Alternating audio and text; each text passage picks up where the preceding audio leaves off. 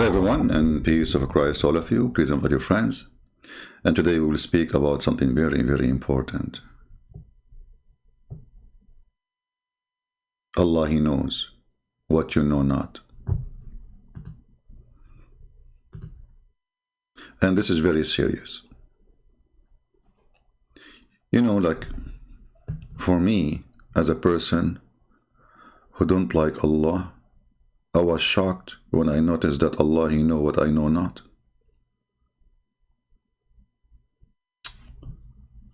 I mean, how I did not notice that? I have a friend of mine, he told me that Allah, He know what He know not too. I said, what is that?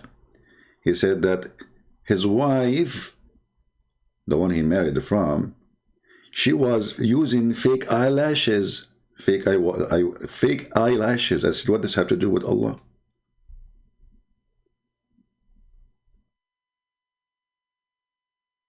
He said, well,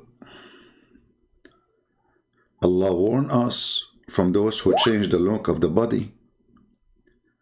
I said, but Allah, He ordered you to cut your penis. So why He changed the look of your body? And you do circumcision? And Allah, He said that Ibrahim, he cut his penis with the hammer, which is like, I mean, it's usually at that time, it's usually like you put it in the table and you know. And you know, obviously, Ibrahim, he used to have a huge one. I mean, like, it's easy to cut it this way. He will not miss. Like, he's very, yeah, with the hammer. So today we will talk about how Allah, He knew what you know not. Now we have a video in front of us by Mufti Menk. And by the way, if you are a Muslim and you like to talk to us, feel free. If you are a Christian, text me in Skype, I will block you. Just to let you know.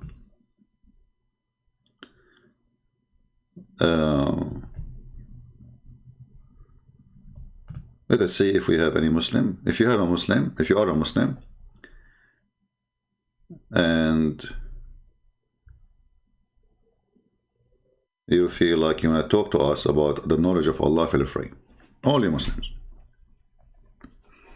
And again, the reason we don't want anyone except Muslims, because we don't do what the Muslims do to Muslims bashing Christianity. We want to hear the other side of the story. Maybe they are right. Correct? So in front of us here, you know, actually I decided to call it Allah knows, you know, what I know not, based on the verse in the Quran, without even seeing this video. I just, you know, I was looking for a picture actually about the topic. That Allah, He know what we know not, and then I found this picture of this video. So I said, okay, let me click at this video and see. And this video is an example of what I will always warn about, that stupidity is amazing. Stupidity is amazing. And always stupidity is amazing because, I mean, it's sometimes it shock you, it's surprise you. When somebody, he decide to put his brain under the bus, and he say words, not a single of them can support his belief. It's the opposite.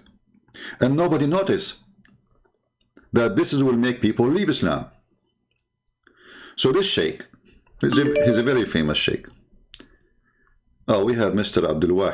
He is trying to call us. Let's see what Abdul want to say before we go to the video. Where is Abdul? Okay.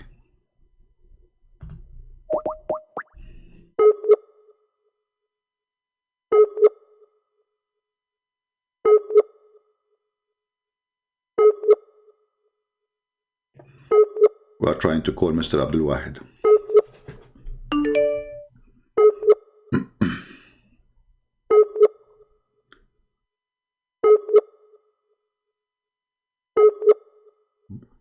For some reason, we cannot connect with him. I see he tried to call me, you know. It says he is not online, which is weird. Let us try again.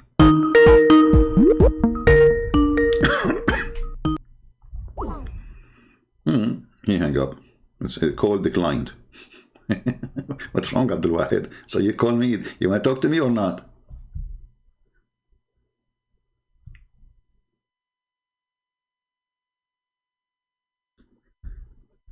You want to talk to me or not? Okay, I will not consider you no more then. So here in this video, I'm not going to play all of it so they don't, play the copyright thing. But the good thing is there is a, subtitle of this video. We will play a very short part of it. Here it says, when we talk about the knowledge of Allah, subhanahu wa ta'ala. Okay. If we ask the Muslim, who is the first one who said subhanahu wa ta'ala, they say to us Allah. Allah, he says subhanahu wa ta'ala to himself.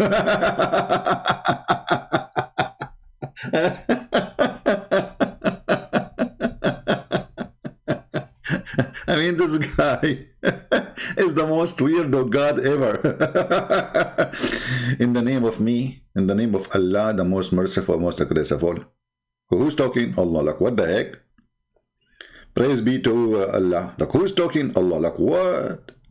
So all those statements, Muslim, they copy paste without even thinking about them. Obviously, the one who wrote the Quran, he is making Quran. This is not your God talking, because if your God talking, he will not say such a silly, stupid comment.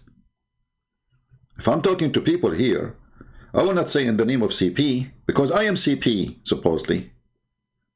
Oh, hold on. Maybe Allah, he cloned me. Like what?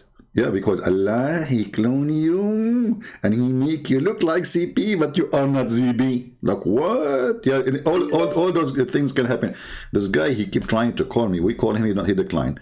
So I will give you one more choice, Abdul Wahid. If you don't answer this time, I will block you. Okay. Hello? Hello. Yes, Mr. Abdul Wahid. My name is Abdul Wahid. Okay. Assalamu alaikum. Wa alaikum assalam. Brother, my English is not good. Don't worry, my English is not good too. So now two of us, two more, we can play cards. Okay. I salute you. Okay. Just 2 months I am listening to you. Just 2 months. Okay.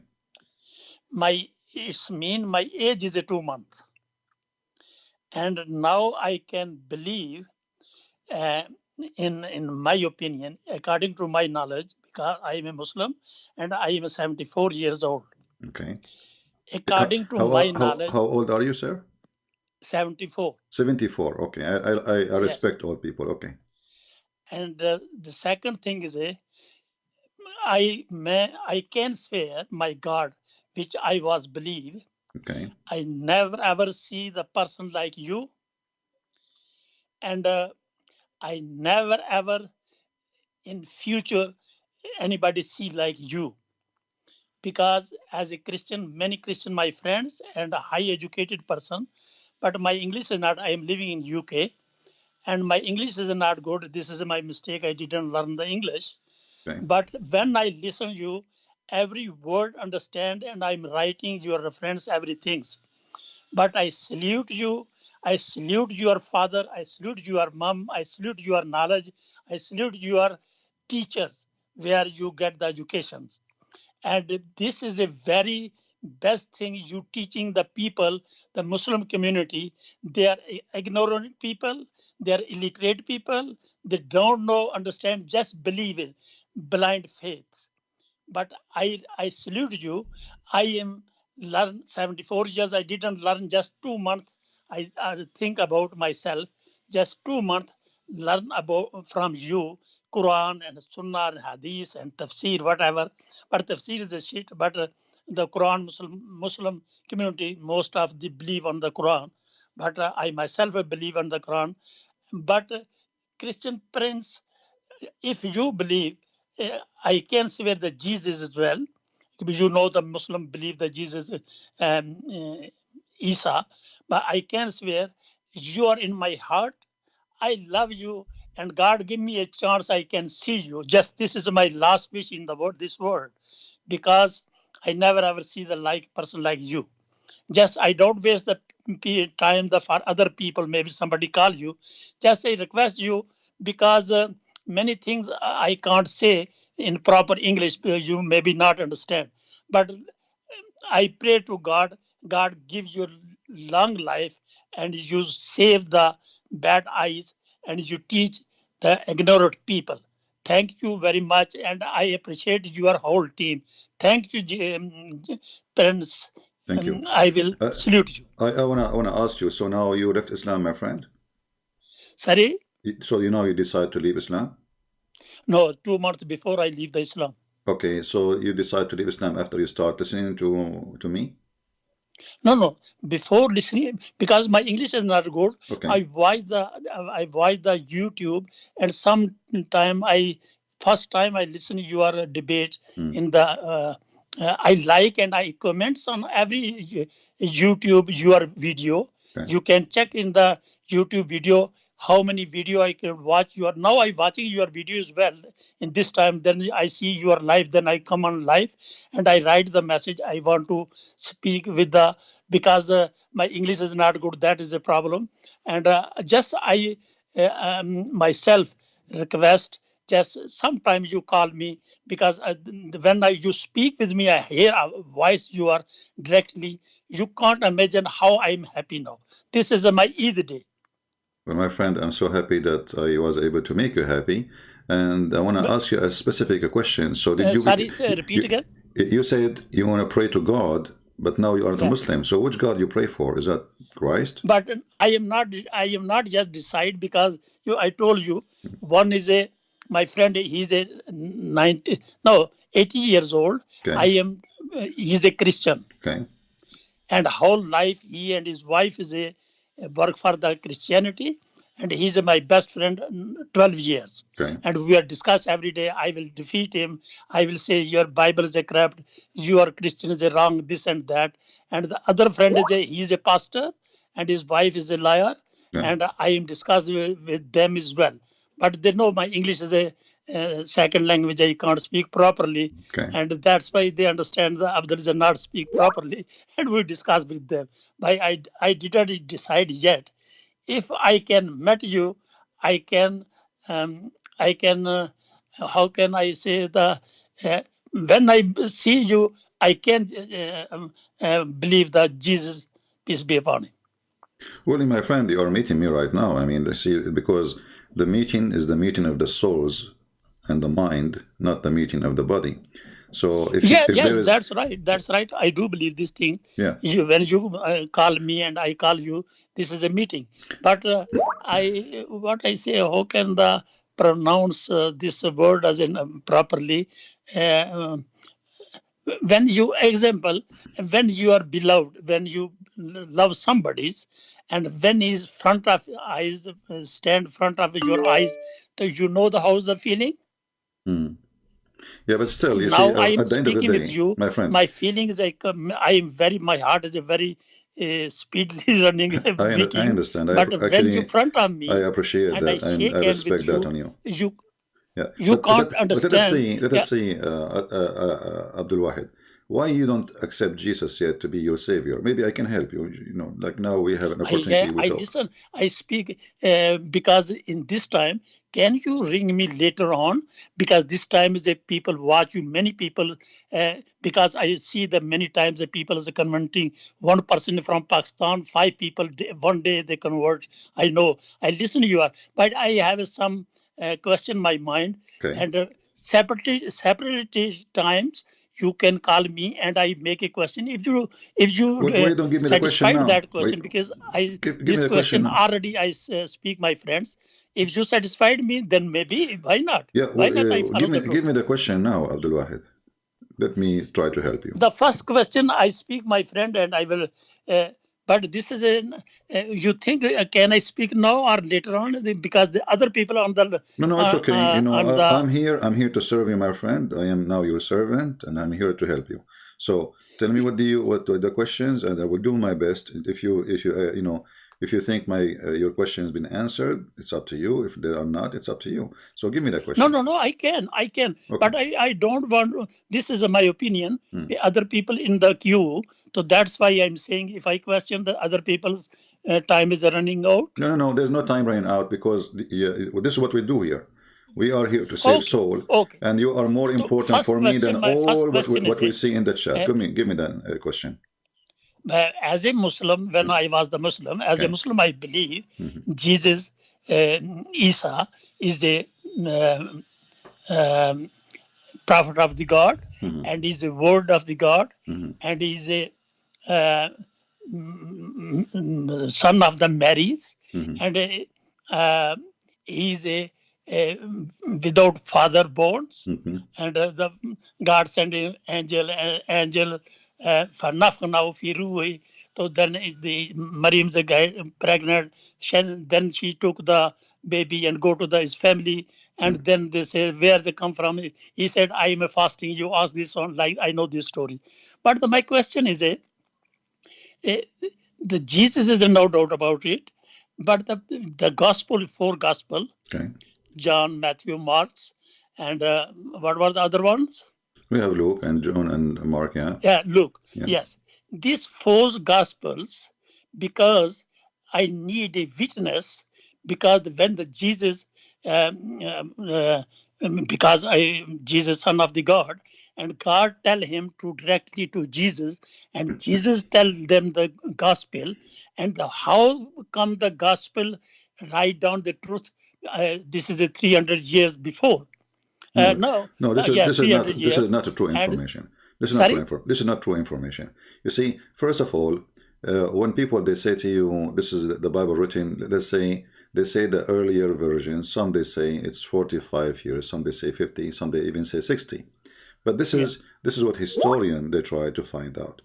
But at the end of the day, you see, what the important is that all the four, they wrote it a year after or 10 years after. They were preaching what they did not write yet already, which means it's something they repeat every day when they go to villages, they go to farmers, they go to villagers, they go to cities, wherever they go, they say Jesus said this, Jesus says that. So those people who they are, you know, they witness Jesus and who live with Jesus, and they said what Jesus said. And remember, it's not only the four, the Gospels is a witness for Jesus, because Jesus was speaking to public, not only to the disciples. So when Jesus he speak in the mount, he was speaking to thousands. So the thousands are the one who was, you know, remembering what Jesus said. So those who wrote, they wrote what happened from a point of he said, she said, I said. It's like a historian, you know, writing down what happened. Like when you go to the court, there's somebody sitting in the chair. He write whatever people say, correct? Yeah. Okay. So those people, they are passionately believer in Jesus. And they took what he said and they put it in a book. But it's not the book really what we really follow, because the book at the end of the day is just a book. But the Lord, the Messiah, he says that, you know, the earth and the heaven, which mean everything, the universe, will go, will demolished, but my words will not. And he is the word. So we Christians, before we follow a book, we follow the Messiah. The Messiah is more than just a Bible and a book written about someone. The Messiah is the living, walking, talking God on earth. So what we care about the Messiah, you see, let us say I'm a person who receive only one sentence of Christ, not the book. I mean, they remember only one thing, let us say. He said, love your enemy. Okay, so now I don't have four Gospels. I don't have the Torah. I have nothing about this person. He said, love your enemy.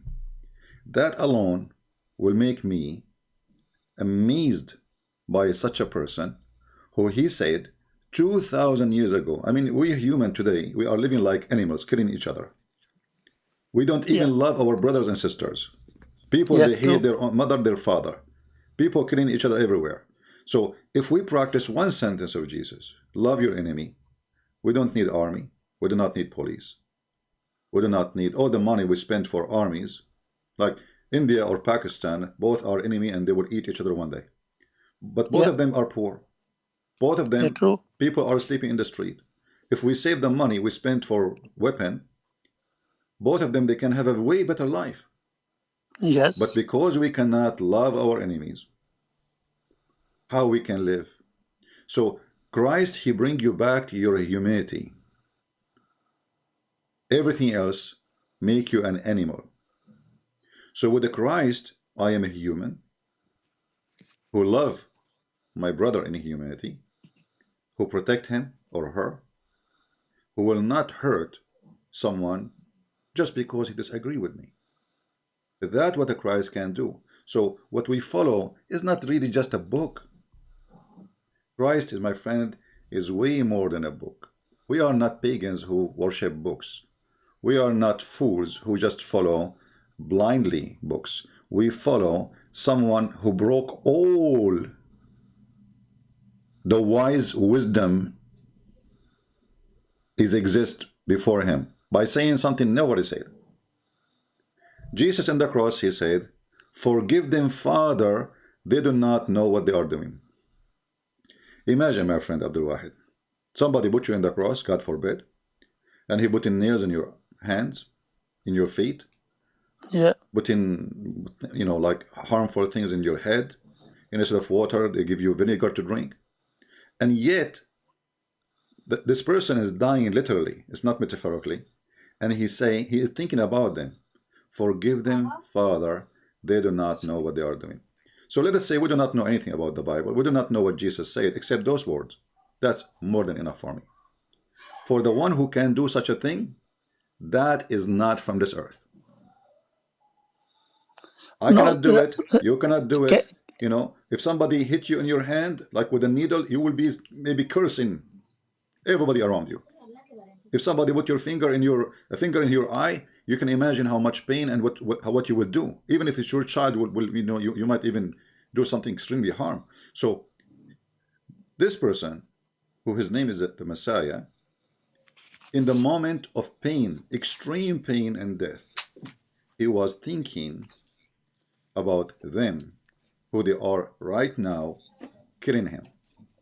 So the Messiah is not a person who speak wisdom and teach, let us say, he's not the love guru, who say things doesn't make sense. It's just in papers, but he's a person who do what he say and he say what he do. When the rest of mankind, they make a lot of speeches, but in reality, everything is the opposite. We speak good, can, we do bad. can I make other question? All right. The Jesus, you say the Jesus and Spirit and Father. Who's the Father? You see, when we say the word Father and Holy Spirit and the Son, we need to remember that first of all, God is Almighty, correct? What Almighty mean? Do you know? Which God? The God we worship. No, because how can you prove the God? First of all, I do not need to prove God. God, he proved himself to us. Because How? you say everything around you is a No, finger. because Let me answer you. I'll go ahead. Let me answer you. example, we are Muslims, Okay. and we Muslim pray to the Allah.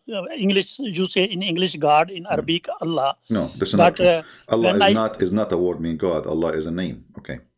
yes, I listen your lecture this one, Okay. but we believe in according to Muslim, we believe Allah is a God and is a merciful and he is a everything creator and he is a creator Muhammad, Jesus and all prophet whatever. Okay. But the which sense you says what is the meaning that one the God? God, first of all, you see, when I said to you, love your enemy, that is God. Yeah. God is a person who implemented, like when he created us based on love. So for God, he loved the world, he sent his only begotten Son. So everything about God, our God, is love. So when you are in love, you are with the true God. And this is his fingerprint, his signature. Anything is coming from hatred is not from God. So when we say God, it's not just an idea of someone we worship. It is a person who we call him the Father, not God actually. We call him Father. Why? Because we as a Christian, we believe that this God is so loving to the point he is the one who considers us his children. So far from all other beliefs, there's millions of religions. They have gods too. Some they have one God, some they have many. Christianity is the only one who call God the Father. And Christianity is the only one who call us, God call us his children. So the relationship between us and our Creator is not an ownership of a mechanic who created maybe a machine. It is a childhood belong to a loving Father. So with God, which we a word everybody use, which is not actually in the Bible. I mean, the word in God, there's many words for it, but none of them is God. This is an English word, but that's not important. So this God is not an idea of a person we have to bow down for him and we have to obey him, and he is scary, he will punish us. We have a different way to understand him. This God is so loving to the point he get upset if we are not loving. As you say, let me answer. that Let love, me continue. as you say, Let the me finish love is my a God. Abdul Wahid. Example, I love you. I love my heart. He is a witness which God you believe. He is witness my. I love you through my heart more than me. But it doesn't mean you are God. You see, for me, in order to be, as you said, I have to prove that I can love everybody. I don't, Sometimes I hate myself. No, So, I love you. no, my friend. Let us my be, love is a my reason. friend, Abdul My Wahid. love has a Hold reason on, hold on. because So, you are knowledge. are you saying, Abdul Wahid, you never hated anyone in your life? No, until now I am hitting many people. Okay, so this is what we are saying. You cannot be God, because God is a loving God, and this is why when the Messiah came to this earth, when he was in the cross, he did not want those people to pay the price of their crime. They just killed him, literally. He said, "Forgive them, Father, they don't know what they are doing." So if you can reach the point that somebody putting you in the wall and putting nails in your hands, and somebody putting nails in your feet, and somebody spitting at you, and somebody insulting you, and somebody forcing you to drink acid maybe, and then you say to him, "I forgive you." If you reach that point, you are way close to God, but for sure still you are not God, because your life was a chain of sin. So with the Messiah, we have a different person who never commits sin. He's absolutely about love, and he came to save. He said, "I came for the sick, not for the healthy." So the mission of our God is he loves us, and we are sick, and he is coming to save us from our sickness. So why I will not follow such a person? There's someone better than Jesus to follow? But the same thing is that I listen to some atheist people. Okay. There's like a evolution theory, like that's one evidence. So this is have any evidence? You see, the first evidence of God is every act of love we do, which destroy all what the atheists they say. As an example, if I am an atheist, and I don't believe in God, okay, that's mean I can have sex with my daughter, because we are animals, right? This is what we are. If we are animals, animals do what animals do. If I am an atheist, there's no point of charity. There's no point of mercy. We practice the law, and we practice what we should practice by the book, not by mercy. So with atheism, they try to fight the fingerprint of God, which is loving, giving, forgiving, being merciful, which is keeping us as a human alive actually until now. Otherwise, if we reach the point that we don't want to follow anything about God, this earth will be demolished in 2 days. And actually, Yes. I think it's going to happen. So when atheists, they speak about what is the proof is you having, maybe, I don't know, heard a lady speaking to you. Let's say she is your daughter. Your daughter, she delivered a child. And your daughter, she carry her child in her lap, even when she is tired, even when she is sick, even when she cannot take it no more, but still she will hug him, she will nurse him, she will take care of him. That is God, my friend.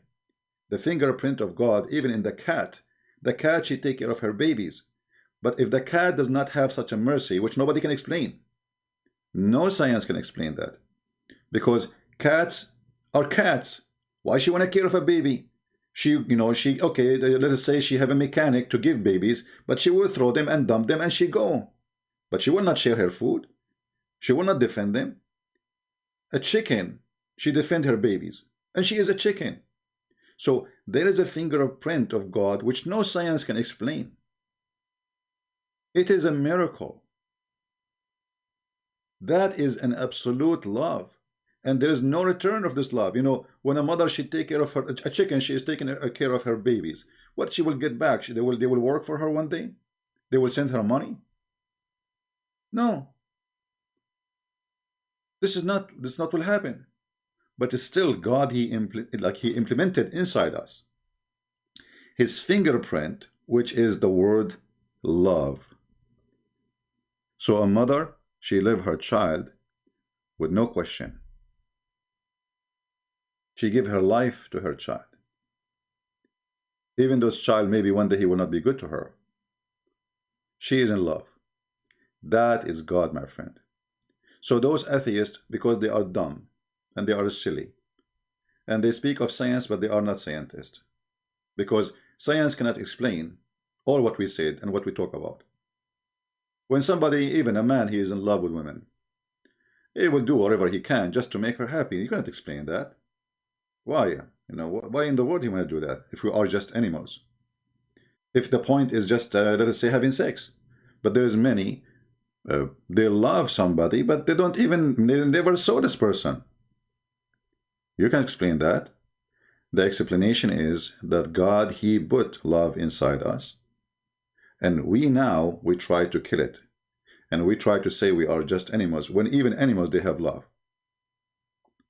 So we are fighting what is the truth by fictions.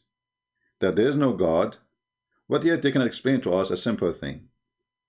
Why there's a bird? Like I was watching in the TV documentary about what they call it in English, I forgot, like an animal. So they lay eggs, and the male, he's in the North Pole. So the male, he sit in the top of the eggs, while the female, she go to find food, and then she gets so tired, and now she go back, and then the male go. How you can explain that? Why they want to do that? Those are just animals. They knew that they have to keep the eggs warm. They knew that they have to protect those babies. Why you want to do that if we are just animals? There's love. If you cannot see such a love, that will make you blind. And nobody can explain that love. If you say to me, oh, they are programmed, I can say no problem. But this is a program of love. That's an amazing program. Human being could not make such a thing. Human being is good at making nuke, bombs, missiles, cut you pieces, killing you by poison, or killing you by stealing your life, by hacking your computer, taking the money from your account. They are good in everything evil, but they are not good in something good. With God, there's only good, and good will come. Did you hear me, my friend?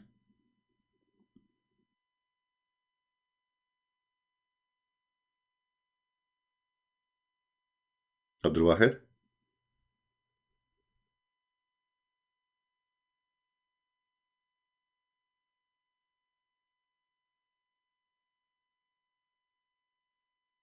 You don't want to talk?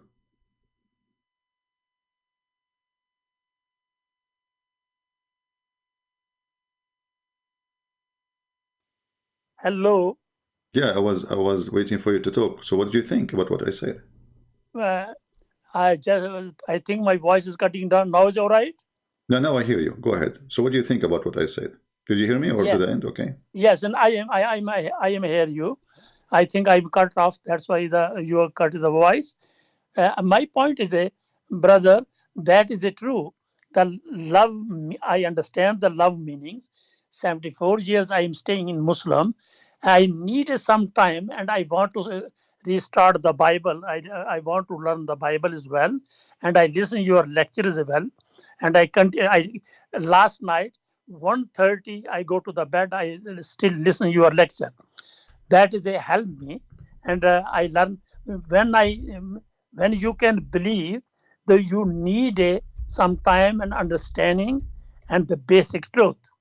Just something is just I love you. That's why not reason I believe the Jesus until I understand. No problem. First thing is But what do you think about our response to the atheist when I said, you said to me, what is the proof of God? And I gave you a response that the proof of God is the fingerprint of God, which is love. How he implemented inside us, even cats, even chickens, even everything, something nobody can explain. Because yeah, if we are creatures who live just to take, to receive, and this is what we are actually, we are very selfish. So how come in a point, those creatures who they are very selfish, they are willing to give their life to their own baby? It doesn't make sense. Why somebody want to sacrifice everything he have, even his future, even he endanger himself to protect his child? That is God. That is not science. That is not atheism or Christianity. That is God himself proving true, to you that he is exist and his name is mercy. true. So I invite you, my friend, to believe in Christ, for this is what he is. And the one question more. Okay. You know the four gospel. You believe the Christian majority of Christian the four gospel, and one gospel is Angel Barnabas. First of all the Christian, they believe in the four gospel. If there's a single Christian who don't believe in the four, he is not Christian. Barnabas is a book written 800 years after Christ. Actually, some they say even more. And the proof of that, there is like some scales, like, when you say meter, a meter in certain time wasn't exist, right? So there's many statements there proving that this is a fabrication book. And even the Muslims refuse it. Because according to Barnabas, it says that Muhammad is the Messiah. Yeah, I read the Barnabas, but Barnabas is a whole story. The Muslim stories was there. You see, as I said, this book is rejected by everybody. It's just a fabrication. Nobody accepts this book.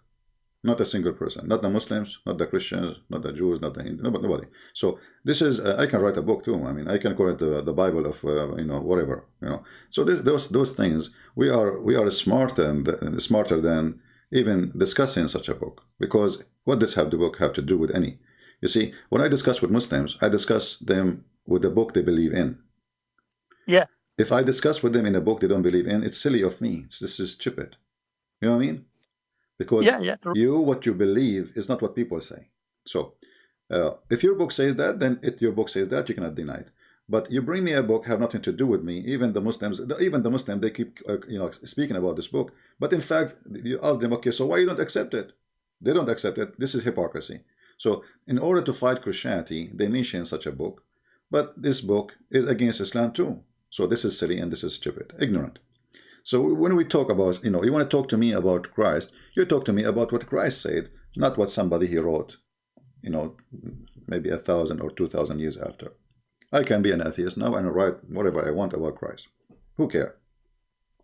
This is my opinion. And if my book became famous and many people did read it, it doesn't change anything. It is just me and a bunch of idiots. Or maybe he's smart, maybe, But still, it is not a person who was there. He never met Christ. He's just making his, like now the atheists, they make movies to put Jesus down. They hate him. No problem. Okay, you make as much as you want movies. We will not harm anyone. We don't do what Muslims do. You make a cartoon, we will kill you. No, we pray for them. And this is again a proof that Jesus is true. Because even when you try to insult Jesus and you make a video or a movie saying like Jesus was a homosexual, still we don't go after them to kill them because Jesus, he changed us.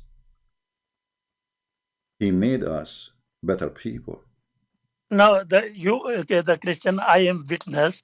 The majority of the Muslim illiterate or the scholar type people, whatever, everybody respect the Jesus, and we believe the prophet of the God, son of the Mary, and he has a many miracle. I do believe, and Muslim communities do believe as well. But can you clarify what is the Isa and what is the Messiah difference? There's no such a person. His name is Isa. Muhammad is an ignorant man. he thought that Mary, she is the sister of Aaron, which is, Aaron. yeah, which is the brother of Moses, which means Mary, she is sister of Moses. And there is some, like, which is not really in the Bible. Uh, some people believe that Maryam, sorry, she had a son. His name is Esau. So Muhammad the ignorant, he come to the conclusion, okay, so her name is Mary, her son is Esau, and her brother is Aaron.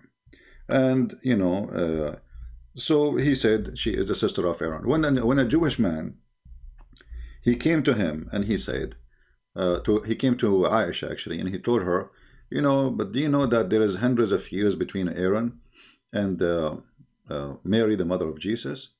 Aisha, she said to him, you lied. You lied. She didn't say you're wrong, which means this is what Muhammad he was meaning. But when Muhammad he heard this, he knew that this guy is a rabbi. He's a Jewish rabbi, so he know what he's talking about. So Muhammad he tried to fix it. He said, well, at that time they used to call them by their ancestors. But Muhammad he could not fix something else. He tried to fix it in this one, but there is a bigger problem in the chapter of Al Imran. In the chapter of Al Imran, chapter 3, Imran is the father of Aaron and Maryam and Moses. So the Syrian Muhammad, he tried to fix it there about Mary, the sister of Aaron, but now how he can fix that the father of Maryam is Imran, which is the father of Moses. So it's a very silly, stupid prophet who lived between the Jews. He started learning stories from them. And he heard that Mary, she is the daughter of Imran, and she have a brother, her name is Aaron. So he said, the sister of Aaron, the daughter of Imran. And now Muslims are stuck with it, they cannot change it. So when they try to say, oh, he meant something, they used to call them by their great prophet. First of all, Aaron is not the great prophet, even in the Quran. It was Moses. Yeah. So how they call them by Aaron? Secondly, Aaron is not even, or Moses, they are not even from the tribe of Mary. Number 3, how in the world the father of Moses became the father of Mary? Impossible. Impossible. So it's a stupid man. He want to be, at that time it was a business, a great business. It's like if you go to Nigeria, there's tons of prophets in Nigeria. I mean, it's the biggest business. They could get rich. Some of them, they are Christians, supposedly, false Christians for sure. And some of them, they are Muslims, but the Muslims, they don't say we are prophet, but they, like now they are doing miracles, supposedly. It's a scam. Religion is one of the biggest scam in the world. With the Christ, we don't have a scam. We don't need those people. With the Christ, no, with the the Christ other thing is go ahead. the Prince. The other thing is the 1400 years, the people, Muslim community all over the world believe the Quran, believe the Muhammad, believe the Hadith, and they think this is a true, other thing is a wrong, because they are just believe they are the mullah in the mosque. They don't understand either read the Quran and understand the meanings. This is the Quran himself says this is a clear words, but the different meanings. We understand this. I mean, we understand, but me and you, we agreeing that this is only it's false anyway. But my point is, I wanted to ask you still, why still you don't want to believe in Christ that to be He's your Savior? Yes, no, I told you before. Okay. I have it 12 years with my friends. I have problem. discussed, but the problem is my language barrier. My English is not. problem. He is a Okay. master degree, and I discussed with them. Now, when I listen you nearly 2 months, and I believe my age is just only 2 months, because I learned many things from you.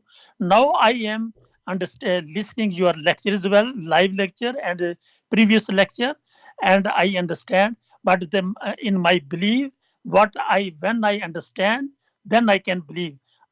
Until not understand fully, I can't believe the blind faith like previous life. Yeah. Well, anyway, I'm here to help you, and I did my best. If you change your mind, you can feel free to call me and tell me I want to accept the Messiah. If you have a question, I will be able to help you. I want to say Yes. thank you for calling me, No, and we will take now more one callers. question is remaining. Okay. What is the difference Messiah and Isa? There's nothing. No, there's no That's- such a Isa. There's no such a Isa. You know, there's no such a thing. This is the stupidity of Muhammad. Secondly, even you ask the Muslims what Isa mean, they don't know. You know, what is this? Is that an Arabic word? For sure, it's not. So what Isa mean? There's, you know, and somebody like in the chat saying that Esau is a Greek word of Jesus.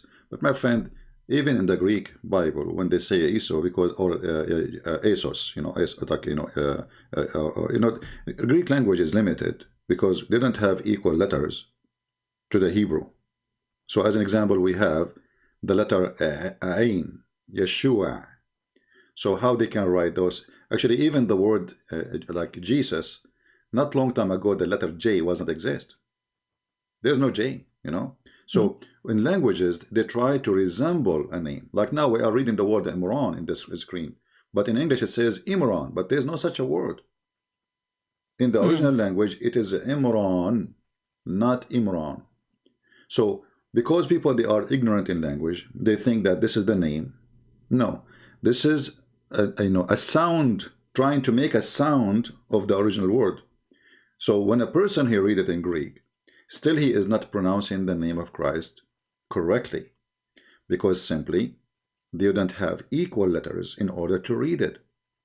It's like when a Chinese, he come as an immigrant to USA, he tried to speak certain words, but it's almost impossible unless he is born in the country. So from his early age, he will be able to pronounce them. And even me, you know, in some time, it's very difficult for me to pronounce some words. Why? Because in my childhood, that's it. My brain is focusing in certain words, the way my tongue, the way I say things, it is forcing me to say it in a certain way. And if I don't have a letter, that will make it more difficult, because I can even say such a letter, which I never tried. So I have to teach myself, force myself. So when they wrote books to the Roman, to the Greek, whatever language, they try to resemble the sound fit with the letters of that language, because they don't have those letters. So they have no solution. So when we read the name of Muhammad in English, it is Muhammad, not Muhammad. Yes, true. Okay, we have to replace something close to the sound of ha with h.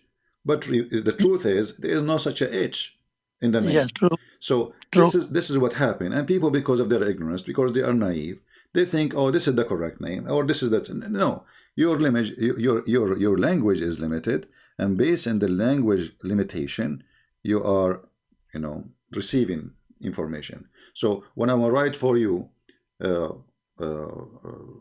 something from other language and you don't have equal letters, I am forced to use letters in your language, trying to make the sound of it, not the name really. True. Okay. So my friend, okay, because there is more people trying to call, actually, Abdul. Thank you very much. Thank you. Thank you, my friend. Bless you. God bless you and your family. Yeah. Well, we pray for you, and feel free if you have questions in the future. I will, because I want to tell you something. You said you are 74, 75 years old, correct? Yeah, January I am going to 75. Okay. My friend, age is not really what makes us live long or short. Yeah, true. Because somebody, he might be infant, he might die tomorrow. But I say to you, I say to you, consider me your younger brother, and I say to you that tomorrow might come, and neither me or you is alive. So I don't know. I say to you, think carefully of accepting Jesus, because he is the only savior, and there's no other savior beside him. So I might go to sleep, and then I will never wake up. Yeah, true. That's true. And then it's going to be too late. I made a big mistake. But the God knows my heart, what I am finding the truth. And God, so. I believe God will help me. All right, my friend. Well, if any other question, how can I contact you? Oh, here, you can always call me when I'm live. Only when I'm live, Okay. Yeah. If I'm not live, I turn my Skype. I never open it.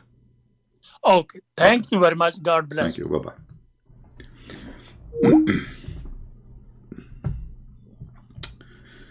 Let us see if we have any Muslim.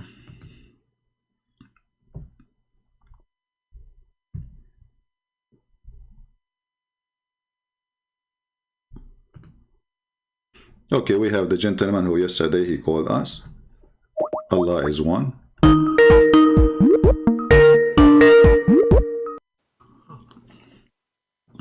Hello.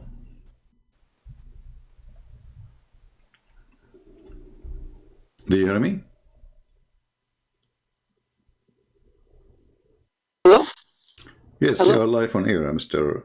What I shall call you by? What's your name? Well, I don't give my name. Well, should I call you Allah? No, you can Okay. call me Abdullah, Abdullah. What Abdullah mean? the servant of Allah. The slave of Allah? Why Allah needs slaves? Yes. Why Allah he needs slaves? Your Bible, does it say he needs slaves? No. Yes. No. Show me the verse that says that we are slaves.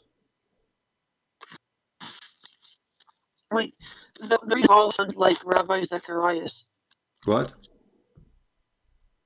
The previous caller sounded like Rabbi Zacharias. My friend, don't change topic. You know, I don't like silly talk. You know. Okay. The guy is dead. The one you are mentioning, he is dead. So he came back from life, or maybe he's Allah. He cloned him. But no. But why did he abuse a lot of women? Oh, okay. This is a good question. So you want to talk about this? Yes. Okay. So can you tell me what this Zachariah he did?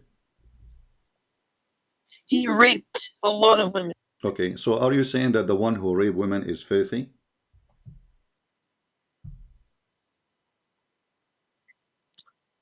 This is what Zacharias Your voice is said. cutting. He was the highest. Let me repeat. Do you believe that the man who raped women is filthy? In Christianity. Your voice is cutting. I'm asking you. He was Do you believe that the one who raped women is filthy?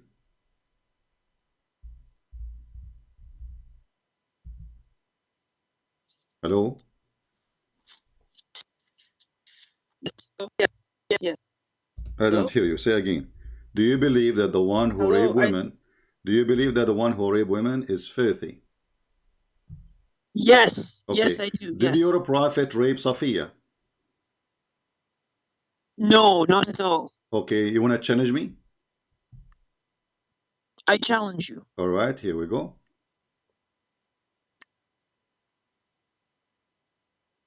Let us read some reference and people will be laughing in a second. And remember, it is you who said that the one who raped women is filthy.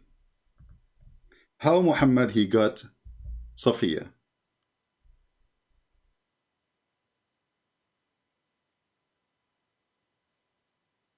Are you with me?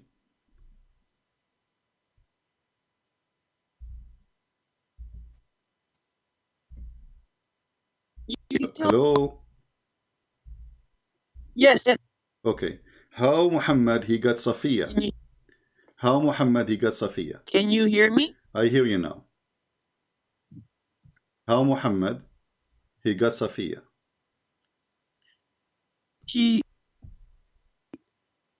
Okay, good. So now her and I'll. I don't hear you. Again, your voice is bad. How Muhammad he got SOFYA? Did he attack her family? He killed her husband and she was a bride.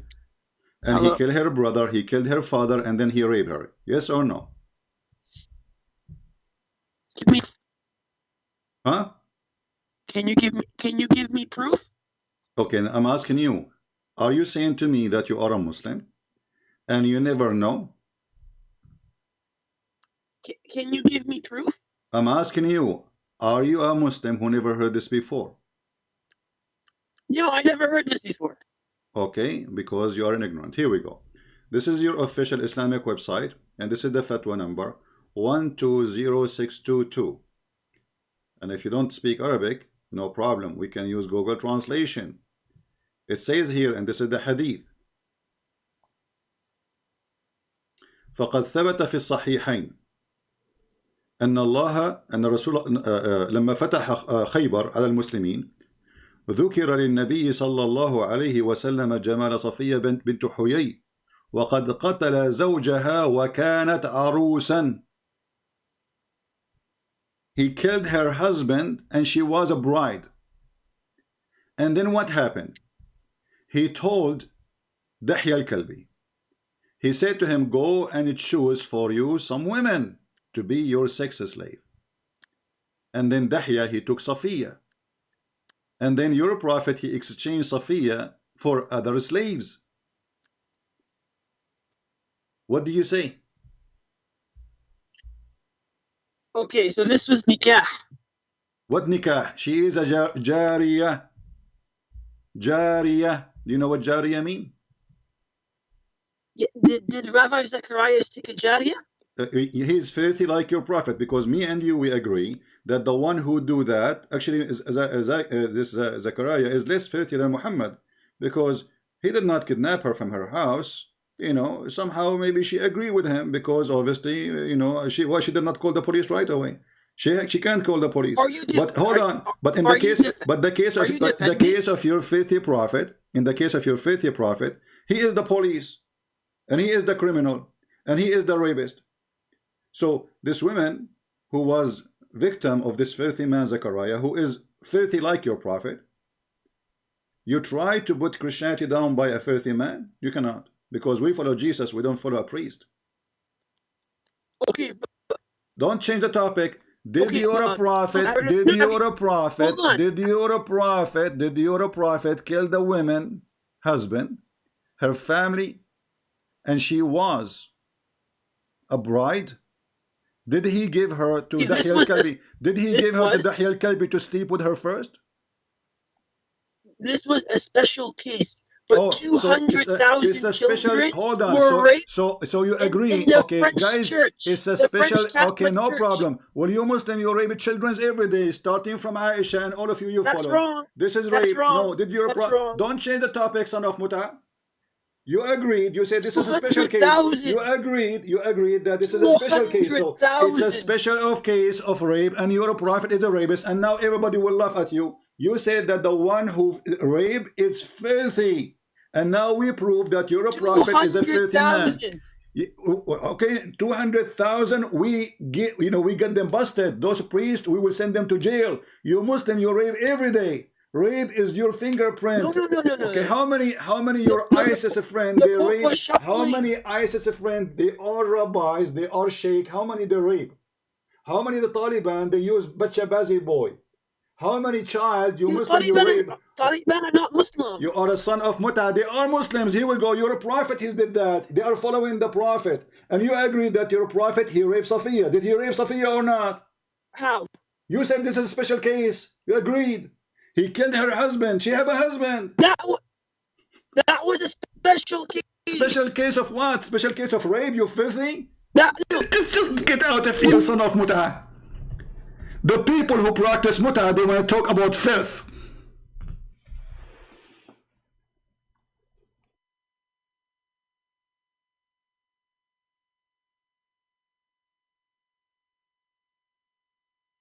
He took her. And look, the Muslim, they say in translation, he married her. Where it says he married her here? Where it says he married her, it says, فَاصْطَفَاهَا النَّبِي. He took her to himself. She was his sex slave. He just kidnapped her, and he raped her before even they leave the town. We spit at your prophet, and we spit at Zachariah, this person.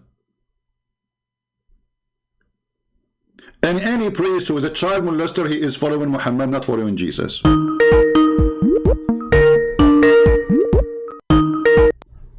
Hello? Hey, Chris. Yes, I have to say something. Only one sentence because of the caller right now. Maybe I have to rape his wife. No. We don't speak bad language. I know that you're an ex-Muslim, but don't go there. Don't go back to your Islamic root, my friend. You left Islam, so you should not speak this way. Do we have any Muslim here want to talk? So they attack, they kidnap, they rape, and then they question, how this guy, he did that? He is filthy like your prophet. What even this have to do with the Christianity? The Lord, he says, be aware of false teachers. He warned us about them. He said They will come to you in the clothes of a sheep, but they are wolves. So we will not judge Christ by somebody is filthy, because obviously he never followed Christ.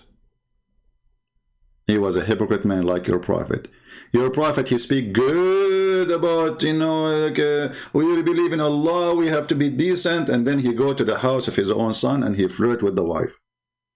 At least Zechariah, he did not go to his son's wife and he flirt with her and sleep with her.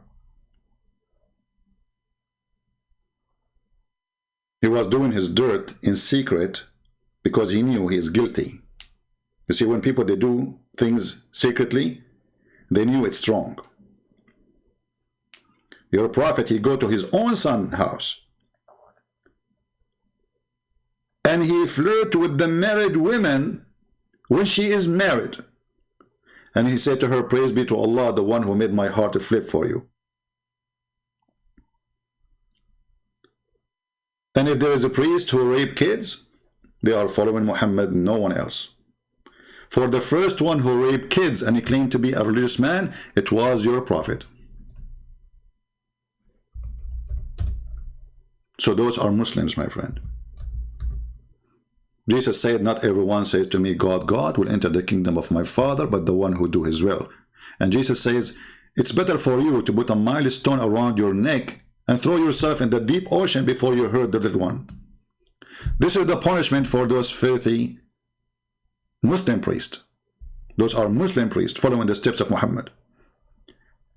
God, he will put for them in their neck a milestone, and he will throw them in the deep ocean, which is hell.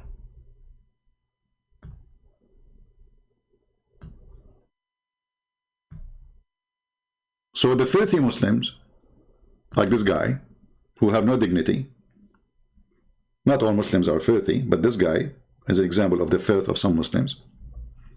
They try to down Jesus by speaking about somebody do bad. All of us will do bad. If there's a person here that not commit sin, oh no, this guy is extreme. Well, let us see the extreme. We find that the extreme he did is way less extreme than the filth of Muhammad. This guy, he did not rape children. And if a woman, she was raped by him, he should report him right away, so he will not rape more women. You know, sometimes the victims, sadly, they are partners of the crime. By covering up, what are you afraid of from? You have a government, you have a country, you have a police, all of them, they will be on your side. Why you wait? When you wait about a rapist, you don't report him. You are giving him a chance to rape more women, like Muhammad did. You are giving him a chance to make more victims and hurt more people. Never hesitate to report a child molester like Muhammad, or a rapist like Muhammad, or a thief like Muhammad, because when you cover up to his crime, you are partner of it. Right? And the funny is, when we say to them, your prophet, he raped SOFYA, he said this is a special case. You see the hypocrisy? Okay, Zechariah was a special case, he was horny. Guys, it's a special case. Zechariah did not kill the husband of those women. I think they are not even married. Your prophet, he killed the husband, the brother, the father.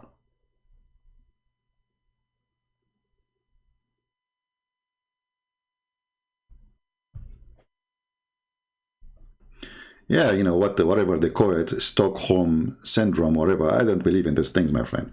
If somebody, the brain should function correctly. If somebody did harm to you, and you accept, that's mean somehow you like it. You should report the person right away. You know? Not after he die. After you die, maybe you're lying after he die. What if there's no proof and now the guy is dead? So you should punish him. This guy should be punished when he's alive. He's dead now. He get away with all, for sure. God will punish him. But don't wait. I am a Jew. I want to talk. about Muhammad. No, my friend, I don't talk to Jew about Muhammad. I want to talk to Muslims. Do we have any Muslim? Here you see, actually, yesterday, this is the same guy. We asked him, who is the one who fabricated the lie of the cross and deceived the Christians about the cross? He said, Allah. I mean, you have no ethic. Your God have no ethic. Your prophet have no ethic. You have zero ethic.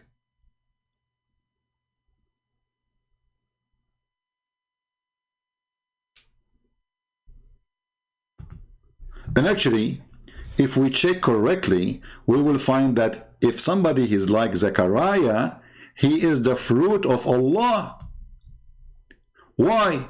Because your filthy prophet, he said, that every human being, Allah, he wrote for him his destiny of fornication.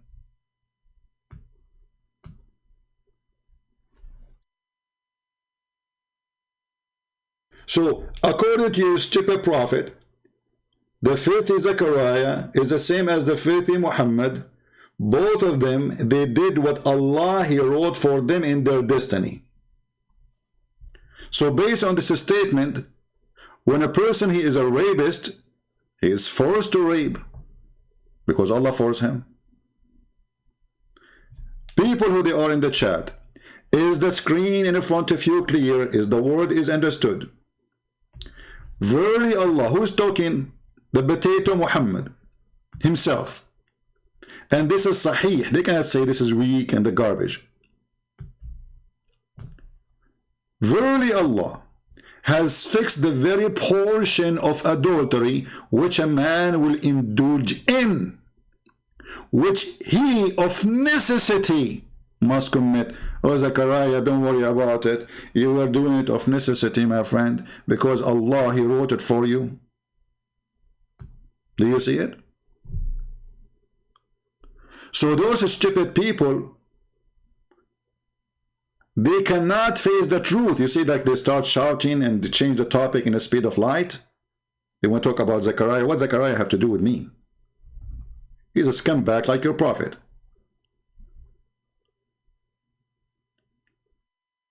But the answer in front of you, when somebody fornicate, it is Allah, he forced him based on destiny.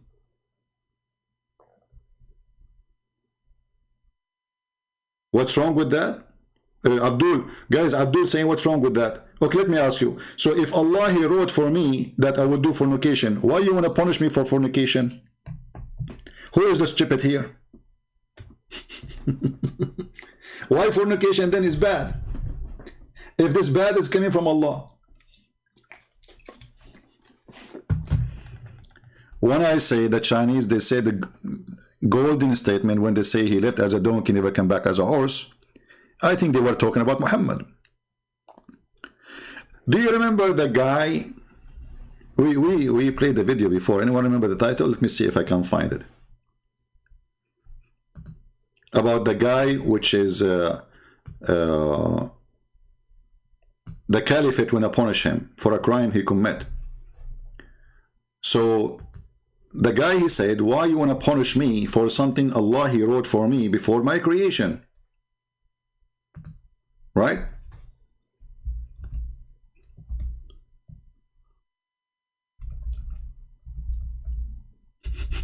Let me see if I can find the video.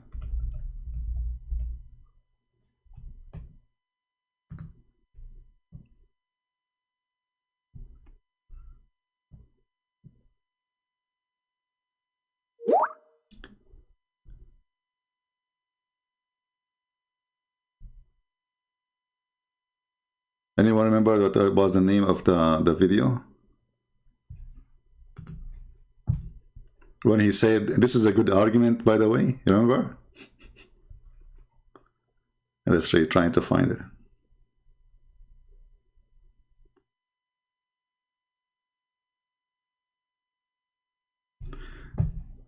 Okay, hold on, let us see if we can find it here. Because, you know, you remember, this guy, you have a million videos. You have to find out which one.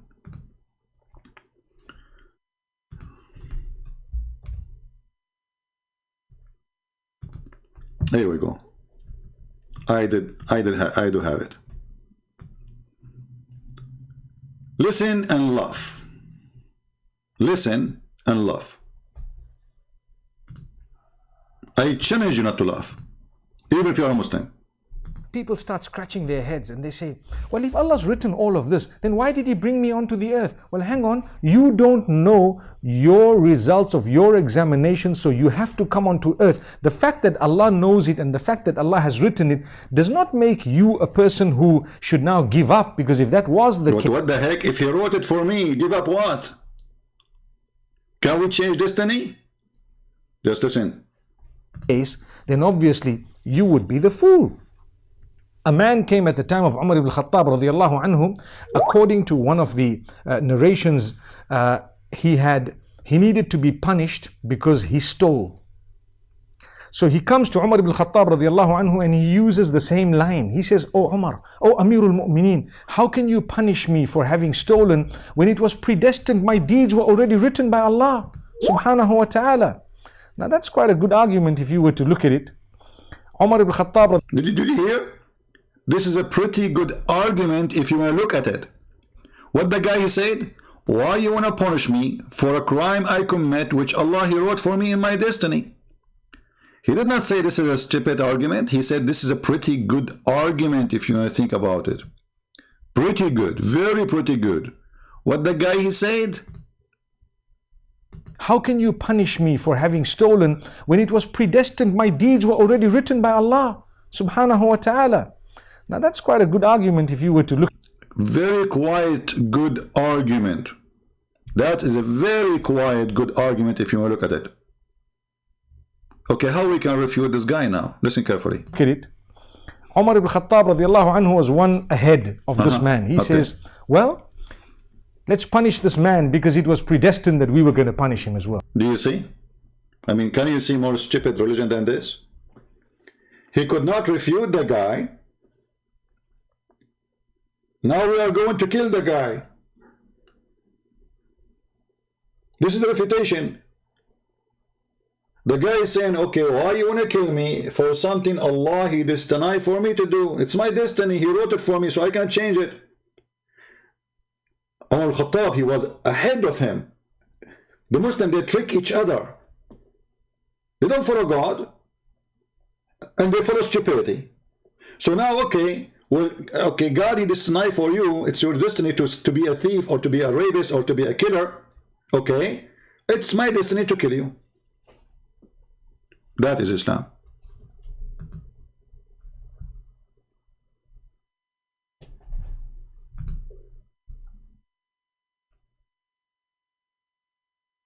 Still, we do not get the answer. Why you want to kill that guy if it was written for him and he have to do it? Correct? They cannot refute. So the caliphate, he could not answer, okay, will Allah destined for me to kill you? What a stupid religion. So based in what the Quran and the Hadith saying, and based on your filthy madman Muhammad, when somebody do fornication, like this guy Zachariah, or rapist, he is just, it's written for him according to your religion. It's written for you, it's written for him, it's written for Muhammad, it's written for everybody. Allah He programmed. When the Muslim woman, she called the sheikh, she said, I am more than 30 years old now, and I'm worried that I will not find somebody to marry me. What the sheikh, he said to her on TV? He said, don't worry, sister. The Prophet, he said, that is written the names of everyone who will do nikah to you in your vagina. مكتوب على كل فرج اسم ناكحه. It's written in the top of every vagina the name of the one who will if it. It's written. You cannot change it.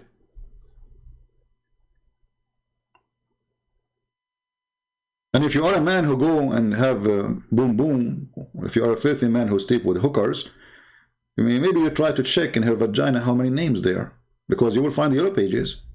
Try to find your name. Ahmed, Muhammad, like there's 1,000 Muhammad, 10,000 Ahmed. It's written there.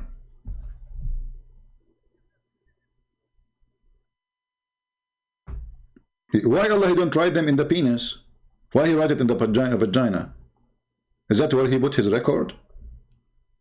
And I'm sure the women, she go to the bathroom and she get a free selfie camera, she take a picture to see if there's a names. Or who's the name who's going to sleep with me next? Is it written with secret ink?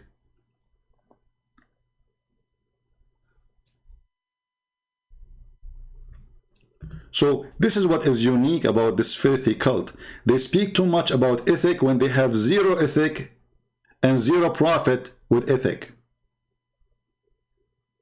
They claim something they don't have. They question ethic when they don't dare to question their filthy prophet. Did your prophet rape SOFYA? That is a special case. Okay, what about Juria? This is a special case. What about Mary the Cook? This is a special case. Everything is a special case. He's a prophet. He can rape. Hello?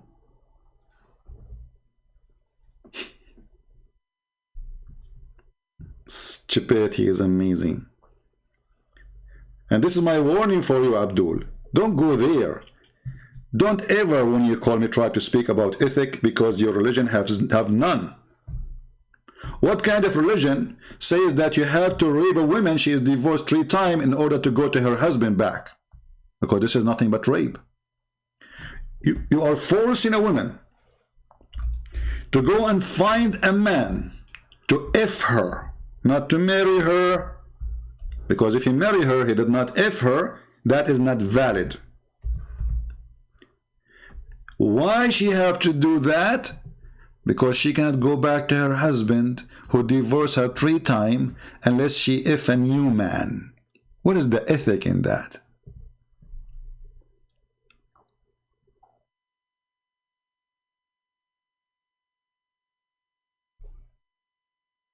What is the ethic?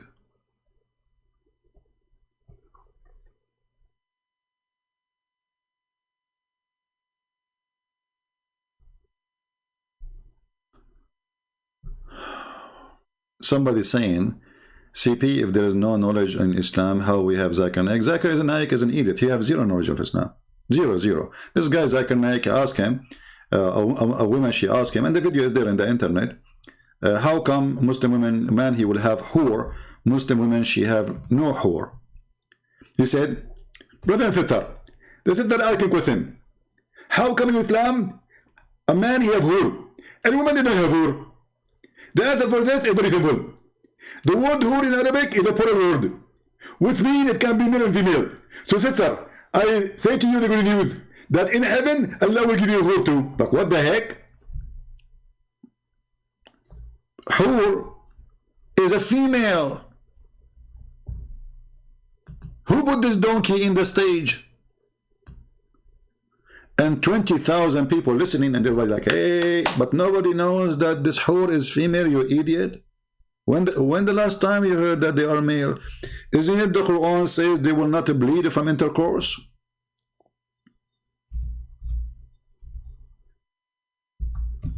Zakir Naik is a scholar if the one who is listening is a donkey. And there's many of them.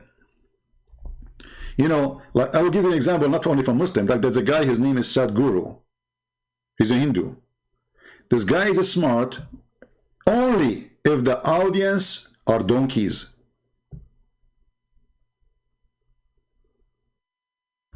Only.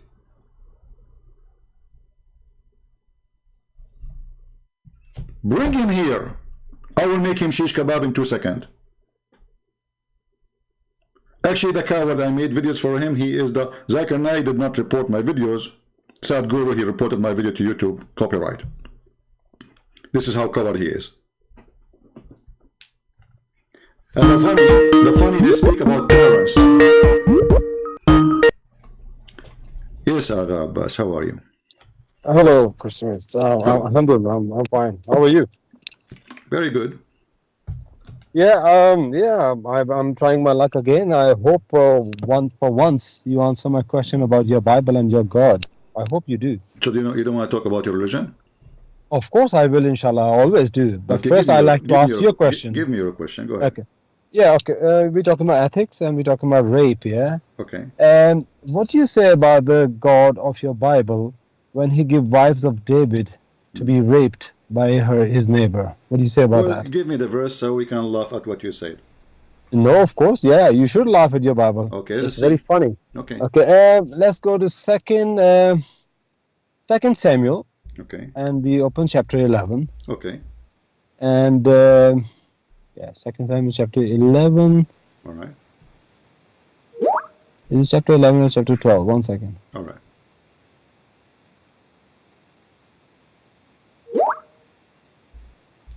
Yeah, chapter 12, sorry. Okay. 2 Samuel chapter 12. All right. And if you read from whichever, maybe verse 9 or 10, you like to read more, isn't it?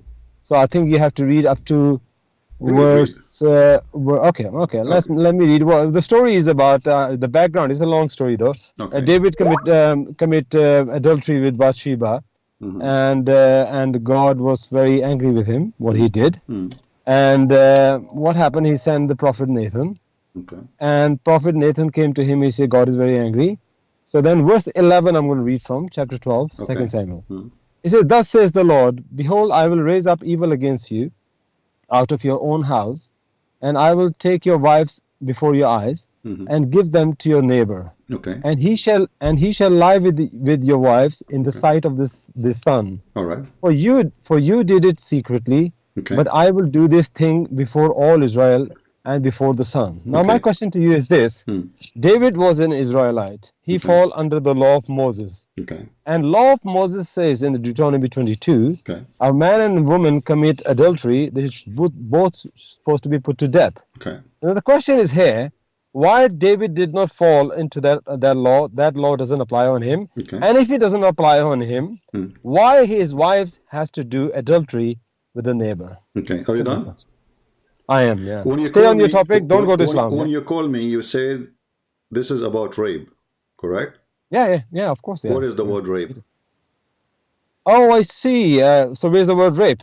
Yeah, what is the rape? Where Okay, you see so the rape? when his wives have to sleep with a neighbor, that's not a rape? No, it doesn't say she have to sleep. God is speaking about what will happen to Why him he- because of his faith. Because what you do to others will be done to you. So did they sleep or not?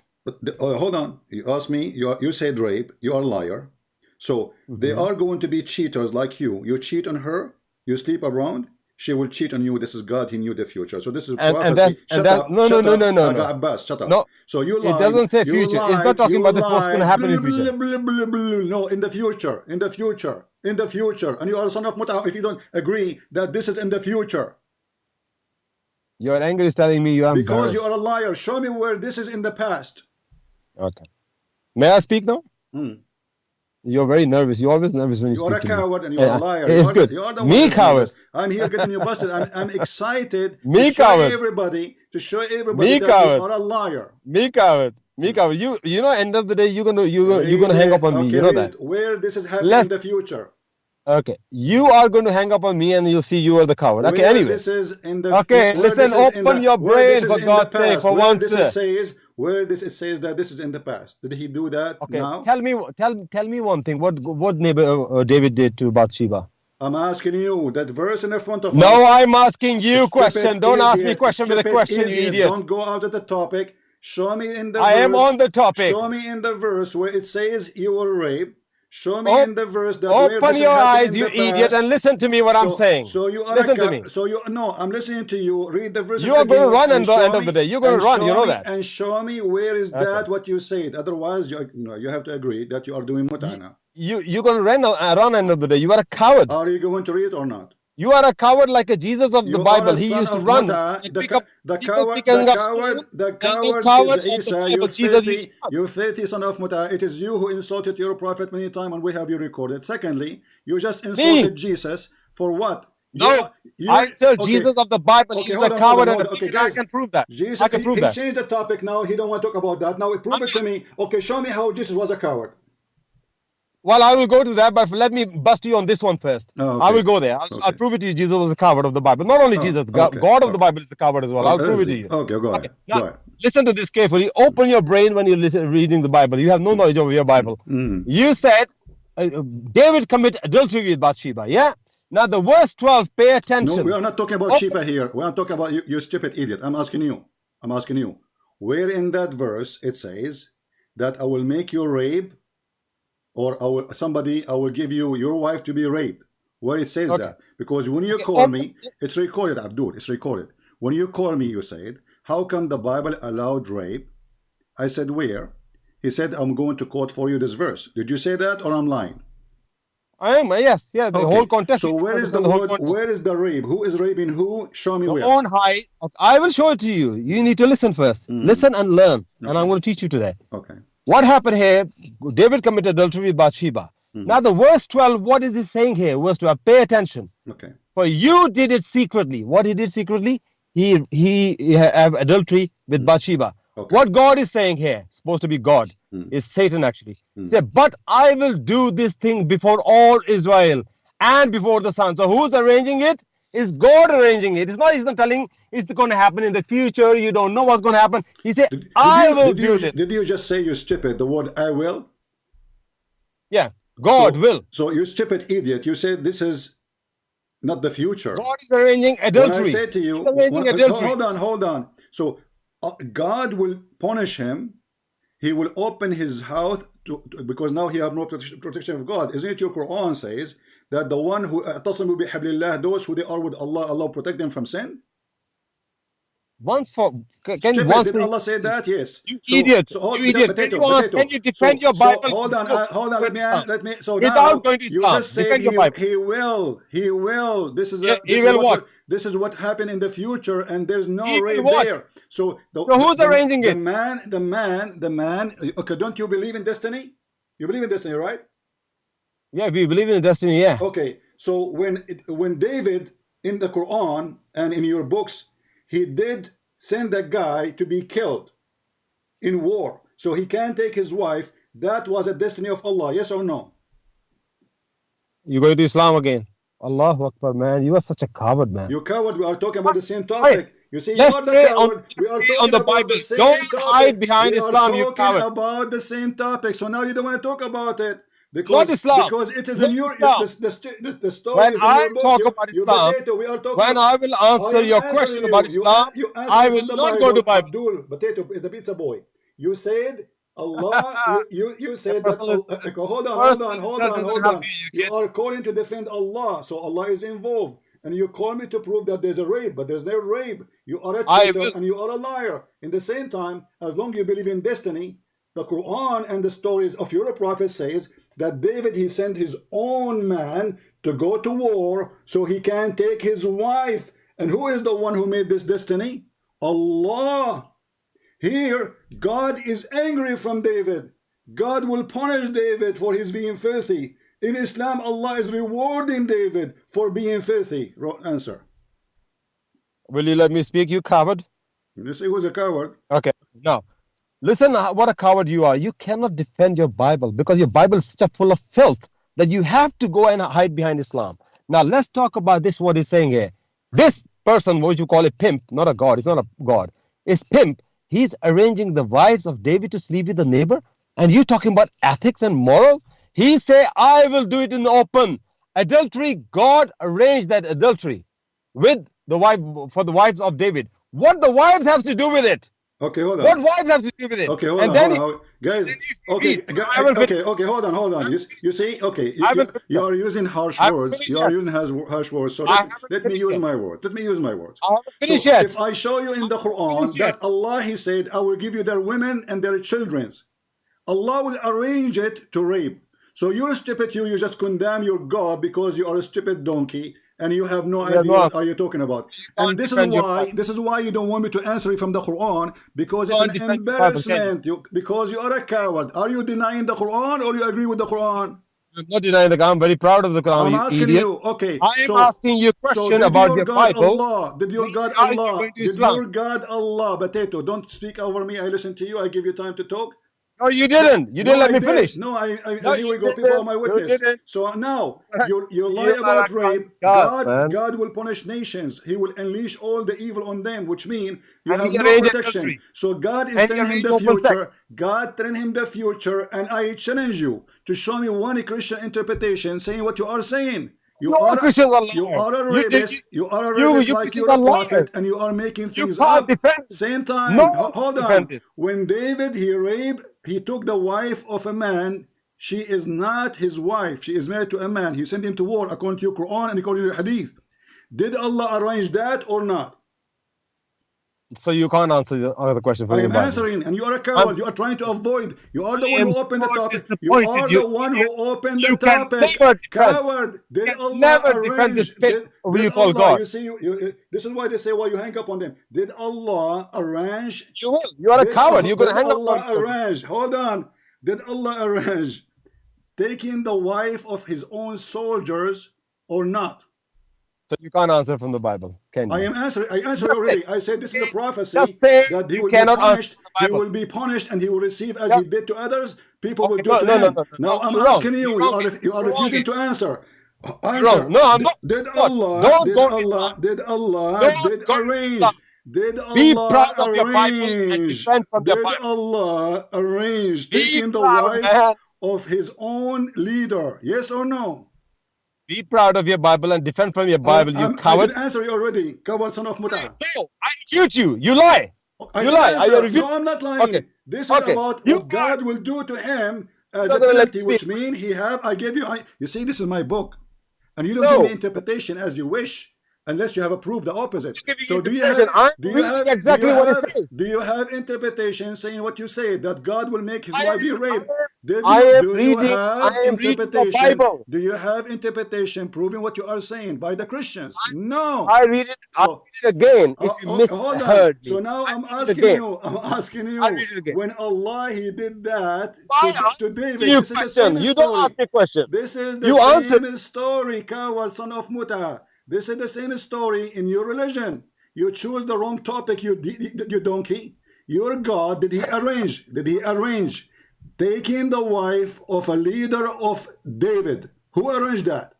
By calling people son of Muta, you think you win the argument, you idiot. Who arranged This that? is to show Don't your change level. the topic. This is Level. the topic. Who arranged Your level such a is so story? low, man. Who arranged it? So you cannot answer from the Bible. I That's why I answered can't. you from the Bible, and you No, are you refusing did now. not. You are refusing lie. now to answer That's from what your you do. Quran. Okay. Can I have a minute to speak? Just 1 minute. Can I have a 1 minute to speak?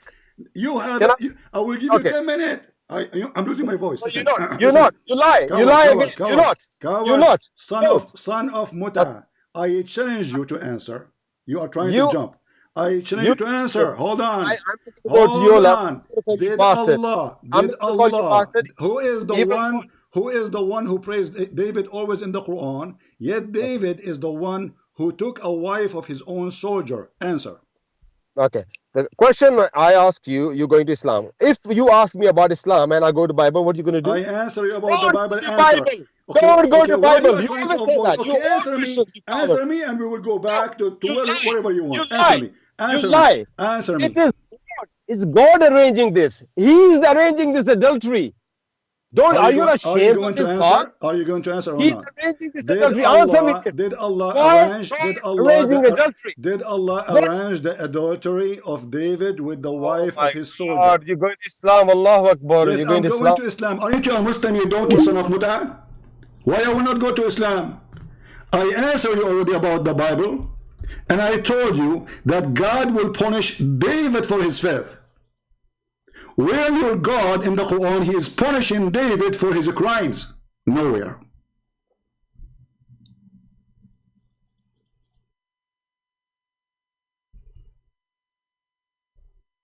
Do you see the coward?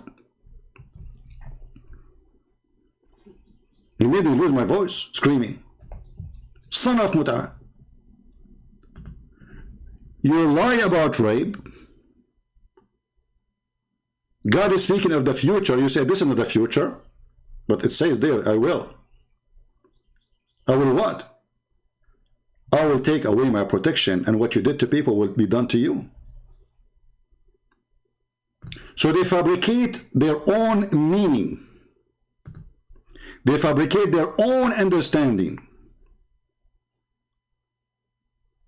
But they will not answer about the same story in their books, that David he sent a man to die.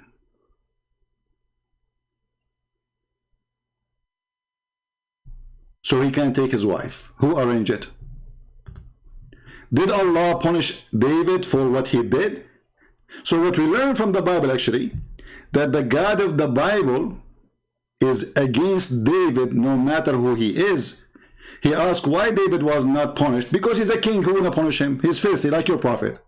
At that moment at least. Who will punish him?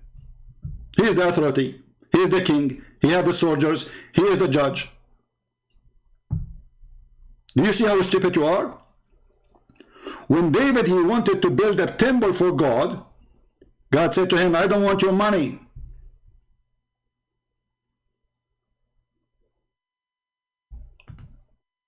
Where is the anger of your God against David? Where is the punishment of God against David? And as long as you are a person who believes in destiny, and it is a person who do fornication based of necessity, based on this, it is Allah who arranged to David what he did. And when I say to him, does your Quran and the Hadith say that? He said, you go back to Islam. He don't want to talk about it because that is an embarrassment.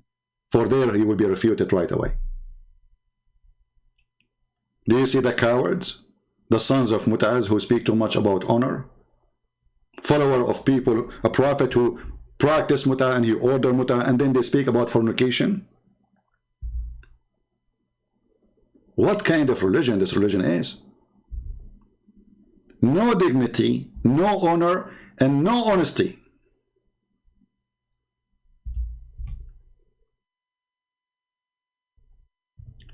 Let us see what David did in your religion, you coward. Shall we?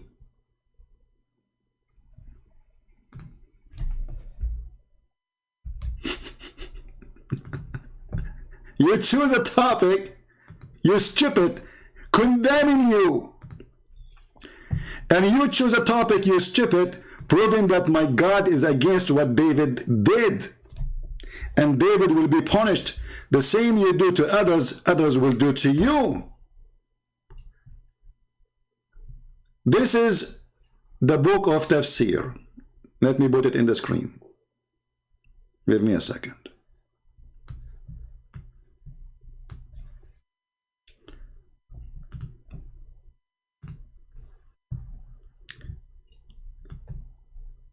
This is a chapter 38, verse number 23, and this is the interpretation of Al-Qurtubi. David, he liked to have sex with 99 goats, and goats here is women. What happened?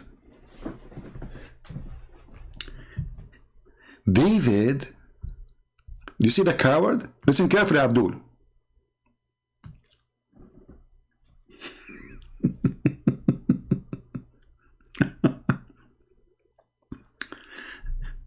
David, brother, he have a window in his palace. It's a location where there is an arch and window. And then David, he looked from his window.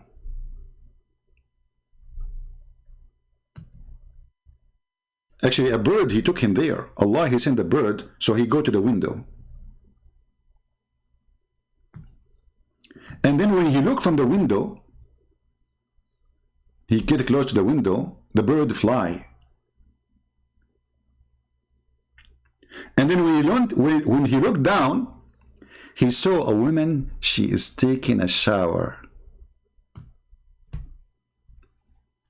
When the woman, she saw him spying at her, she covered herself, her body with her hair.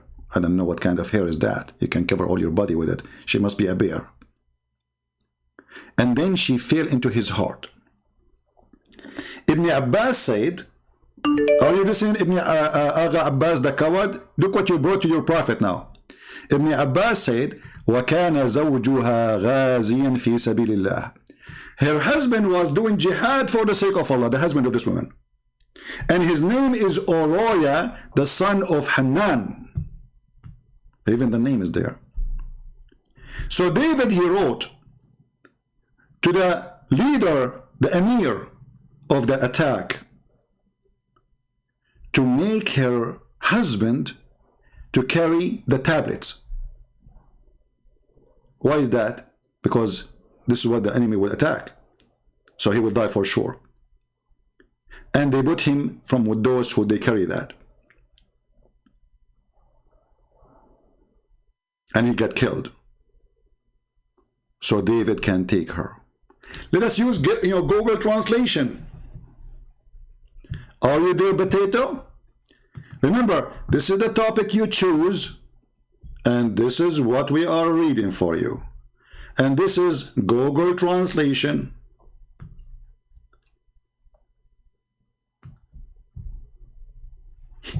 Who arranged that? Who is the one who arranged that? Allah. Who is the one who sent the bird to David? Allah. Who is the one who made the bird go to the window? Allah. Who is the one who get close to the window? David. Who made him look from the window? Allah. What he saw under the window? He saw a woman, she is taking a shower.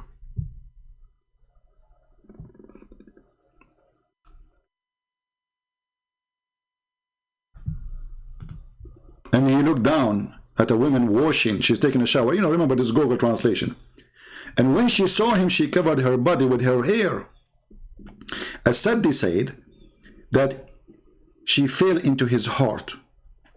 Ibn Abbas said her husband was going in a jihad for Allah, in the way of Allah. His name is Uriah, the son of Hanan. Do you see it? Do you see how they backfire in themselves when with their stupidity? He did not know that this is a story in his stupid books. The difference is, in the Bible we see that God condemned what David did. God will punish David for what he did. Did Allah condemn David for what he did?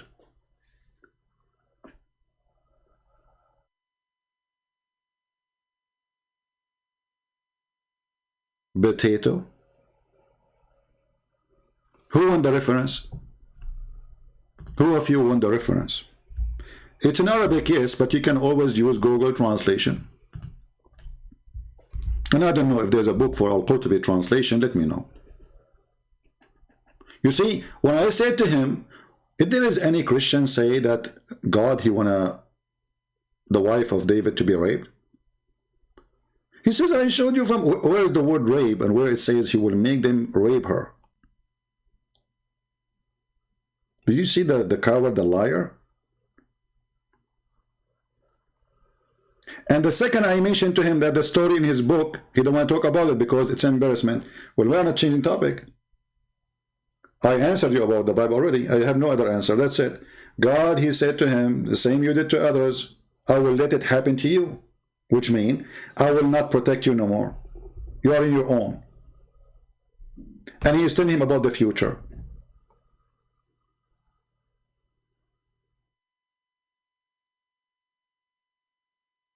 But here we have Allah arranging the fornication of David. There we have our God Elohim condemning David. Do you see the difference?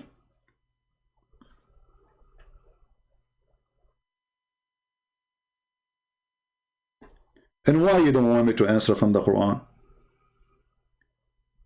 What is the problem? So he starts shouting, calling Jesus names. Like today, Abbas is trying to be aggressive. His wife, she told him always, he called him, he spank you. Look how many fingers in your ass. Can you for once do something about it? So Abbas decided to be a man. So he started calling Jesus names. Jesus in the Bible, but isn't it your stupid God and your stupid prophet? He believed in Jesus, which is in the Bible, you idiot, you coward. Isn't it your prophet? He put his hand over the Torah and he said, I believe in thee and the one who sent thee. And the name of Christ is there. Coward, son of Muta. You're a potato.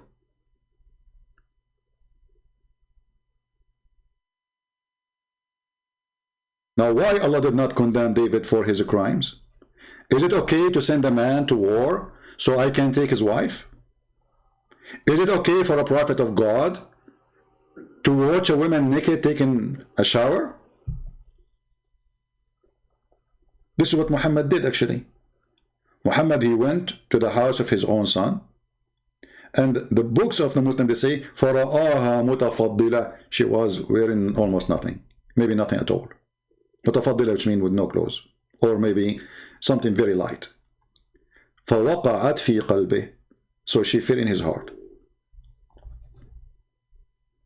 And then he said to her, سُبْحَانَ مُؤَلِّفُ الْقُلُوبِ, praise be to Allah, the one who made my heart flip for you. Who is the one who made Muhammad's heart flip for Zainab when she is married? She is married. Allah. So who is the one who arranged fornication and rape? Allah. And when we get him busted, he starts shouting when I talk about different topic about Jesus being coward. Jesus being coward, why? It's your God, he's a coward, and he took Isa, he ran away with him.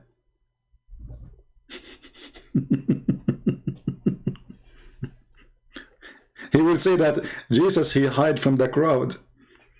Yeah, because it's not time yet for him to be arrested and crucified. He still have work to do. But later when they come to arrest him, he did not hide. When Peter, he took his sword to defend Jesus and he cut the ear of the soldiers, Jesus, he ordered him to put his sword back. Otherwise he can say, okay, kill those soldiers, protect me. You are a coward. Now,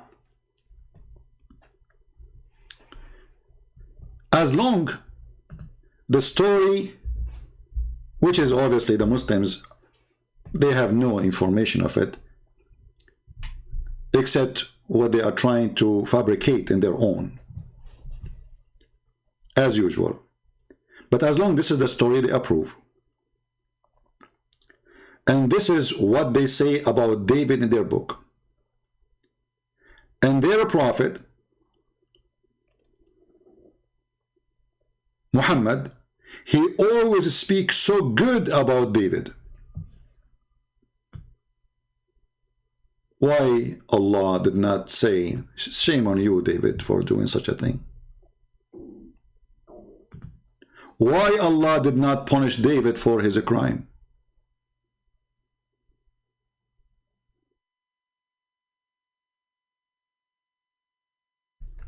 We are not done. Hold on. This is the second page of Al-Qurtubi. And by the way, you can find the same reference, not necessarily in Al-Qurtubi. I mean, Al-Qurtubi is just a collection of those references, which is Islamic reference anyway. But let me see if we can find it in English. Hold on, give me a second.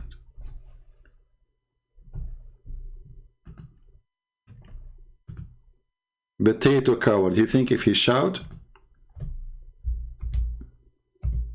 he will become a man? He never been a man, and he will never be.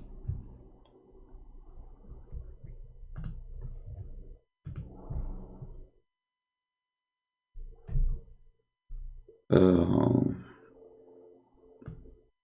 mean, they are repeating the same story, but they are giving other details, let us say. So again, this is Al-Qurtubi. This is page number 2.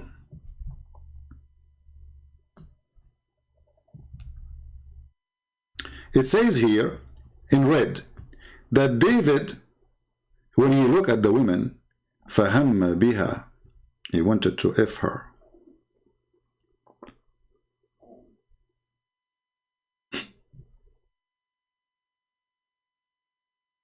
And then he sent the husband to carry the tablets. And at that time, this coffin, which have supposedly, the tablet, according to the Muhammadan, they used to carry it to be victorious against the enemy. So David, he put him there in that position so he will die.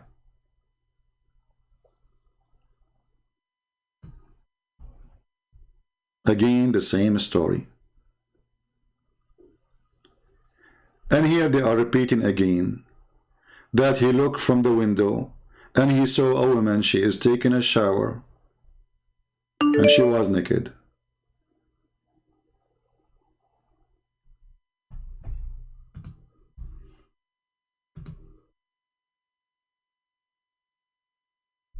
Let us see if this guy is a Muslim.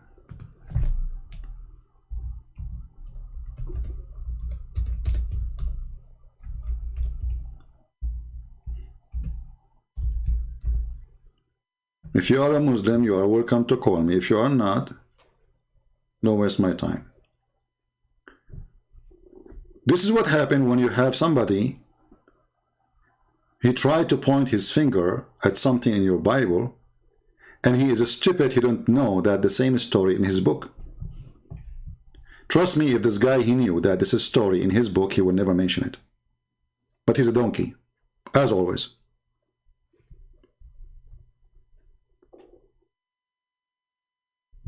And if we go back to the hadith, where it says that the one who wrote the destiny of adultery is Allah. That means Allah arranged every adultery. Any adultery in the world is arranged of Allah, including rape.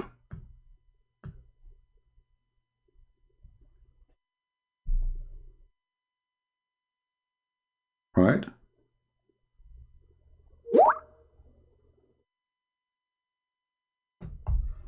Let us see if we have a Muslim. Okay, we have a Muslim.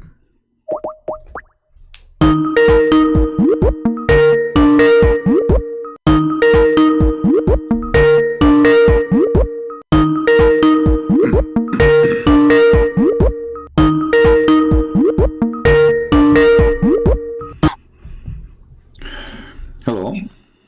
LGBTQ people have always been here. Mute YouTube, my friend. Mute YouTube.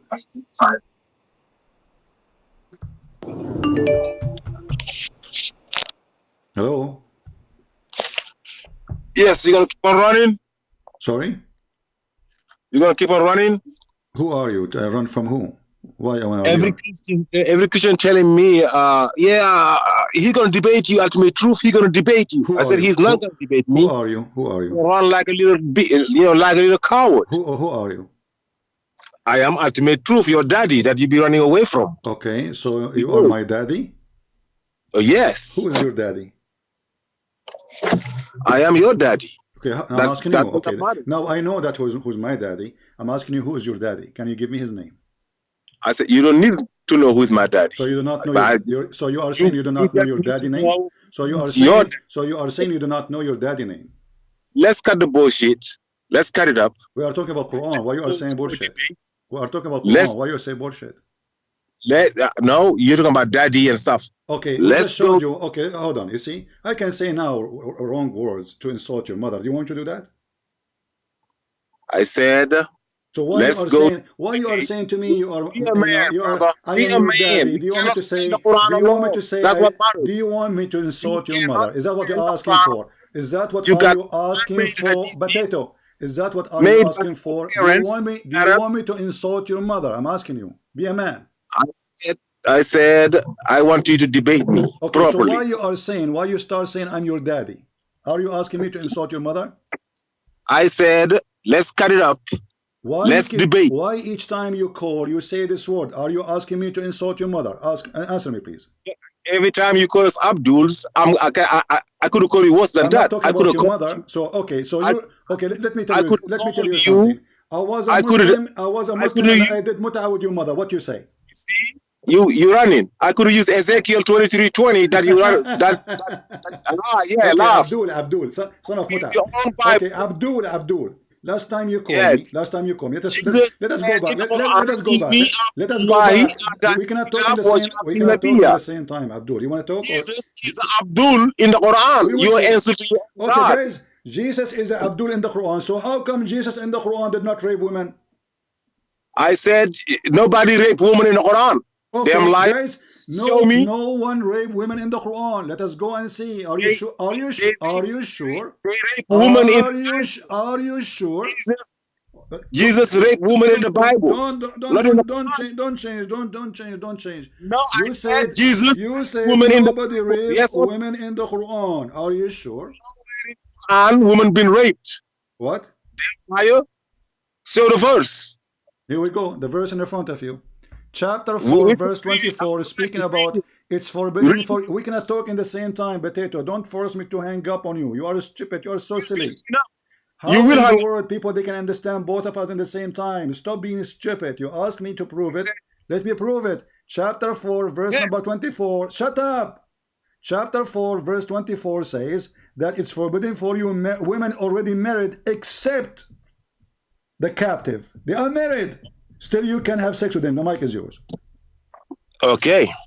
The verse on chapter 4, verse 24 says you cannot, because you jumped the verse 23, telling you who you can marry and who you cannot marry. Okay. It's telling you, it started telling you that you cannot marry your sisters and and nieces and nephews and all of those. And the verse 24 continues telling you you cannot marry married woman. Now, except those women who you fought the husbands. If you somebody, just let me finish. I don't need to say okay. Just shut up. Like I was shut up. Continue. You see, that's what you do. If we have the same debate. Stop complaining. Continue. If the United States stop complaining. Continue. Except what? Except your slave. What you do to your slave? I am continuing. Okay, go ahead. You can marry those. If they're not slave, it said Auma Malakat Aymanukum. It never said Abdul. It said Malakat Aymanukum. That's prisoners of war. That's not slave. Slave got a name in Arabic. It's listen, don't cut me off. Slave got a name. Prisoners of war got a name. Malakat Aymanukum is a prisoner of war. Slave is Abdul. Okay, what the word Malakat mean? Malakat Aymanukum, those you possess with your right hand. Which mean you own them. You possess something with your right hand. Which mean you own them, correct? You got from the war. Okay. Listen. Which mean you own them. Why are you cutting me off? Well, I'm not cutting you off. You just answer. I'm asking you what the word Malakat Aymanukum. You said the one you get them from war. Do you own them or you don't own them? You don't own them. So how they are in your hand? What do you do then? What do you mean you don't? Malakat, you stupid donkey. The word malakat, it's mean milk, which mean you own. You are an idiot and you are a donkey. No. Secondly, in the front of you, this is your Muslim translation saying captives and slaves. Does it say captives and slaves? Between parentheses. Oh, now you're taking between parentheses? Okay, so no, I'm not taking it. I'm saying why they are saying that. If they are not, I don't care what they say. Okay, listen, Abdul. I asked you last time what the translation you like. You remember you said to me translation of who? Remember? If you wanted it, you shouldn't be hanging up. Then why did you hang up? Abdul, I'm asking you what the translation you like so we can put in the screen. Can you do me a favor? I said, why did you hang up? I always hang up on you because you're a potato. You never answer. I have to repeat the question a million times, and you keep talking. No. I'm asking you because now you don't like the shut up, son of Muta. You don't like the translation. Can you give me a translation you like? Yes or no? I can ask you a million questions. Last time it said. You see, this is why I hang up on you. You're a potato. Can you give me a translation you accept? Why it's hard? I told you go ahead and pull Rashad Khalifa's translation. Okay, let's go to Rashad Khalifa. Guys, be my witness. This Abdul, he said Rashad Khalifa translation is the one he accept. Did you say that? I accept five translations. I can all tell you. You said what? I can tell you 5 translations. Okay. I accept. You can go to any of those. Okay, just give me. You gave me one. Listen to me. Listen. Let me speak. Hold on. Okay, so do you want me to show you Rashad Khalifa translation? Let me finish. Do you want me to show you? Okay, shut up for a second. Let us open it. Let us open it. Potato. Stop.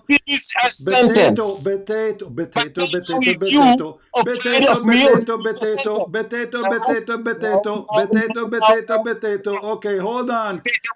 I want you to give me a translation you accept. Different you shut up. Let me finish the sentence. Okay, give me a translation you accept. I said you shut up. Okay. And let me finish the sentence. You are so afraid. Son of Muta. I'm so afraid because I have to repeat my question a million times, lose my voice, and all what I'm asking you for. Can you give me a He don't speak Arabic. He do not know Arabic. And he want to teach us Arabic, and when we show him a translation in front of him, he says, oh, now you are saying what it would be in the bracket?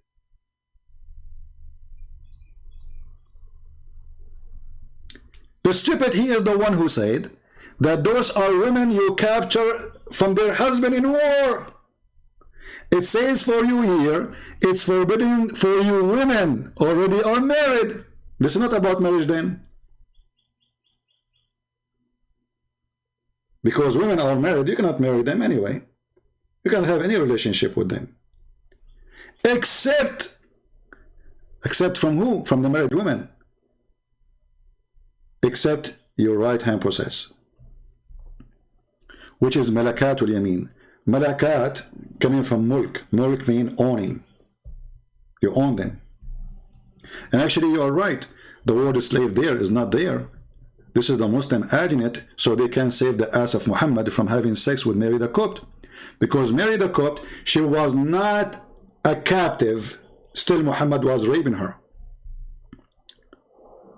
Which means there's nowhere in the Quran Muhammad giving permission to have sex with a slave. She is not captive. And all the caliphate, they have sex slave. You notice when we talk to Muslims, I lose my voice and I have to shout and I have to repeat the question 1,000 times because they are so ashamed. And now if I say to him, can we go and read the interpretation for this? He will say, I don't accept interpretation. I don't accept hadith. I don't accept anyone. This guy is creating his own religion. Let us see. He's trying again.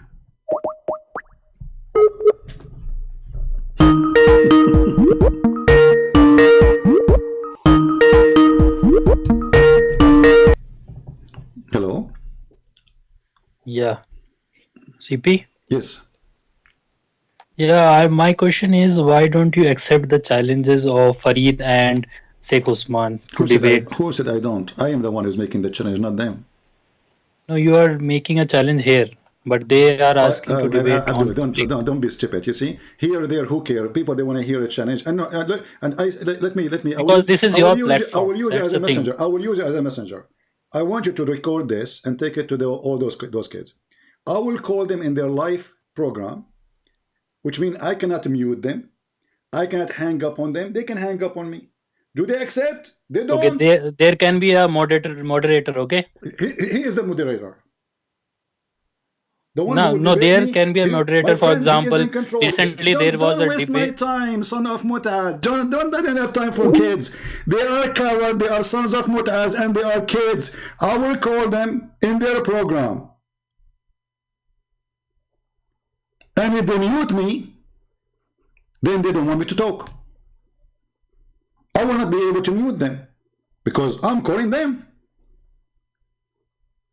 All of this is excuse. Moderator, why you need moderator? You need protection from me? Your little girl, she needs somebody between me and him?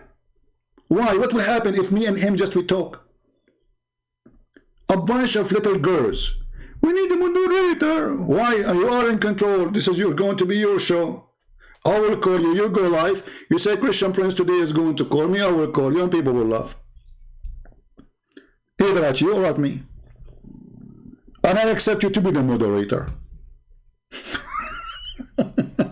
If you don't trust yourself to be a moderator, who's the one going to be moderator? Cowards. They use all of excusing. All of them, they say, we are willing to go all the way to America to meet you. I am willing to go, etc. Come here to San Diego. A bunch of potatoes. Look who call us. Kids. Those who claim to have knowledge, they don't dare. Ultimate fart, who just yesterday said that Uthman is a donkey And anyone, and Mimi Hijab is a donkey, and he's filthy, and he's not a Muslim. They are mushrikeen. He said that. Go and watch it yesterday. He just called me yesterday. Why? He said because they don't accept the hadith. In fact, they don't accept the hadith. They accept only what they like because they are hypocrites. This potato Uthman, he just made a video a long time ago. He says the Prophet, he said a Christian Prince fan, Christian Prince fan. He said to him, show me where Muhammad he married Mary the cook. He said he honored her, he freed her to honor her, to marry her. Go watch the video. I have a million references saying that he's a liar, including videos of sheikhs. Cowards. That's why they don't dare to debate me. Who is the one who's calling me? Is a bunch of kids who want to shout like this guy Abbas, because they will not lose their career. They have nothing to lose. They say whatever they want. Did Allah arrange the adultery of David in the Quran? Yes. Did Allah arrange the adultery of every human being? Yes. The Abdul, he come to say that, my God, he arranged rape, and he ordered the rape of the wife of David. Where it says that? Where are you getting this from? Can we see the word rape? Coward liars. So stop saying why I don't accept. It is them who don't accept. Stop saying I will mute them. I will call them so they can mute me. I cannot mute them. It's going to be their show. Which means if I mute them, I mute myself. They're still talking. Correct, guys? You see the excuse of a muting? I will be calling you. So how I can mute you? You will be live and thousands of people will watch. You are the one who can mute me. I cannot mute you. Like now I hang up on you, people cannot hear it anymore. If I call you on your show, if I hang up from my side, will I just hang up on myself? It's just a cowardly excuse. They are terrified, they are intimidated because they knew whatever they say, I will get them busted. Like this Abbas, he said to me, why you go to the Quran? Why I will not go to the Quran? You coward. My topic is about Islam, you call me about the Bible, so how come you can't go to the Bible? And I answer you about the Bible. What God is saying there, this will happen to him in the future. It's a prophecy that what you did to others will be done to you, and I will take my protection from you. The same as all the Bible speak about, that when you are not with God, God is not with you, which means you are on your own. People will come, people will kill you, people will take your land, people will take you as a slave. Why? Because God is not protecting you no more. All the Torah is speaking of that.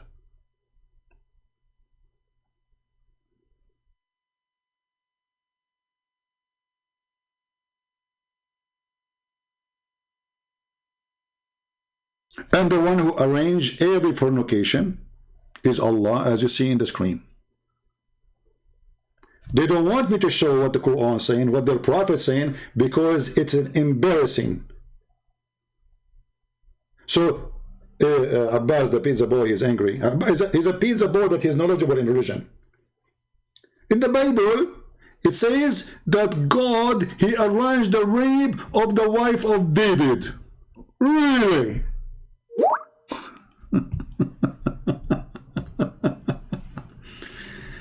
You are afraid of a simple debate? Yeah, all right, okay. We can tell who's afraid. It's the one who is making it complicated, the one who refused me to call them, not the opposite.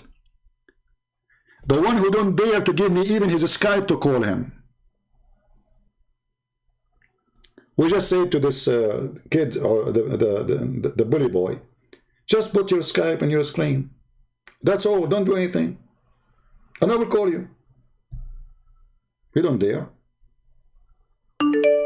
I am the one who have my Skype open, and your Muslim sheikh don't dare to call me.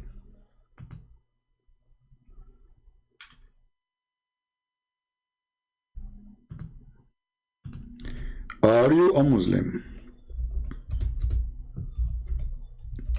Anyone will text me. If you are not a Muslim, I will block you.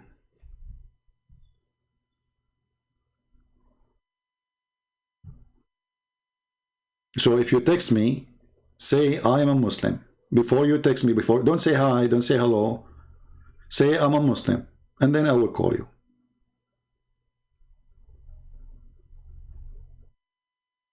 So did Allah arrange the fornication of David? Yes.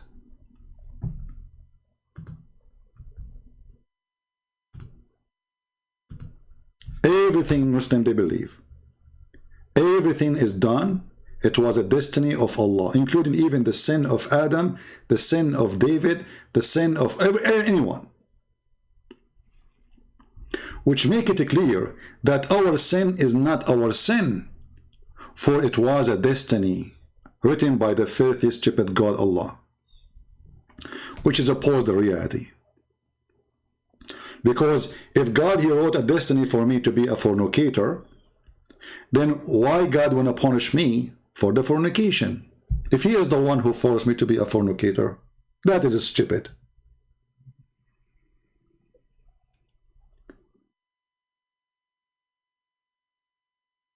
Who is the one who arranged the rape of SOFYA and Juriya and the rest?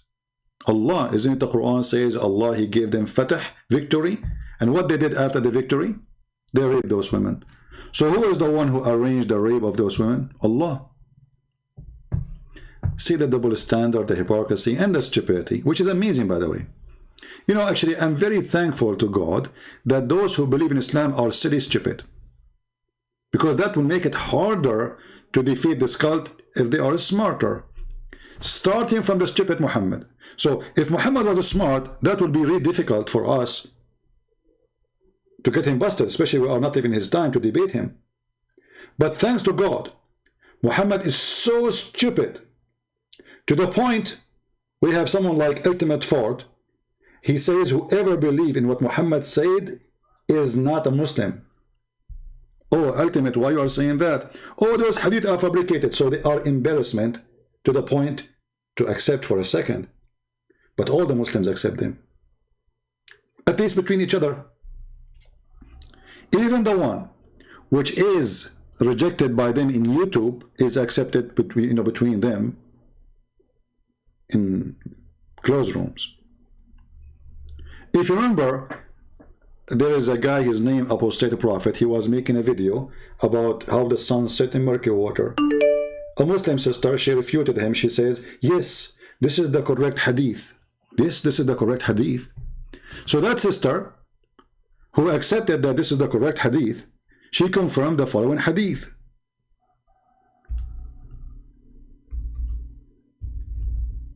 She refused the other hadith. She said, yes, yes, the Prophet got you busted. He refuted you. This is the correct hadith. This is the one. Stupid. Because this hadith confirmed that Muhammad is a fraud. According to Muhammad, the sun goes every day from the east to the west to sleep under the throne of Allah. And this idiot who decided to refute an ex-Muslim, he got him busted by saying, yes, this is the true hadith. The Prophet of Allah, he refuted you in this hadith. Go watch the video and laugh.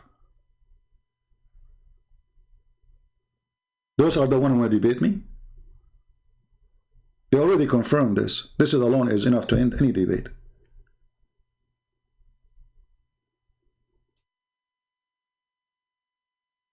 And the sun will keep coming. This is the knowledge of Allah. The sun will keep coming from the east to the west, and every day will go from the east to the west. Every day. Sleep under the throne of Allah. Then she asked for permission to come back from the east. Until one day, Allah will not permit the sun to come as normal, but would be order to go back from where it came from, which means the west. So the sun will appear from the west. The knowledge of Allah is so clear here. And not only that, Muhammad saying that this is what Allah he meant in chapter 36 verse number 38, that the sun run to its course. The Muslim, they say this is about the galaxies, and you see Muhammad, he got them busted. This has nothing to do with galaxies. This is the sun going every day from the east to the west. The earth is flat. Every day. Can they deny it? In their video, they said, we agree with this hadith. Can they take it back? Can they bite their tongue? Mimi, when he was debating David Wood, he said, who said that Allah has body part? Fifi, who's making a video, he was debating a Muslim sheikh, says, if Allah, he said he have a hand, how we can be kuffar if we believe in that? But Fifi should never make a video about Mimi denying God having body part. They support liars. No dignity, no honesty. How come he's debating a sheikh that Allah, he have body part in a video, but this is his friend Mimi Hijab denying that Allah has body part? All of them, they are the same style and the same stupid thing. Between each other, they are debating that Allah, he have body part. They prove it. When they speak to us, they say no.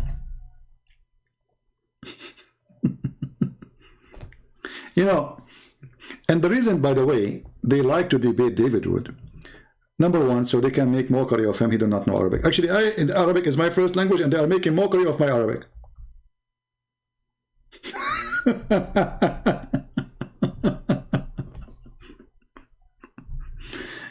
You don't know Arabic, you don't know Hebrew, and I know this is coming. And Elijah is God with us.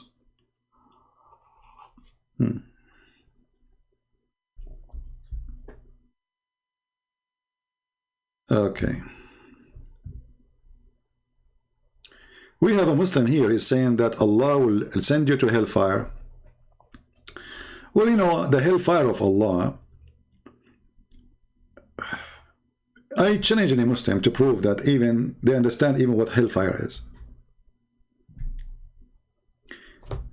The thief Muhammad, he copied a word from the Hebrew, from our books, which is Jahannam. How Jahannam became the hellfire in Islam? If you ask any Muslim, what Jahannam? They don't know. Isn't it the Quran says that this is an Arabic book? The valley where dead body and garbage is burned in Jerusalem become the hell of Allah.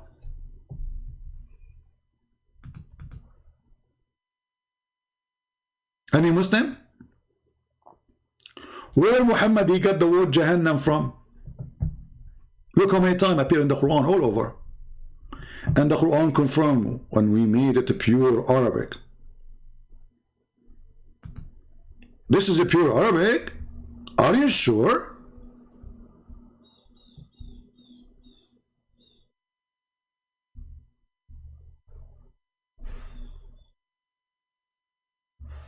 So is hellfire is in Jerusalem? Is it where your city dump the garbage and burn it?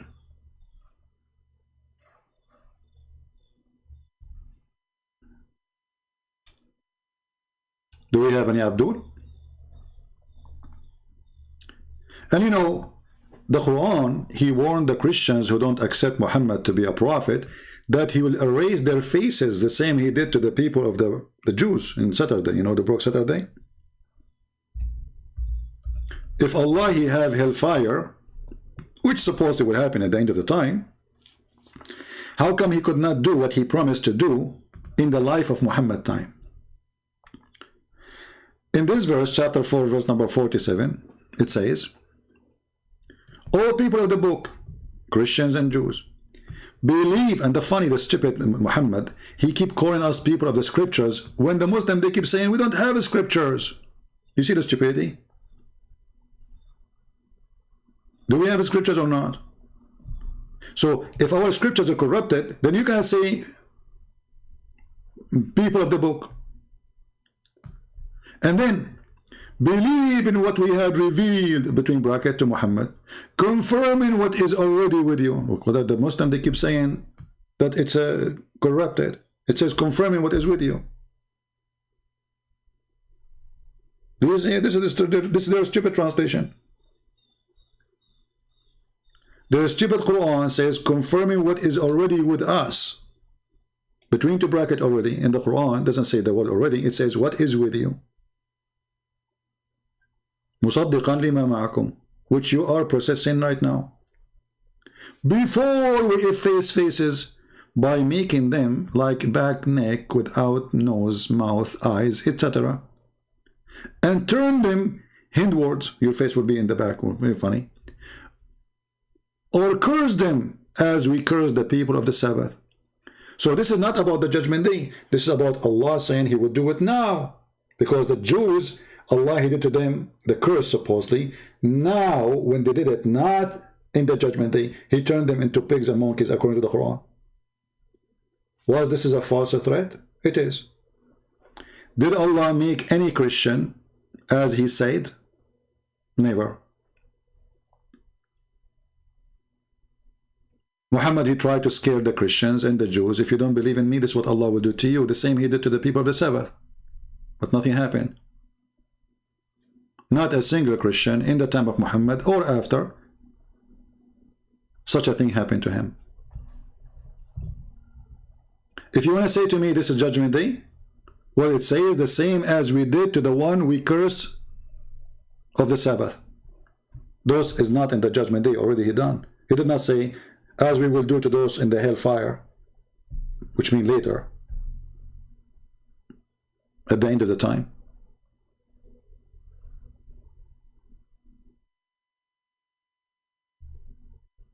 So who is a Muslim when it tell us? And we will carry on in the topic of Abbas. Thank you, Abbas, for reminding us. Let us see, we have a Muslim here. Maybe this is ultimate fault coin again.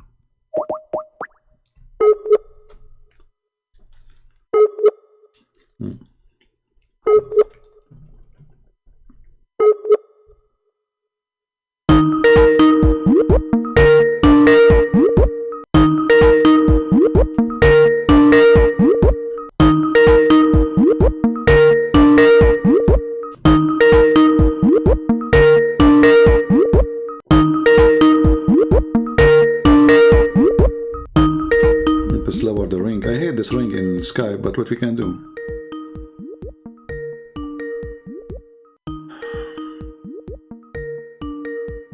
Okay, he is not answering.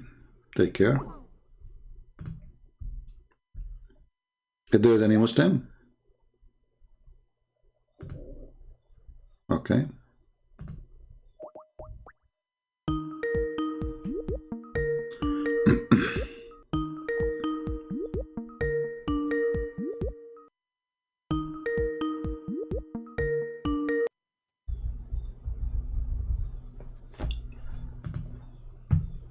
Hello? I told you you can run away from me. We run away. We have to run away from pigs. I have to be honest. No. So are we going to keep the 4 going? Let me. I want to remind people about what you said. Just a second, please. Mr. Ultimate Fault. Yesterday he called. Yesterday, hold on. Chapter 4. Yesterday he called. He said, "Whoever believes in the Hadith is a mushrik and he is a kafir." Did you say that? Are you going to let me answer without cutting me off or not? Yeah. Did you say that yesterday? I said, are you going to let me answer without cutting me off or not? And I will answer. You just cut me off. You know, I mean, you don't want me to talk and you cut me off always. And you're asking me if I will cut you off. What's wrong with you? So did you say that yesterday or not? I'm not cutting you off. I just want 30 seconds to answer the question. No, can I have that? Okay. Why you make a sentence to talk if you can make the question? If you answer it, did you say yesterday? Yes or no, did you say yesterday whoever believes in the Hadith is a mushrik and he's not a Muslim and he's a donkey? If I had to answer yes or no, I would have to justify why I say no or why I say yes. Okay, go. But you would let me justify my answers. Okay, go. Justify. Go ahead. That's it. Thank you very much. So you're not gonna cut me off for 30 seconds. Go ahead, that's all I need. my friend. I'm losing my patience. Just go, man. Yeah. Okay. And now the world is listening. Okay, I'm answering. anybody, I repeat it, whether you call yourself Sunnit or Shiite or Ahmadi or Sufi or Salafi, and they're following nothing but deception, the man-made hadith. God said in the Quran, chapter 31, verse 6, وَمِنَ النَّاسِ مَنْ يَشْتَرِي لَهْوَ الْحَدِيثِ لِيُدِلَّ عَنْ سَبِيلِ اللَّهِ بِغَيْرِ عِلْمٍ وَيَتَخِذَهَا هُزُوًا. People will uphold baseless hadiths to divert you from the path to Allah, to divert you from the Quran. He says in chapter 12, verse 111, مَا كَانَ حَدِيثًا يُفْتَرَى ولكن تصدق الذين بين يديه وتفصيل كل شيء وهدى ورحمة للقوم يؤمنون. This hadith here, this Quran, which is a hadith, is not a fabricated hadith. That is clear. Any other hadith is a fabricated hadith. Just like the Bible, your Bible is fabricated. The Injil is not the Bible. The Bible was written Greek by people according to John, according to Paul, according to whoever. This is not the word of God transmitted, given to Jesus. Just that the Injil, and it's only sent to the lost sheep of Israel. You are claiming to be lost sheep of Israel. The Bible, the Injil is not for you. You're claiming to be Christians. You are exactly the same situation that the Sunnis and the Sufis. You're following deception. You're following man-made books, not the books sent by God. The book sent by God is the Torah, is the Injil, and the Quran. It's not the Bible. It's not Bukhari. Bible in Bukhari means the same. Bible in Muslim means the same. You're following the book of human being. Now, if you want to go back to your topic, 424, when it said Allah authorized rape. No, make me comment. Let me make comment about what he said. We will go there. Okay. Guys, did you hear he said that whoever believes in the hadith is a donkey, and he is a mushrik, and he is a false person? Once I asked you about heaven, you said the heaven is 100 floor. Is that in the Quran or in the hadith? Can I answer? Go ahead. You asked me. If I said I answer you, it's recorded. It's in my channel. You can go get it and put it right here and listen. Great, go ahead. You said, is it heavens or heaven? I said there is one heaven with levels. I said it's easy to say 100. I never heard of that hadith. It's like saying a building with 100 floors. That's all I said. It's like. Okay, where do you get this from? Where do you get this from? Hadith. Where do you get this I from? don't believe in hadith. I just give an example. Where you get this from? I just gave an example. You see, you are cutting me off. I just gave an example. I said. Hold on. Okay, I'm talking at the same time. Come on. So, are you making your own hadith now? Because you just gave me an example. It's in the Quran. Is it in the Quran? Is it in the Quran? Or making your own false hadith? It's in the Quran. No, Allah said. Is it? I'll call you verse. I'll call you a verse. Allah said there is levels. Where he said that? Where he said that? Where he said Jannah.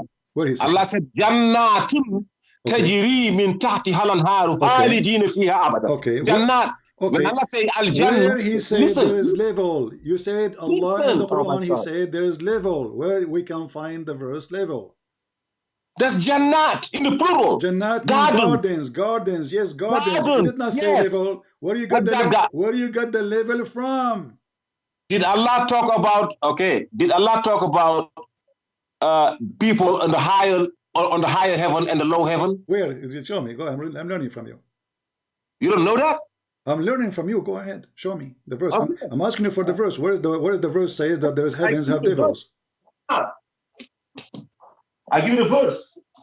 What? I can search for it, but I give it for you. I don't have it in mind, but I'm about to give it to you. This guy is talking to who? Are you talking to me? I'm talking what those to you. I'm about to give you. I'm saying to you, where is the verse speaking about the levels of the heaven? I said Allah talking about high and the low and the purgatory. My friend, you said to me, and you just repeated. You said, I said to you, the heaven have levels. Yes. And you are the one who quote that this is like 100 floor. You just said that, correct? Yes, Okay. I said that. I Isn't said it- I'm giving isn't an it in the example since you hadith? cannot understand what level means. Okay, is that Since you is, can is understand what that level in the means. Quran or this is in the Allah hadith? said- What if I show that this is in the hadith? What you just said to me. This No, is not in the it's Quran. not in hadith. Allah said there is people, al-muqarrabun, those close to Allah and those further.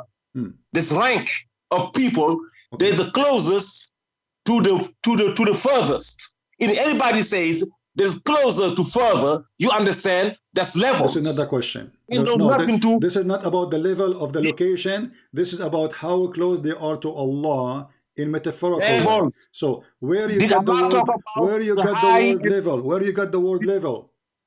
Hold on, I'll tell you right now. I'm looking. You're talking to me, and I'm looking. You lying about 424. You lying about everything. You lied last time about Alhamdulillah. You said it's not Lillah. You took the shadda of the Lillah. Okay. You know there's a shadda, and you claiming to be an Arabic speaker. There's a shadda. You know what a shadda. You know what the vowels are for. There is a shadda. You lying. Okay, hold on. There's a shadda. Yes. Yes. Shadda where?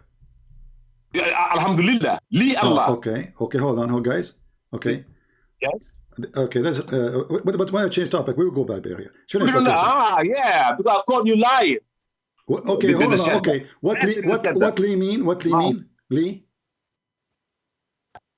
Alhamdulillah, not Lila. He said Alhamdulillah. What the word mean? Because I exposed you. I will go with you stupid idiot. Don't make me go, rude on you. You see, you stupid, just to show everybody how donkey you are. If you look in the, hold on, everybody will laugh at you. If you look in the top word, they have a, shut up, let me answer you. If you look in the word Allah, the first one, shut up. It says Allahu shadda.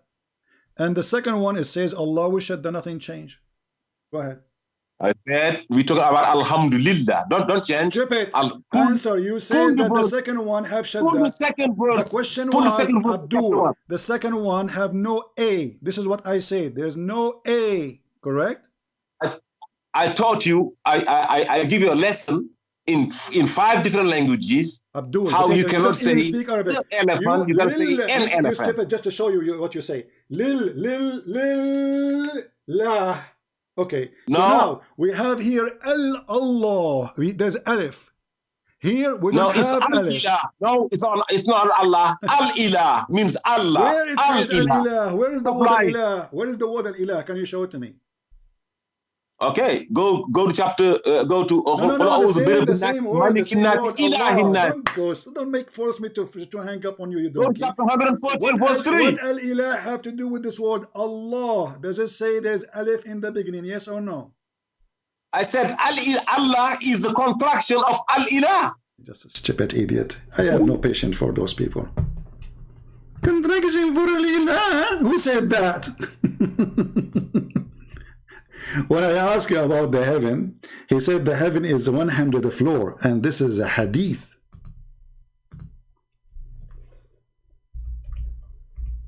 Is it a coincidence that you said 100 floor? Where you got this from? It's a hadith, you coward. So when I get you busted, that you are quoting a hadith, when you are calling everybody who quote a hadith a donkey, you became the donkey.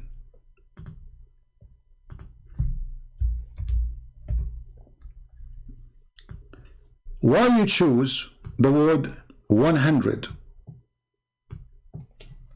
Why didn't say like 50 floor? The Quran says there's 7, the skies, 7 sky. Okay, choose 7. If you are a person who follows the Quran, you should say 7. You choose the word 100. And the Quran never said that people who will live in heaven, they will be in 7 levels. So where is the word level? He started going around. And now he jumped to the word Allah and Lillah. And I'm going to save myself from shouting at a stupid person like you. He said that he accepted the translation of Rashad Khalifa. Did he say that? The translation of Rashad Khalifa says that the Bible which is with us is confirmed in the Quran. He said, like your Bible is fabricated.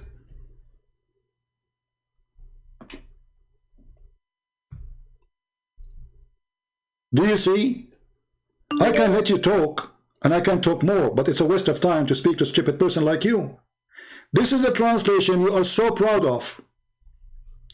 Rashad Khalifa Potato. What we will do now? Saying, confirming what is with them. When he called me, he said, Hadith is false, the same as the Bible. We ask him many times, which translation you accept? Each time we speak to him, he say, I accept Rashad Khalifa. Okay, this is Rashad Khalifa. Translation, is he Christian Prince? This donkey, he did not speak Arabic. He did not know even one Arabic word. You see, when you hear someone like this, it like sound like he is reciting something in Arabic. He is not reading Arabic. If you go to the Abdul website, let me show you what they do. Here, you can choose the way of translation. There is something called translation, I think. Hold on, where it says. This is recitation. This is translation. Okay, so there is something called, which is like, you know, like making the sound of Arabic, but it is written in their own language. Translation. What? Hold on. Transliteration. See what he's doing? This is what they read. They're not reading Arabic. They don't know a single Arabic word. They read this. Abbas and Potato and this guy from, you know, Africa. They don't know Arabic. Allah sallallahu alayhi wa sallam. You think that he's speaking Arabic. وَلَن تَرْدَى أَنْكَ الْيَهُودُ وَلَا النَّصَارَى.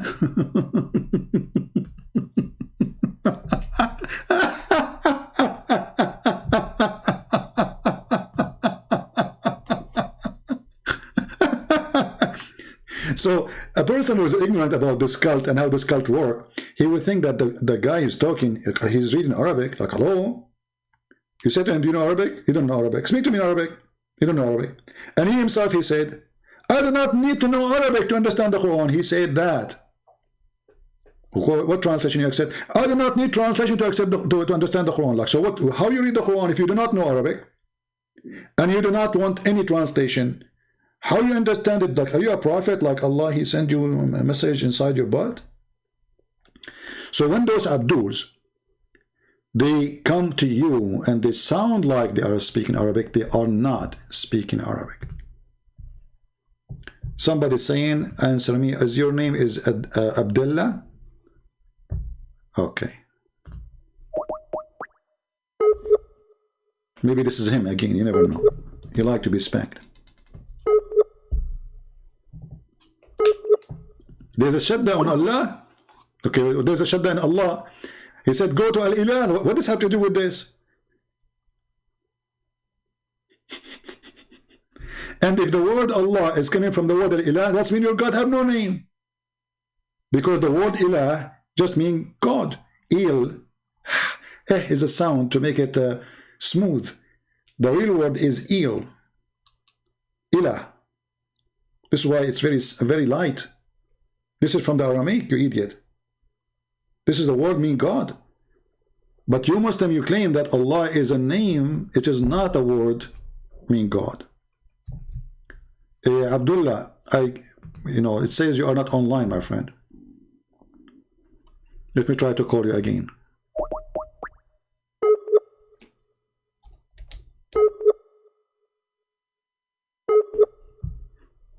Hold on, I need to go to Allah.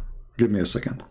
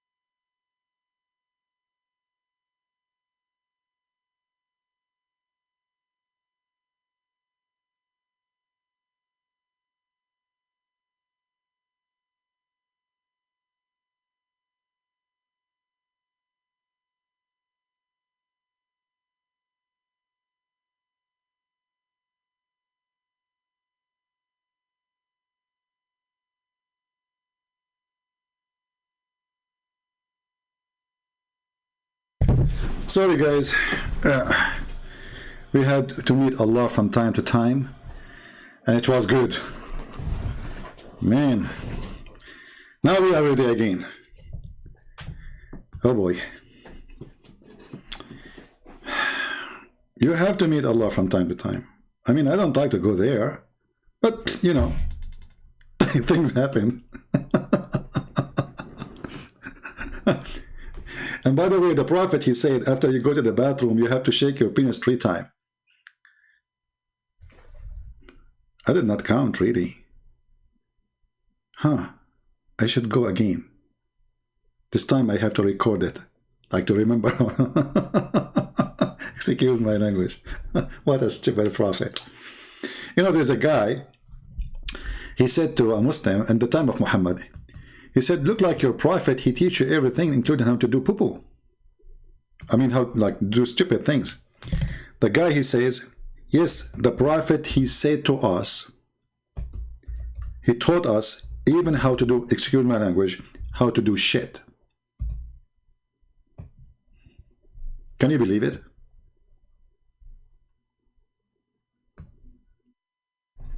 The hadith in front of you. The word shit is in the front of your eyes. Here we go. You see it? You can ask any Muslim who speaks Arabic. Does it say that? It's not like, you know, to go to the bathroom. No. Al-khara, which is literally the word shit.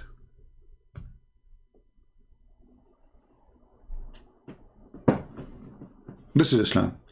And this is why someone like this guy, Ultimate Fart, he's trying to hide from the hadith, because the hadith is an embarrassment. You know, if Muhammad was saying something smart, do you think this guy, he would say, I'm not believing in it? No. He will love it. He will use it everywhere.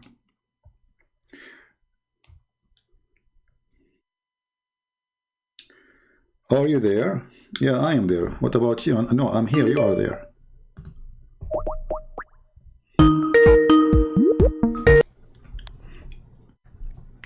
Yes? Hello, mister. I wanted to ask you the question about the fever. You're the princess. About who? About who? I wanted to marry the princess called the Christian. Oh, you want to marry her? Are you a gay? No. I wanted to marry the princess called the Christian princess. You are the Christian prince. Okay. So you are a homosexual and you are asking for my hand. Amazing Muslim. Well, I'm not really surprised. Once upon the time, there's a guy, he came to the Caliphate Uthman. And he said to him that there is a leader of Imam, a leader of prayer. He is leading the prayer. And we are afraid that he is causing us temptation, fitna. So the Caliphate, he said, what's wrong with that? Pray behind him and do the good deeds he's doing. Then the guy, he said, well, in our opinion, we should not pray behind a mukhannath, a feminine man. And the funny, his name is Uthman. Look, the sheikh, sorry, the Caliphate, his name is Uthman, who is promoting praying behind a homosexual. I went to Uthman ibn Affan while he was besigned, which means he's the Caliphate now.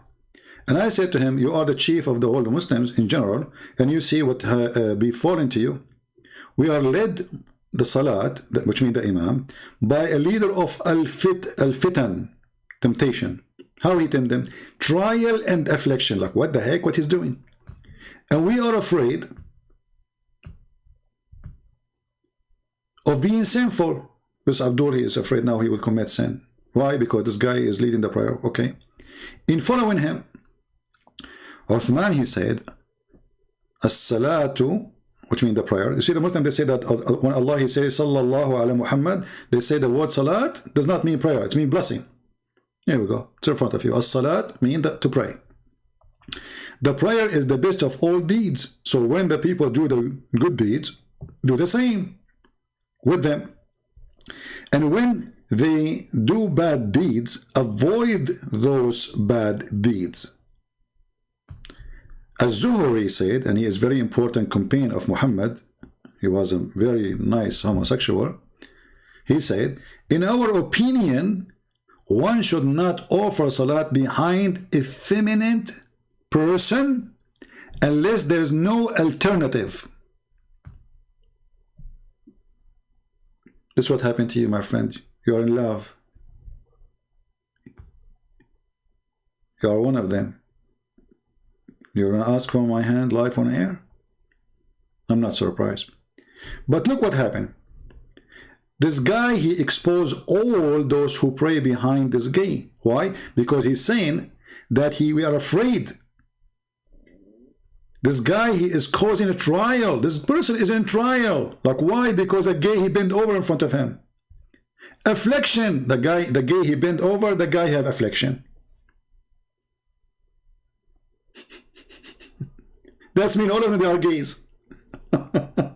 Because why you are getting tempted if a man, he is a gay, he bent over in front of you unless you are a gay too. Do you see the stupidity? He did not say this guy should not be leading us. He said we are tempted. How you can be tempted by a guy?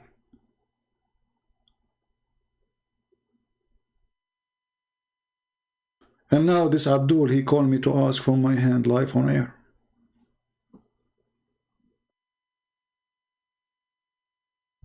Coward son of Muta.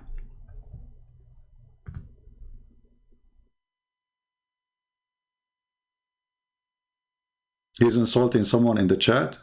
Okay, maybe. Anyway, he's stupid, whatever he is. But we know it's good always to remember, to remind people about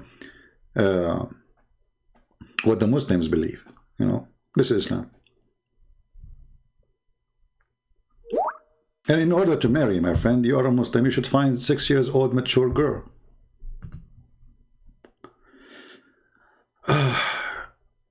Okay, let us see. This is the Rocks. The Rocks, last time I spoke to her, I hang up on her. As usual, they say stupid things. Sometimes I lose patience, sometimes I have more patience.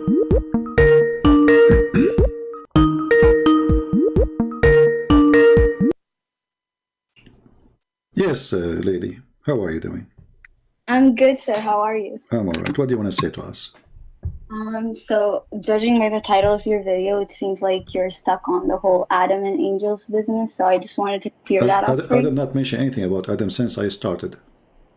No, but the title of your video is like Allah said. I mean, I didn't watch the whole live stream, so I might be wrong, but you're saying, I know what you know not, so I'm guessing that's a reference. Well, Allah, He said that all over the Quran, you know.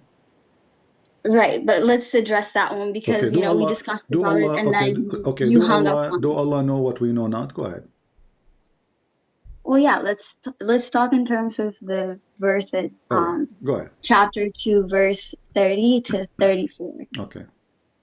All right, so let's go through the verses one by one because it's not really that complicated, right? Like verse 30, Allah is telling the angels that He's gonna place Adam as His Khalifa and He's gonna put him on earth in charge, right? Okay. And then the angels say to him that they're gonna, why would you put him in place? Because, you know, he's gonna put mischief and shed blood.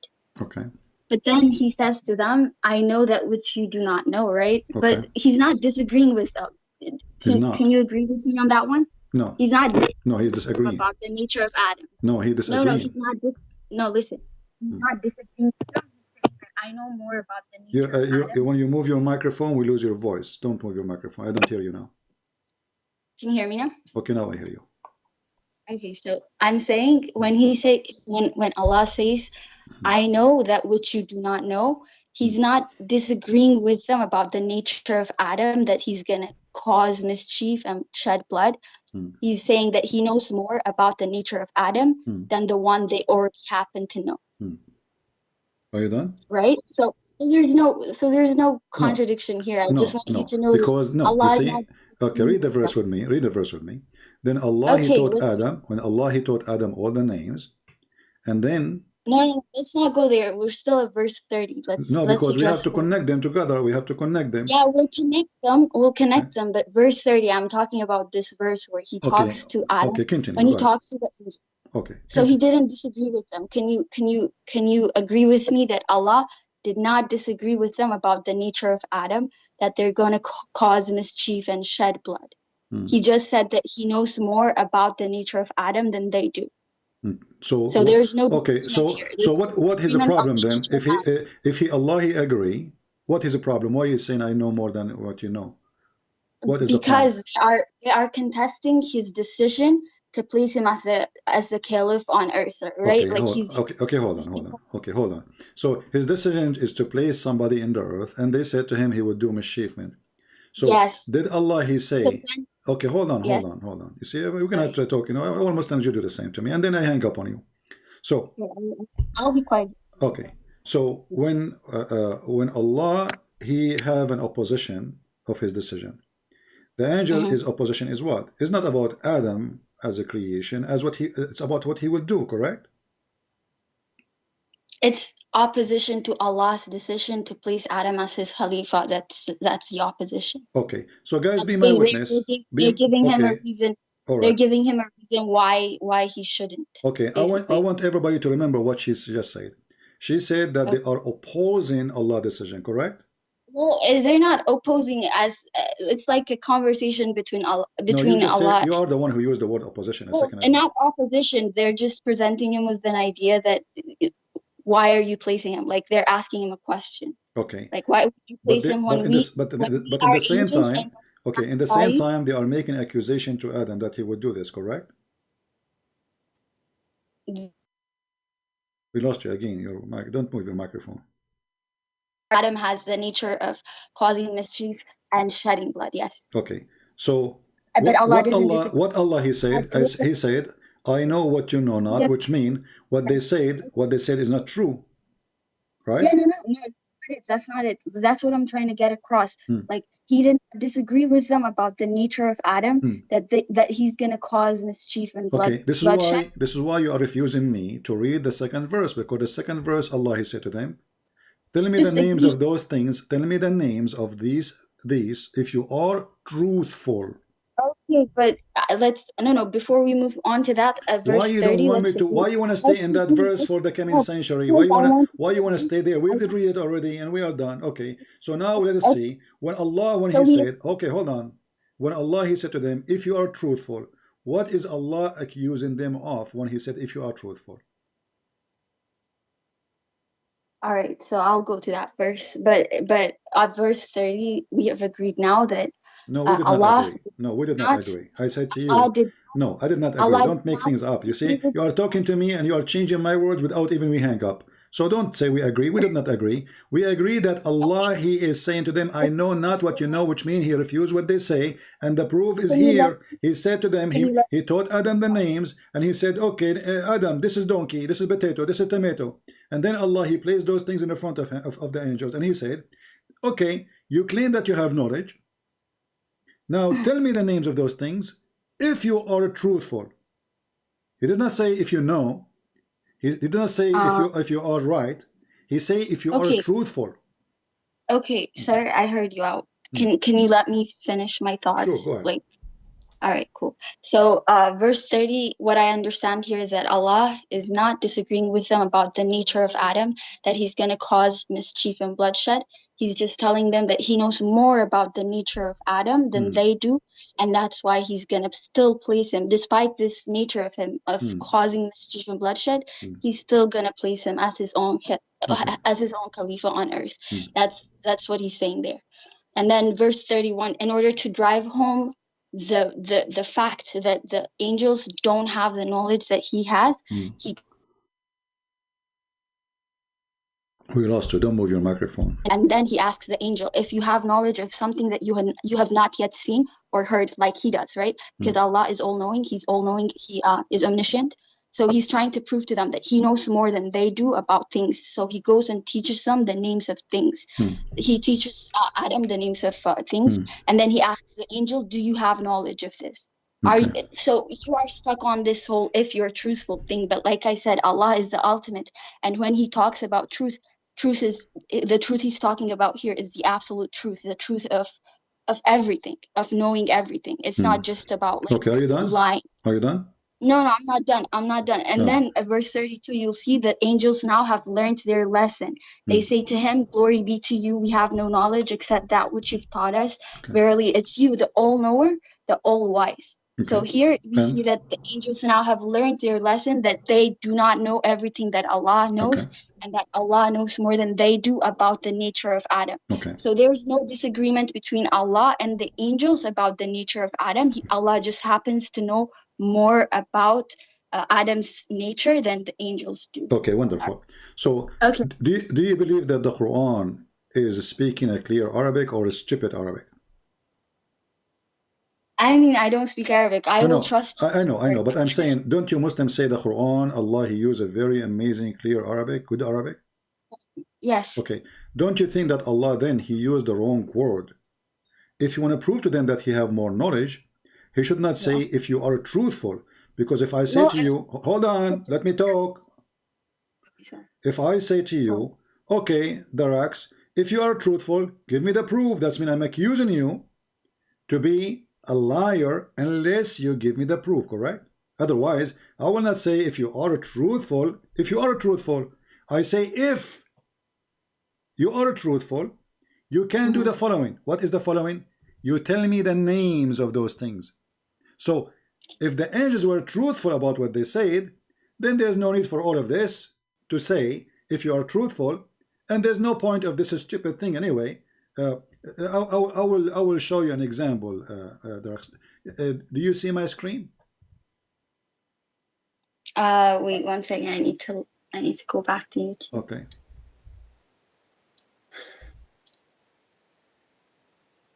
Okay, I can see your screen now. Okay, now I will put something for you in the screen, and I'm going to prove to you that I am knowledgeable more than Allah. I want you to watch with me, okay? Because I will use the same logic Allah He used. Okay. Are you gonna go off topic? Hold on. No, we are not going off topic. We are not.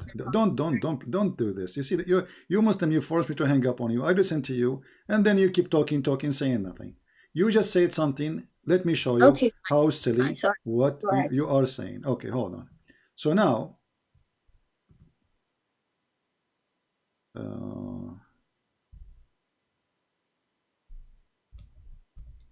me a second.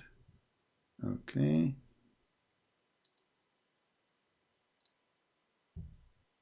Hold on. Okay. I hope that whatever you're going to show me is related to this topic, though. Sure, absolutely is stuck with the topic. Trust me. It is very much with the topic. You will see in a second. Okay, hold on.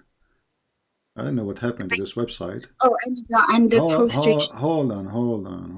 Okay, I'll get into that. But last time when you hung up on me, you said look at the screen. Look at the screen.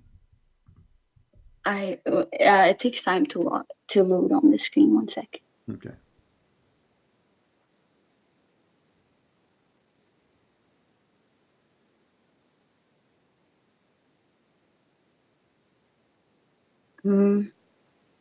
What do you see in the screen? I just see stars. There's nothing on your screen. Okay, maybe you need time to see it. Maybe it's taking time for you. I see a cat now. Okay, what is the name of my cat? How should I know? I don't know. Okay, what is the name of my butterfly?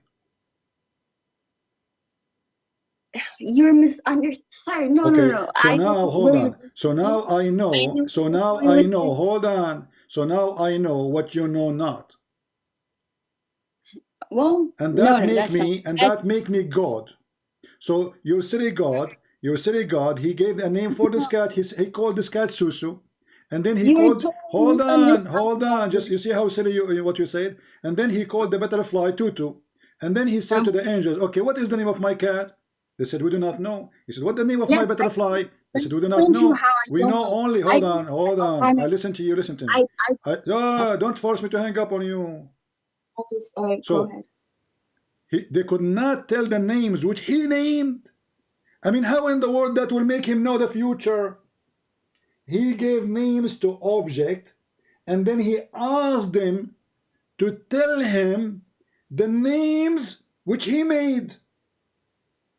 How stupid is that? So now I called my cat Susu. I said to you, do you know the name of my cat? You said no. How I would know that? So now that's mean I am God, and you are a bad angel, and you have no idea, and you need to repent to me. Now let's continue. We're not done. Yeah, so continue. Hold on. Let me. You see, you're just a conversation. Hold on. So now, after Allah, He asked them about the cat and the rat, and they do not know their names. Allah, He proved to them that He is knowledgeable. Hold on. Okay, hold. You say you want to talk? You want me to talk? Who want to talk now? Can I talk? Okay, go ahead. All right, so you're misunderstanding the verse. You're talking about verse 31 when he names, when he teaches Adam all the names and he asks the angel. He's not trying to prove to them that he knows everything. What he's trying to prove to them that they don't know the things that they have not yet heard or seen, or knowledge that he's not yet given to them. Okay. That's what he's trying to prove to them. So he's trying to prove to the angels that they have no knowledge except that which he's taught them. That's basically what the verse is saying. What is the title of my video? What is the title of my video today? What is the title of my video today? I know what you know not. Okay, so this is the point of this naming. So he wanna show them that he know more than what they know. No, he want to show them they don't know exactly. So he knows more. He knows more. Okay, he knows more than them. What he knows more? He knows Susu. You are misunderstanding that. How we are misunderstanding? It says he taught Adam the names, and then he said to the angels, "Okay, tell me the names of those things." This is not about the future. It's not about the future. Listen. You see, I don't know how old are you, but you are not being. How old are you? Why does it matter? Because I don't want to talk to a kid. I want to be sure that you're adult. Are you adult? Are you adult or you are just teenage? I'm in college. I'm an adult. Yes. Okay, good. So when Allah He said to them, "I know what you know not," He was talking about which knowledge He know they don't know. Is that the name of the cat? What? Sorry? When Allah He said to them after He placed the items in the front of them, the cat and the rat and the dog, and He asked them for the names of those cats, and they could not answer. What Allah He proved there by saying, I know what you know not. He proved that He know the name of the cats, correct? He proved that He know the names of the cats, correct? No, He's proving to them that they don't have knowledge other than that which He's taught them. The same way that He taught Adam the names of the animals, He needs to teach them before they know the names. So that's basically what He's trying to prove to them. Like, so, I will go with you. So they don't have knowledge. They don't have knowledge. Do Allah have knowledge? Of course, yes. Okay. So if Allah has knowledge, why He said to them, if you are truthful? What do you mean? Like, what do you mean? What do you mean? The verse says, if you are truthful. When He used the word truthful, we're stuck on that, sir. Look, if you're truthful, we have to explain it, because He did not say if you know. He said if you are truthful. What the opposite of truthful? Yeah, okay, let me explain it then. So here, like I said, when Allah is talking about truth here, He's the ultimate. So when Allah speaks of truth, He's talking about the absolute truth. So truth of what does have to do with my topic? Why He said to them, if you are truthful, we're talking about them, forget about Allah now. Allah said to them, the angels placed the question on Him when He made the decision to put Adam. So is there a question truthful or not? Is the question was it truthful or it was a false accusation? They didn't make a false accusation, like I said. So why He is saying to them, if you are truthful? So why He is using, if it is not false, listen, if it's not false, why He is saying to them, if you are truthful? Yes, you have to understand this in the context of what's happening in these I understand the context. How come you don't see it? He said to them, tell me the names of those things if you are truthful, which means if they cannot tell the names, they are not truthful. You know what? I can use a different translation that says if you're rightful. There are other translations too. Like if we're going to get about translation, I speak Arabic. Arabic is my first language. Sadiqeen. We can take the word Sadiqeen and search it all over the internet, or you can go to the dictionary. Sadiqeen mean truthful. Sadiqeen mean truthful. As simple as that. And I challenge any Muslim to say it's not true. Okay, sorry. Like it doesn't matter. No, it does matter. Isn't it you Muslim you call Abu Bakr Siddiq? Abu Bakr Siddiq. Abu Bakr Siddiq. Abu Bakr the truthful. So don't make things up. So don't go and say there's other translations, because it doesn't matter what translation you use. Yeah, okay, fine. I will take your translation. I will take it. Okay, what translation you accept? What translation you accept? I don't care. You can use whatever, like whatever. Okay, I'm using whatever. Here we go. This is your Muslim website. It says if you are truthful. So if they cannot tell the names, they are not truthful. So Allah put a condition. If you are truthful, tell me the names. And what happened? They could not tell the names. So now Allah got them busted. You are not truthful because you did not, because you could not tell me the name of my cat.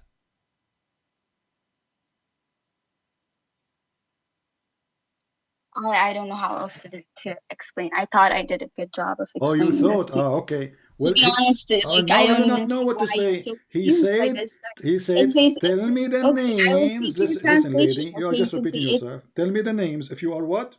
If you are truthful. So, if they are truthful, they can tell the names. What kind of truth is Allah speaking about in this verse? What kind of truth is He speaking about? If you just go the subject can change. The subject of the truth can change. Allah, He said, if you are truthful, whatever the debate is about. So when somebody, okay, if I say to somebody, okay, you claimed something, well, tell me then what happened if you are truthful. And then they could not. They said to him, we do not know except what you taught us. So they failed. They could not tell the names. So that means they are not truthful. This proves to them that the knowledge they have only comes from Allah. That's basically what the point of this exercise was. Did Allah tell them that He will create Adam who would do mischievement? Did Allah told them that?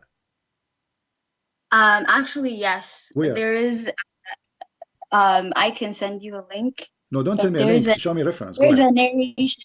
There's a narration in the Tafsir of At-Tabari where one of the Sahaba says, Allah may he be exalted, said to the angels, I want to create a creature on earth and make him a vicegerent. On that day, Allah had no creation except the angels, and there were no creatures on earth. Oh, no, and who is saying that? Is that Allah, Muhammad? Who is saying that? It's narrated from one of the Sahaba, Abdul Rahman ibn Zayd. Okay, so in the Quran, there's nowhere it says Allah. Okay, so where the guy from the Sahaba he learned this from? Likely from the Prophet, peace be upon him. Where we can find the hadith of the Prophet saying that? Well, the current reference I have is in the Tafsir of At-Tabari, like I said. So let us go with you. So Allah told the angels that He will create a man who will do mischievement, correct? You just said that. Yeah. Okay. So what they are saying to him, are you going to create somebody who will do mischievement? And then he opposed them. Are you going to create? He said they're asking him, why would you put him as your Khalifa on earth? Because he's going to cause bloodshed. And that's the only information they had. So Allah told them, I have more information about his nature than you do. Okay. So he's not disagreeing with them. If I have more information, why he is saying to them, if you are truthful, he should say, if you have enough information. Yeah, you're stuck on this truthful. The truth that Allah is speaking of in this verse is absolute truth. And you can know that if you just go lower, read verse 32, where it says, See, the angels, they admit, they admit, they say to him that we have no knowledge except that hold on, everybody is laughing. If the angels, they consist that they are ignorant and they are stupid. Why? Because Allah, He called the cat Susu, which is a very stupid story. Because me naming things and then asking you what the name of the things does not prove that I am not knowledgeable. What about we do with the opposite? What if Allah, He said to them, okay, go in the wood and give names for those things, this tree and that tree and whatever, give them names, and come to me without telling me and ask me what the name of those things, and then I will tell you, because I know the unseen. Then that will prove. Hold on. Then that will prove that Allah is God, because they did not tell him. Nobody told him. He knew the unseen. But look what he did. A very serious, stupid story. He called the cat Susu, and he may ask you, what is the name of my cat? Understanding the context of this exercise. This is the context. This is the context. Exercise is not to prove to them that he knows everything. It's to prove to them that they only have knowledge of things. Did he prove that they are truthful or not? He proved to them that they only know what he's taught them. This is another question. So when Allah, He says, if you are truthful, this is our topic. Truthful. You see the word there is truthful. We cannot replace it with something else. So did Allah prove that they are truthful or not? He proved to them that they don't have the absolute truth. This is not the question. This is not the question. You are answering something different. That should be your question. I'm going to hang up on you because you are stuck. You keep repeating.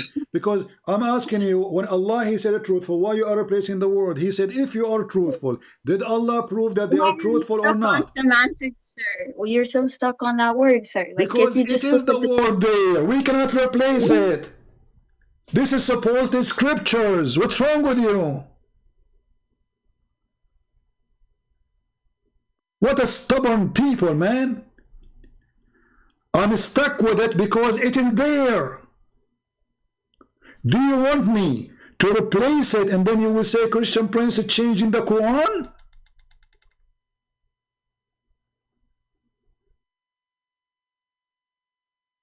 In order to solve the stupidity of the author of the Quran, we have to forget about this word. Why are you stuck with this word? Well, it is there. I cannot change it. Can I? Don't you Muslim, you say the Quran preserved letter by letter, word by word?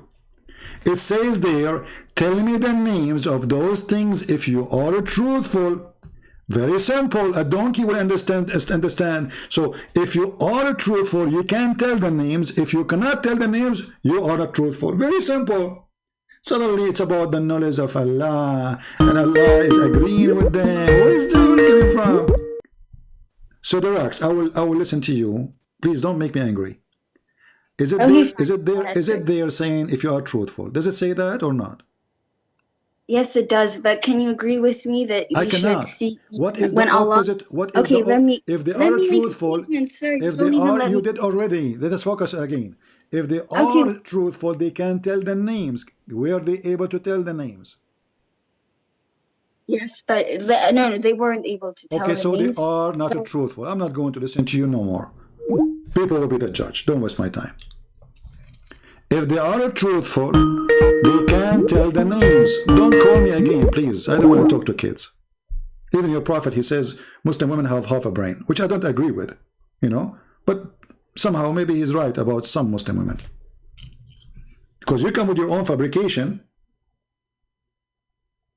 following a false prophet, saying you are half a brain and you are defending him. The one who wrote this verse as a man, and he is the half a brain, not the woman. Because if he have little brain, he should not make such a statement in the clear Arabic. Tell me the names of those if you are truthful. He did not say if you are knowledgeable. Arabic is full of words. I can use many words. I do not need to use the word sadiqeen. Did Allah choose the word carefully? The Muslims, they say absolutely. So why he said if you are truthful? Based on what you said, Allah should use the word if you are knowledgeable. If you are knowledgeable, I'm not accusing you to be a liar. I'm just accusing you. I'm saying to you, you don't have enough knowledge. Okay, that's good. He did not use that word. He said, if you are truthful, tell me the names. You want me to forget about the word because this is where the butter and the cheese is. Obviously, Allah is using his own language for a purpose, Aka Muhammad. So what this verse is saying to us, that the God of Islam is accusing his angels to be a bunch of liars, and they accuse Adam falsely. And this is why he ordered them to bow down to Adam, because they wanted to accuse is Adam. Do you see it? The first mushrik, Allah. Muslim, they say we Muslim, we bow only to Allah. They bow to kings, they bow to the caliphate, they bow to everybody. Hypocrites. They go to take a passport, they take an oath. We will be allegiant to the Queen of England. They bow down. Just to take a passport. After they take a passport, they say, well, no, we don't, you know, we're Muslims. And here, Allah is ordering the angels to bow down in front of Adam, not him. Why? Because they made a false accusation to Adam. The Muslim, they will say to you, oh, this is not an act of worship, it's an act of respect. Okay, we will go with it. Allah, he forced the angels to bow down to Adam, respecting him because they did disrespect him before. So Allah, he opposed what they said, but all of us, we knew that the angels are right. Because a few verses after, Adam, he commits sin and Allah kicked him out of heaven. Stupid Quran. Just 2 verses after.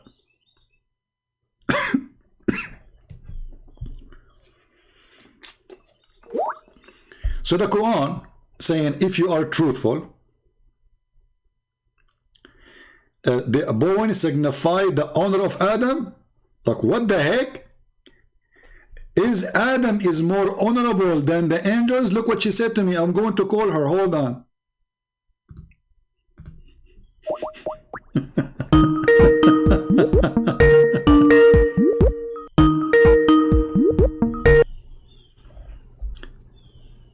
The Rex, I saw your text. Yes, you're lying. Why are you lying? You're lying to Okay, the people. tell the people what you said in the text to me. Yeah, so he was telling you that, you know, they're mushrik. Why did he make them bow to Adam? Tell me what you said in the chat. Tell me what you said in the text. It signifies the honor that Adam had in Jannah before he committed sin. That's all. Like, so there's no worship more there. Okay, hold on. Okay, who is more honorable in Islam? Hold on. Who is more honorable in Islam, Adam or the angels? Before he committed sin, it was Adam. This is not the question. Before he committed sin, it was Adam. So guys, before he committed sin, it was Adam. Yeah, because Why? okay, and I have proof for this. I have proof for this in the Quran. You can go to chapter 15, verse 29 to 30. You'll see that after Allah created Adam, he tells them, when I have formed him and breathed into him my spirit, fall down prostrating before him. So the angels prostrated themselves together. No, so that's angels a story. are creatures of light. No, you are making up. You are making up stories. Adam No, is made hold on. Okay, hold on. So when when the Quran says, when I formed him and I shaped him and I created him, they bow down to him. He is Muhammad. Hold on. Let me talk. Let me talk. Okay. So that verse is not quoting the whole story, because they did not bow down right away to him just because he created him. They bow down after the story happened. Breathed into him of my spirit.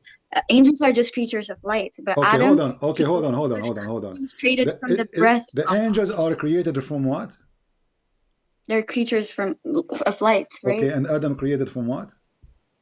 The breath of Allah, like that's what gave him life. Okay, which one is so? Adam is more honorable because he is from the breath of Allah. At least that's the sense that I'm getting, because then the angels prostrate themselves before him. Question. So this is showing. Focus with me.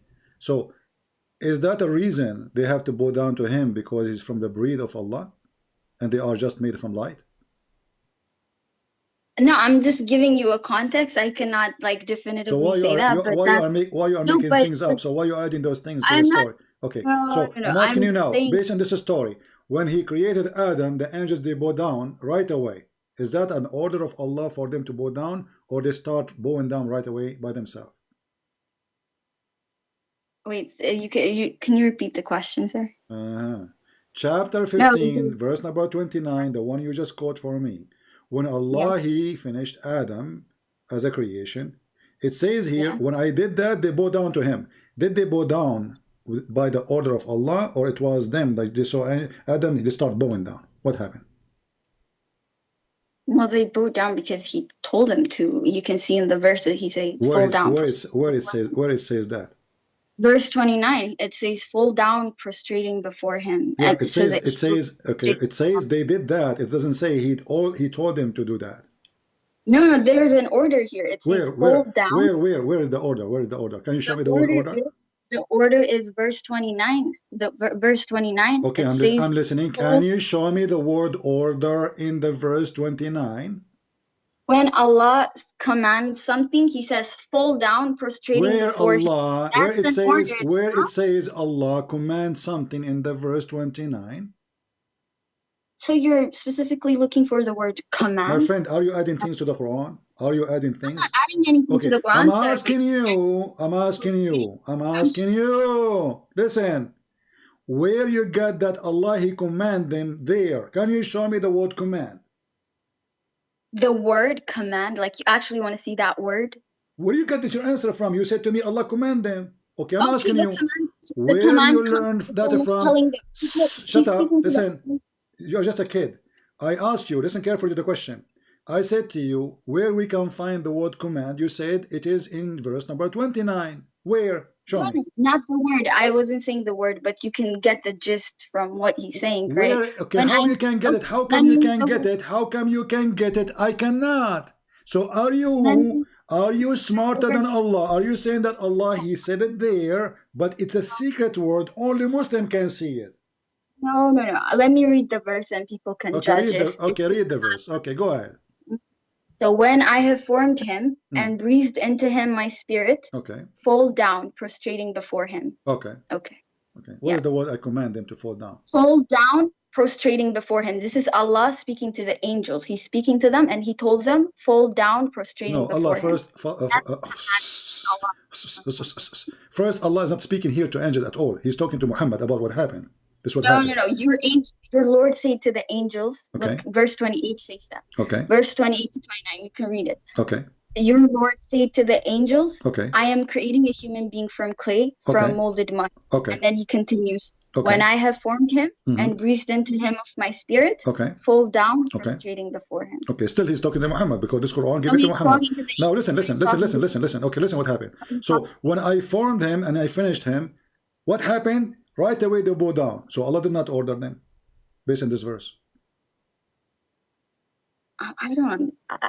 I'm sorry, but the English, I don't know what it says in Arabic. Maybe you can tell me. But it's in Arabic or English. It's saying it is the same. You are adding words. So the angels say to Allah, وَإِذَا قَالَ رَبُّكَ لِلْمَلَائِكَةِ. See, it's talking to Muhammad. When your Lord, speaking to who? To Muhammad. When your Lord said to the angels, I am going to create a man, between two brackets, Adam, from a sound clay and enter black smooth mud. This is the translation. And so when I finished him completely and breathed into him the soul which I created in him, this is translation, not false translation by the way, then they fall down prostrating. Did Allah say to them, fall down to prostrate? Or this is automatic happen? You said he ordered them. I ask you, where is the proof? But okay, so verse 28, when your Lord said to the angels, so now whatever follows is what the Lord said to the angels. Can we agree on that? So he's speaking to the angels. He told us what he said. He told us what he said in the past to the angels. The Lord speaking to the angels for the one in the quotation marks, right? Okay, what he said to them? What he said to them? He said to them, when I have formed him and breathed into him of my... What Allah said to the angels? Down, prostrating before him. What Allah said to the angel? Did Allah say, when I finish creation, you have to bow down? Okay, when you see it's done, bow down. No, he did not say that. He said, I am going to create a man from a clay. That's all. And then, when I finish him... Verse follows. It's the same. You're sorry. I don't want to insult you, but I have to insult now. You're stupid. Don't call me back.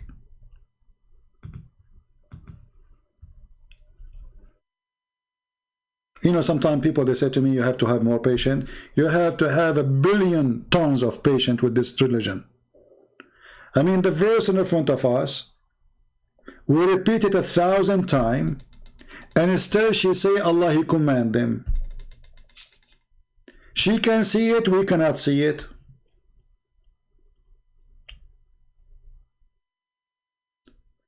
The only place we can see that Allah, He command, is the other chapter, which is showing us that Muhammad is a fraud because he was not consistent in the story. The story here is different from the other story. He forgot to mention that because they accuse Adam of mischievement, then Allah, He order to bow down. Here it says, and then we said to the angels, prostrate yourself before Adam. You see the command? Here there's a command. There's no command. So the stupid Muhammad, he could not repeat the same story twice correctly. There's no command. There's no order to bow down. When I finished him, they bow down. Here, there's a different story. There's a take and give. They said, I said. There, on the Allah, He said to the angels, I'm going to create a human being. Angels, they said nothing. Here, the angels, they are opposing such a creation because He would do mischievement. Here, there's a long story about Allah. He get upset from them to the point He accused them to be a bunch of liars, saying, if you are truthful. This is not an easy accusation, because if the angels are not truthful, then who is truthful? And she said that Adam is more honorable because he created from the breed of Allah. When I questioned that, she tried to say her own, and she said, no, I'm not, she said that. But remember, the angels are created from light, and Allah Himself is light, supposedly.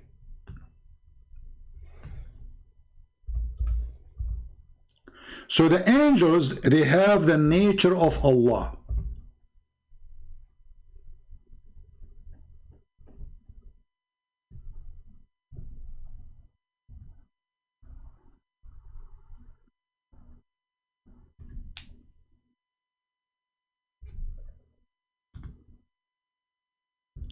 And not only that, he described his light physically compared to a burning light in a tree light up by olive oil.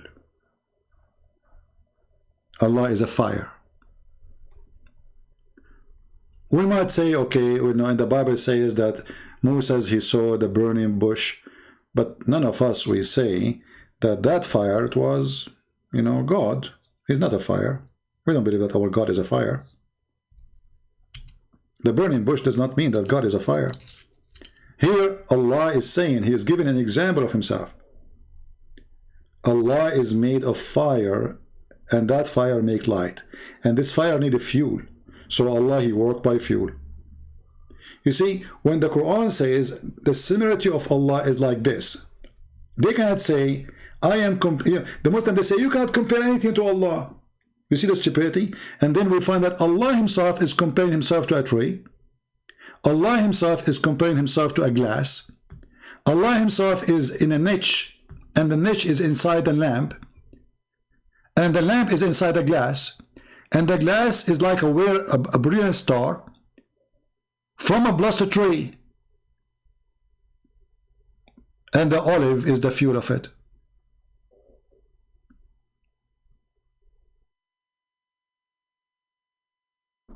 If this is not a compare, what is it? And the Muslim, they say, okay, you have a hand, Allah have a hand. Do you think that your hand is the same as the hand of Allah? Who care? Thank God it's not my hand like Allah. Maybe his hand is a frog. I'm a human. And as long Allah, nobody can compare him to anything. How in the world Allah compare himself to olive oil, fuel, tree, lamp, niche, glass? So based on this, if we open the belly of Allah, we will find that inside Allah there is the stages about his light. He's made from light, Allah. He is inside a niche, and within the niche there is a lamp, and the lamp is in a glass, and the glass were like a brilliant star, and it's fuel from a blessed tree which produce olive. So when the Muslims, they say that Allah is a self-sustain, well, Allah, he take his oil from tree, and he is burning oil. He is not even a light. You see, did Allah make a mistake when he says this?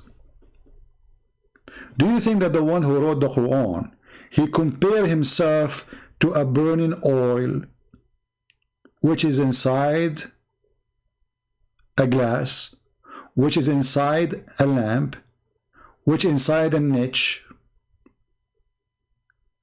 Did he compare himself to something right or wrong?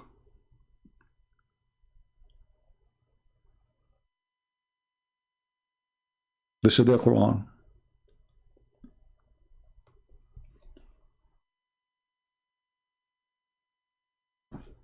And here you will notice that the light of Allah is shiny even if it does not touch it fire, but it is still olive.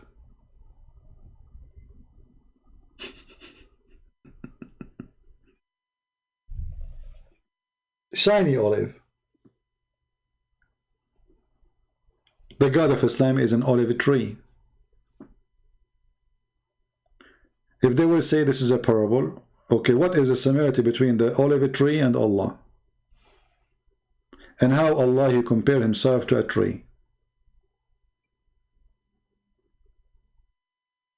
Going back to our topic, if you are truthful, we cannot replace it. If they cannot tell the names, they are not truthful. This is why he ordered them to bow down to Adam, because they could not prove their claim. But the fact, the angels, they were right. And nowhere Allah, he told them before that Adam would do mischievement. If Muslims, they want to come to me with the stories, well, they have to give us where they got the story from. If Allah he told, because remember there's no was there, nobody was there to say I heard Allah saying this, you know what I mean? And if Muhammad himself he heard, he should be hearing this from Allah himself, and that will be in the Quran. So such a story should be only in the Quran, no other place. But we cannot find it. Or what we see, that Allah said to the angels, I'm going to create somebody, and then the angels, they revolute against him, they're like a revolution, says, are you going to create somebody who will do this? Which means, are you stupid or what? Allah, he get upset from them, and he said to them, I know what you know not. So what they know is not what Allah know. What they know is that Adam will do mischievement. What Allah know is different. Allah will not do, Adam will not do mischievement. Allah wanted to prove to them that they are wrong about Adam. So he taught Adam all the names. Then he showed those items to the angels. And he asked them, okay, which means if you are accusing Adam to do mischievement, tell me the names of those things if you are truthful. The result of that, they could not tell the names. What does that mean? They are not truthful. And now, because this is destroy Islam left and right, they have to come with their own fabrication, add words to the Quran, speaking this is about knowledge. We know this is about knowledge. Yes, this is about knowledge. But he just said, if you are truthful. So the accusation of the angels according to the Quran was false, not a truth. Because Allah, he made it clear. If you are truthful, you can tell the names. He did not say if you are knowledgeable. He did not say if you are smart. He did not say if you are fat, if you are skinny. He said if you are truthful. So if they fail to tell the names, the angels are not truthful. So how Muhammad received Quran from Jibreel, who is not a truthful?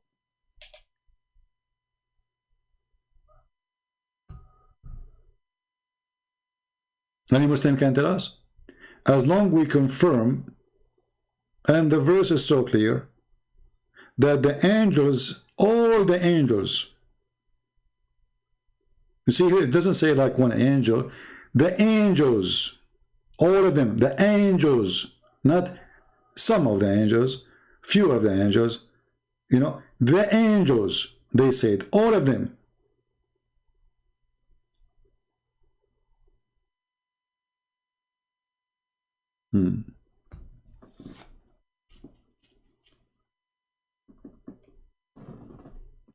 What do you think?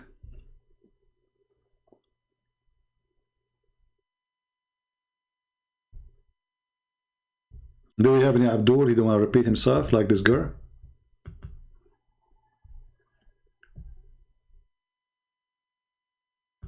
By the way, as long Muslims they can explain the Quran, how come there is no tafsir written by the Quran by women? Mashallah, sister, you can explain the Quran better than the Muslims, sister. Huh?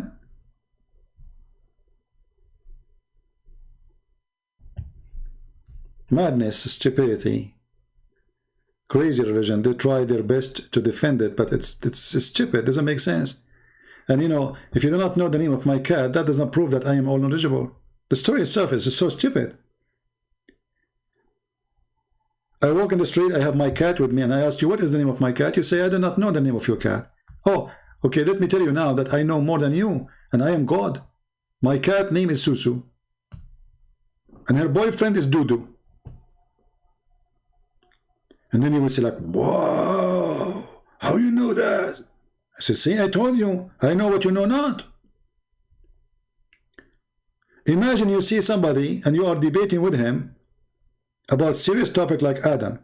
And then he say to you, well, okay, what you said about Adam, if you are truthful, tell me the name of my cat. And then you start shaking your head. You say, you start guessing. He says, Dada? No. Okay. Cuckoo? No. Susu? Allah, he called her Susu, by the way, but now he will change the name to get the guy busted. He will say no. But he just told us it's Susu. But you want to get him busted? No. So now whatever the guy he says, they will say to him no, no, no, no. And then the guy, he give up. He says, okay, you know what? I give up. Then he will say her name is Uthman. The angels, they will say, wow, meow, meow. How Allah knows? I'm sure the angels, they were astonished after Allah gave names for those things which nobody knows save him, brother.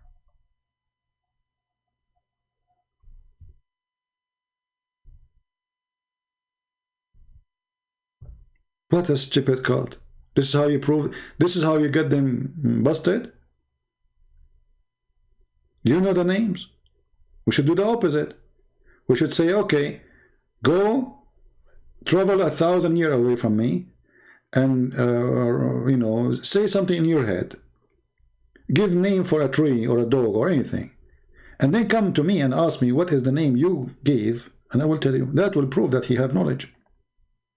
But you name the names of things, and then you place the things in the front of them, and then you ask them to tell you the truth, and that means you have more knowledgeable? You are more knowledgeable? That's stupid. That is extremely stupid.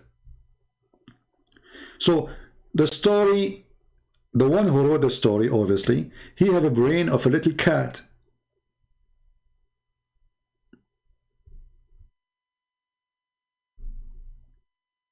I challenge anyone to say this is a smart story. In the same time, if the angels, they accuse Adam he will do mischievement, and they are right, he did mischievement, why they need to bow down to him? She said, to show how much should be respecting him.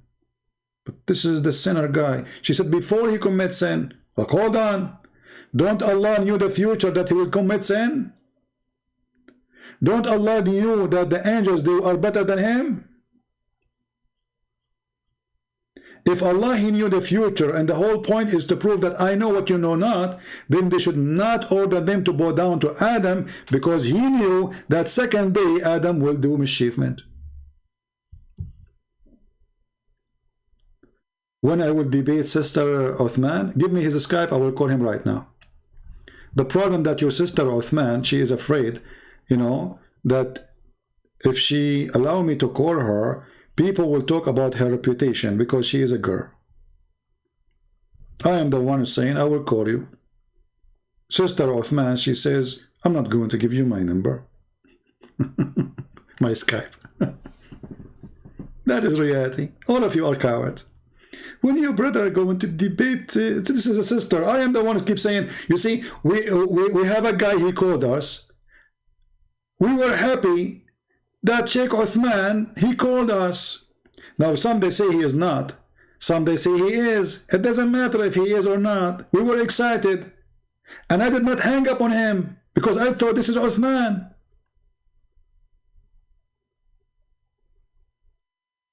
And we whooped the floor with him.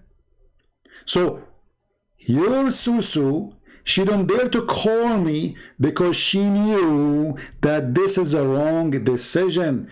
She don't allow me to call her, even if it's her program. I will call her in her show. She go live on air. She wear hijab, burqa. She open her camera. I hope she will be wearing clothes.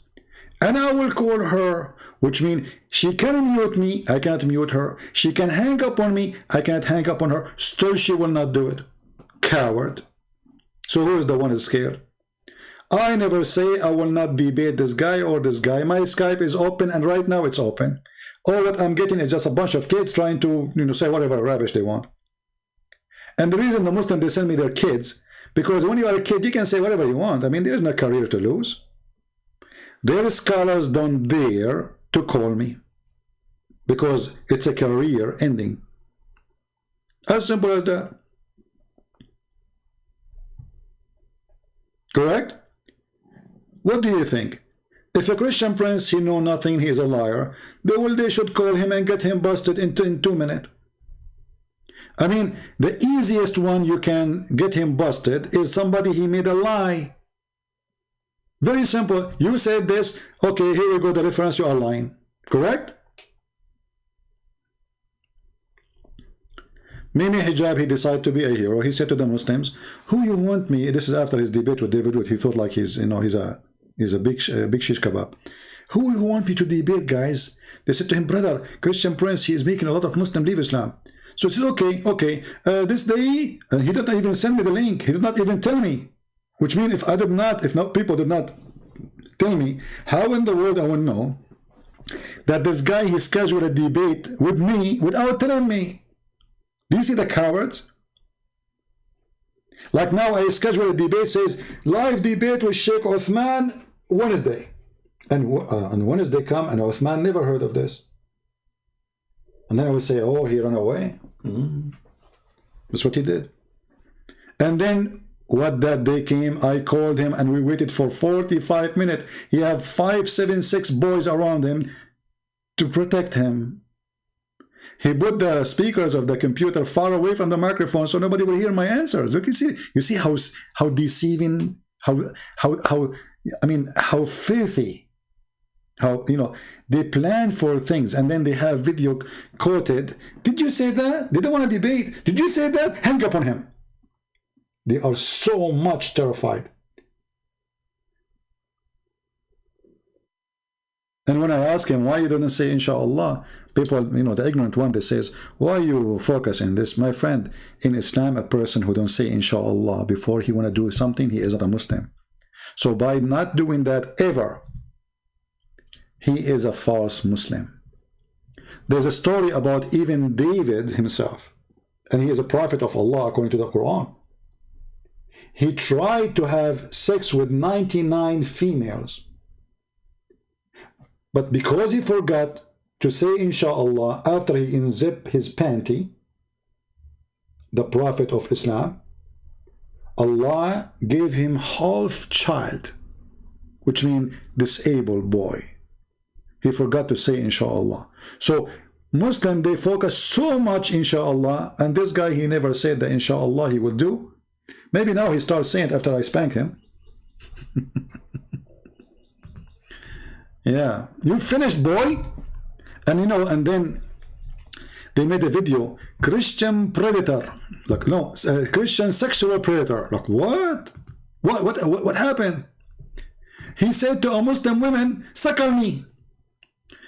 And he said that to me, he said, did you say to a Muslim woman, suckle me? I said, I was quoting your stupid prophet, Abdul.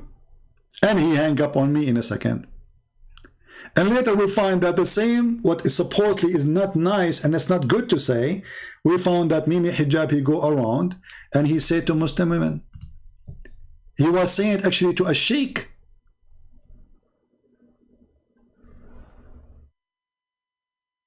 A Muslim sheikh. I mean, why you are talking about the wife of this guy? I was talking to a Muslim woman. She said something filthy about Jesus, that he was playing with his mother breast in a sexual way. So I said to her, you are filthy. You insulted Jesus for no reason. In fact, it's your prophet who ordered you to do suckling. Suckle me. They cut the whole thing. This is how coward they are. And they played that part that says suckle me. The woman, she said, you are not married because the Christians, women, they have AIDS. I said, in fact, you need someone like me to marry because the Christian women, they have AIDS. I said, in fact, the one who go and bring AIDS or Muslim cause the Muslim women to have AIDS is you. You're full of AIDS. All those from Saudi Arabia, Emirat, Bahrain, Qatar, they go for one tourism purpose. It is prostitution, and everybody know that. You go in the month of Ramadan to Thailand, to Philippines, to any country, have a lot of prostitution. You will find number one customers is Arab. When I walk in the Philippines, every single prostitute see me in the street, she called me Habibi. Even the prostitute, they learn Arabic because their customers are Arab. So she accused the Christian women that they have AIDS. So when we respond to them, They say, did you say that? I mean, do you see how low class they are, how dishonest they are? They thought they can smear me. They can, like, you know, they say, let us destroy his reputation. And you see, you destroy my reputation very much, to the point I have like 1,400 people going live with me. Zakir Naik, he go live on air, he have 600. And then when he go live, he is asking women to send their pictures to his son. I mean, have you ever heard of a scam like this?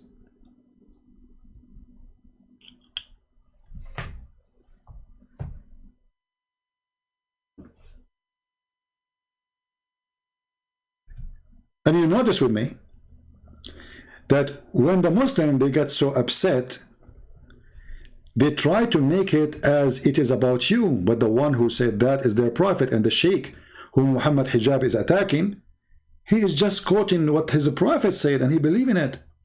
Muhammad Hijab, he don't want this to be spread. It is showing that how stupid Muhammad is. So he start insulting this guy. He's a street boy. And you know, for the sake of argument, the woman, the wife of this guy, she is not talking to you. You are talking to the guy. Why you are saying such a statement to his wife? If she is the one arguing with him, and then Mimi Hijab, he says, okay, suckle me. Can you give me your tits? I will understand that he is responding to what she said. But he is responding to a guy. Why he is talking about his wife? His wife, she is not involved in this story.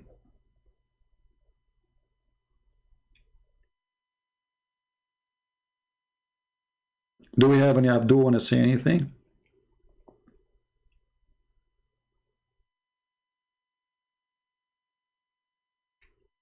And the prophet, he married Mary, he freed her and honored her and married her. And we get them busted always. You see, I mean, you can tell that the Christian prince, the Muslim, they say, I saw a comment, if you see it in the previous video, if you are desperate to debate, why you don't debate them? But my friend, where are they? Why somebody want to debate me? He need me to go to San Diego. Why I need to do that? If you want to tell me you can pay for my ticket, your friends, your family, the Afghanis, they are coming to USA and they are refugee by hundreds of thousands. If you are generous, save the money and make a free call in Skype. It costs you nothing, it costs me nothing. We can show reference in the screen and I will call you on your live program. Still they don't dare to do it. If I was an American person, I mean born in America, I don't speak Arabic, I'm not an Arab, I have blue eyes and my name maybe is David or whatever, the Muslim, they will line up to debate me. As simple as that. The second you say Christian prince, they say we debate him only face to face because they knew that Christian prince don't do that. And there's many reasons, by the way, I don't do that. I'm a very hot-blooded person. If somebody touch me, push me, I'm not going to take it in a friendly way. You know, like we see what Muslim they do to this lady Hatun. If I'm there, the action will be different. I'm not a person you play with. So I don't want to meet anyone in person because that can lead to something wrong. As simple as that. Same time, why we want to go to that far if we can do it here live on air and everybody can watch it from every country in the world? What this is face to face? How come they debate everybody in the computer when it's come to me only face to face? Potatoes. You know, people are different. There's people you notice even when I am arguing with people, if they make me angry, I go really angry. So if you are speaking to people in person and they start insulting, things can go wrong. It can go wrong from their side, it can go wrong from my side. So why when I go there, internet is nice, it is safe for you and me, and you know, preventing any wrong from happening from your side or from my side. And at the end of the day, people, they want answers. They are not really caring for people meeting people. These days we can play chess without even meeting each other. Correct? Hey guys, I need to go and meet Allah again. Just give me a second. But this time it's not because I want to go there. No, no, no. No. I want to make some tea, okay? Just hold it, because my throat is really so dry. Give me a second. A second, an Arabian second is like, you know, I mean, you know the thing.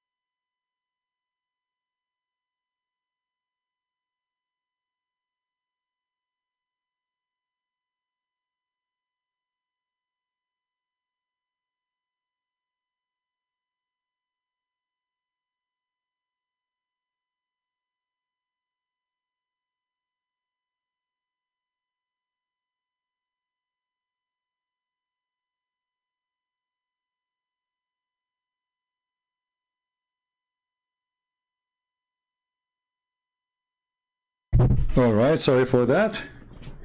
You know, I just made the tea, but I cannot drink it right away because I like it to be dark, strong, let us say.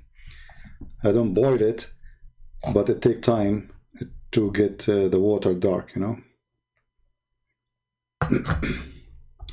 So, do we have any Muhammadan? He have anything to say to us?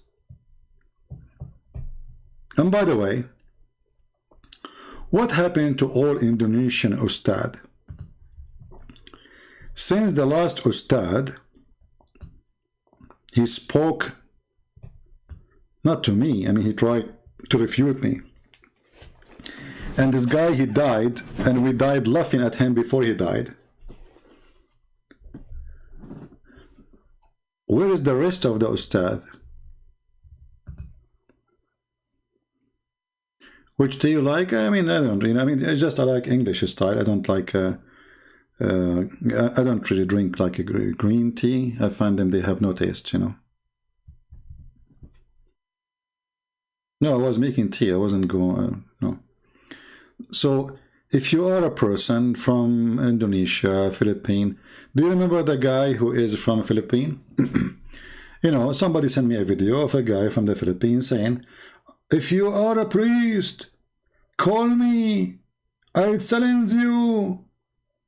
I want to debate you. You know. So I said, okay, we got a potato. So I went to his page on Facebook. I said, I want to call you. He ignored. Said, let us debate. He ignored. Abdul, hello. He ignored. I made a video for him. He ignored. I made 2 videos. He ignored. 3 videos. He ignored. Then we called him in his cell phone. Me, I don't use phone, you know. I'm not that wealthy to call, you know, international calls. So somebody called him by phone and he put him in the speaker. And he don't want to debate me. And he said, I debate real American. Real American. You are not American. You have accent. So if you are not real American, he will not debate you. They are obsessed with the white people. You have to be white, blonde. Otherwise, you are not worth our debate. You are not American. It's on YouTube. You can search it. I forgot his name, really. What's his name? In the Sun, I think something like this. I think Rashid in the Sun, something like that. Yeah. Yeah, you are not real American, you have accent. Actually, the reason he don't want to debate me because he knew that I'm an Arab. That is a real reason. If I was an American, yes, he would debate me. I guarantee you that. Honestly, I'm not, you know, you can search the video. You know, we have a chat room at that time open, and the guy, he called him by calling his cell phone.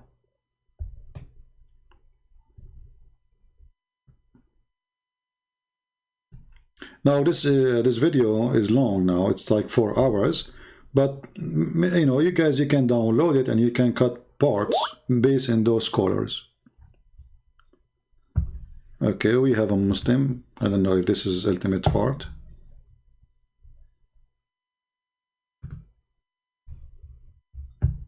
We will see. Give him a try.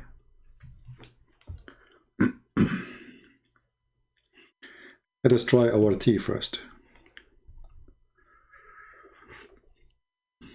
Still not ready.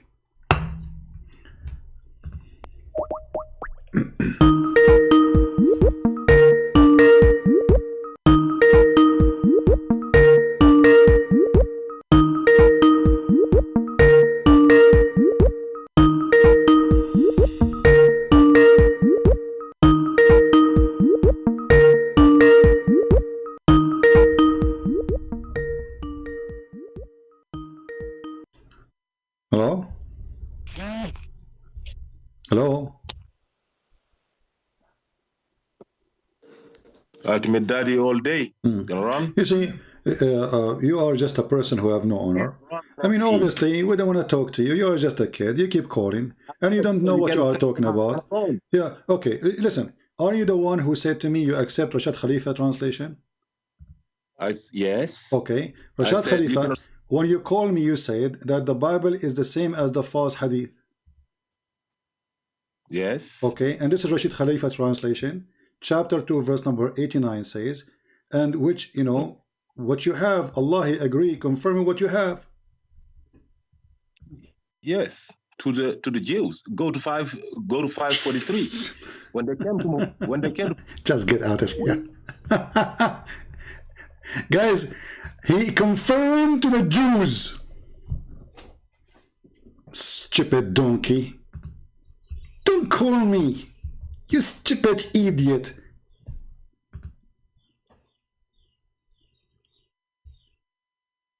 Coward potato to the Jews. Well, didn't you say the Bible anyway? The Bible is the Jews and the Christians. Secondly, you donkey. The people of the book is the Jews and the Christians. Idiot. And if you say only to the Jews, that means at least the Torah never been changed. Potato. This guy is like, he's a stalker, you know, a stalker. We get him busted each time he called. To the Jews. Brother, this is to the Jews. What the heck? This is to the Jews? Are you sure? Ultimate fault, he have the knowledge of Allah.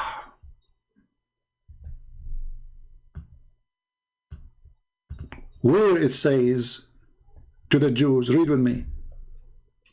It says the Torah and the Injil. And this is their Muslim translation.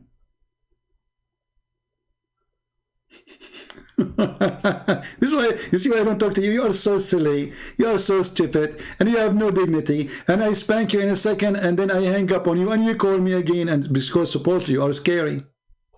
To the Jews, brother, to the Jews.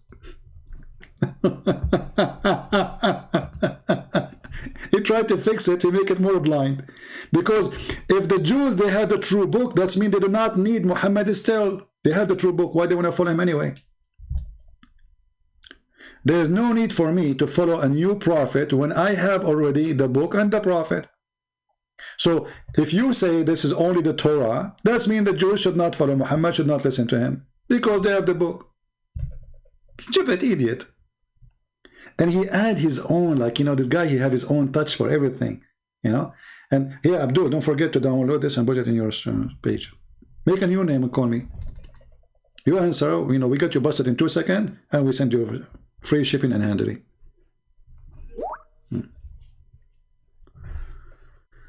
Oh, Lord have mercy.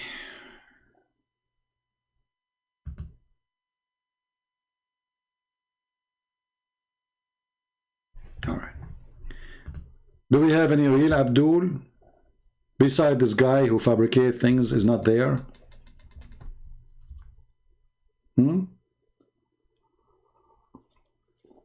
So when every liar he say that the Bible is corrupted, and then we go to their stupid Quran where it says confirming what is with them, even in the translation which they accept.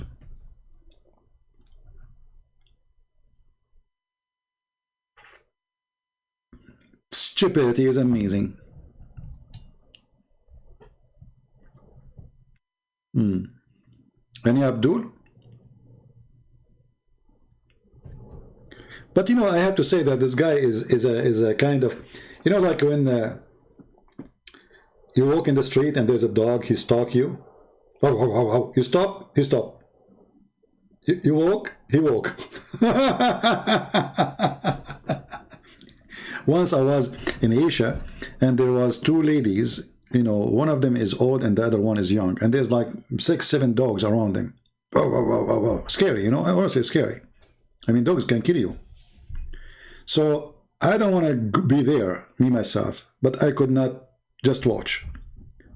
So I went there, and I told them, you know, I mean, there are many dogs. It's not like 1 or 2. I said, don't be scared. Let us walk slowly. Okay? I will keep my face to them and you walk in the direction, but don't run. Don't run, don't be scared. But I mean, they are not listening, they are in panic. Anyway, I was able to walk them away. But those dogs, you face them, they back up. You turn your back, they are all over you. They did not bite us yet, you know, they did not bite. But they go crazy. The second you turn your back, walking away, even if it's slowly, they go crazy. And this guy is like them. You turn your back to him, he go crazy. You face him with the truth, he park.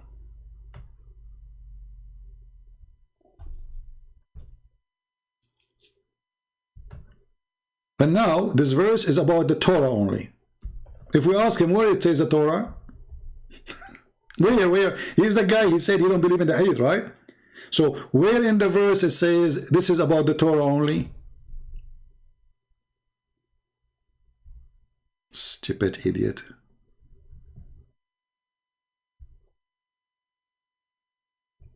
And not only this verse, all the verses are the same. It says here, just to show you the verses before it, just to show you this is about both.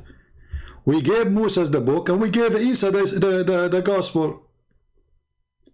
And yet the donkey, he said this is about the Torah. Just the verse before it. Do you see the stupidity? Just the verse before it, it says that Allah, he gave to Moses the book and gave Jesus the gospel. And then when come to them,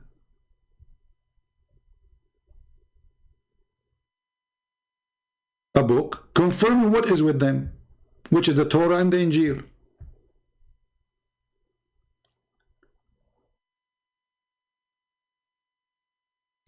And the Muslim, they add words between two brackets to solve it.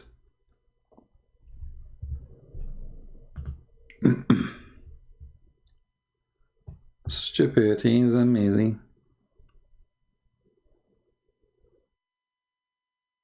Oh.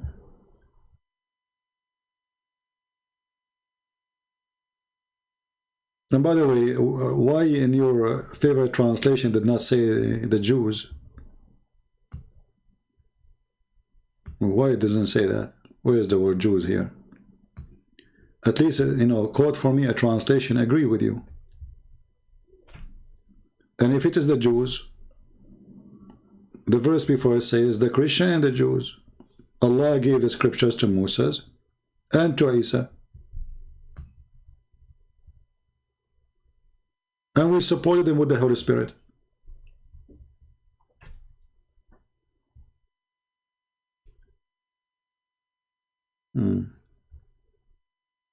And there's tons of verses in the Quran confirming the Bible, the Torah, and the Gospel.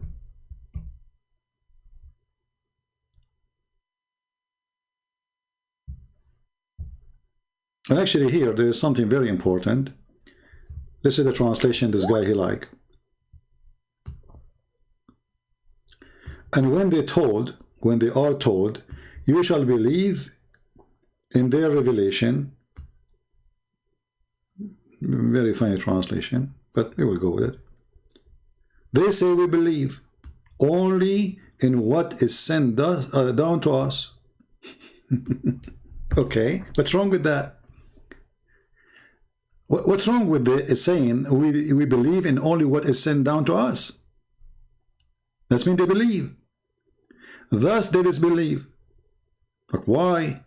What they did?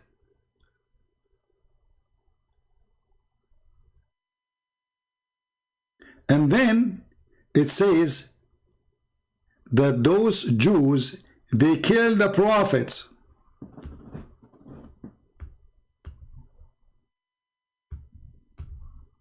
You see, this is the same translation this Abdul he chose. Allah in the Quran have time to tell us about the ants speaking to the ants. He have time to tell us about women offering themselves to the Prophet to if them. He have time to tell us about guys who sleep in a cave and he do not know their number. He have time to tell us about where the sun set in the murky water, but he cannot tell us one prophet was killed by the Jews. And as long the Quran confirmed that the Jews, they kill prophets, they killed who?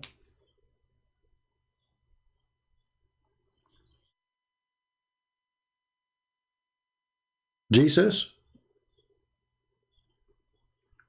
Who is a Muslim when I tell me the Jews, they killed who? Who is the prophet the Jews, they killed?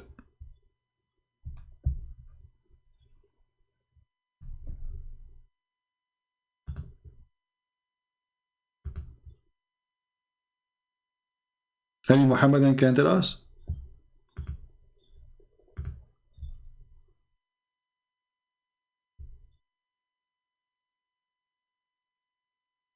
Isn't it weird that Muslims, they believe that the Jews, they killed prophet? When we say, if they accept that Jesus is a prophet, the Quran speak only about a person, the Jews, they say we killed. Only one person, they don't have two. They say we killed the Messiah. Nowhere in the Quran you will see any verse saying that the Jews, they say we killed like maybe John the Baptist, maybe etc. No. You will see the Quran saying that the Jews, they said we killed Isa. No one else. And chapter 2 verse number 91, Allah is saying to them, if you are truly believer, then why you kill the prophets of God? Who are they, the prophets of God which the Jews killed?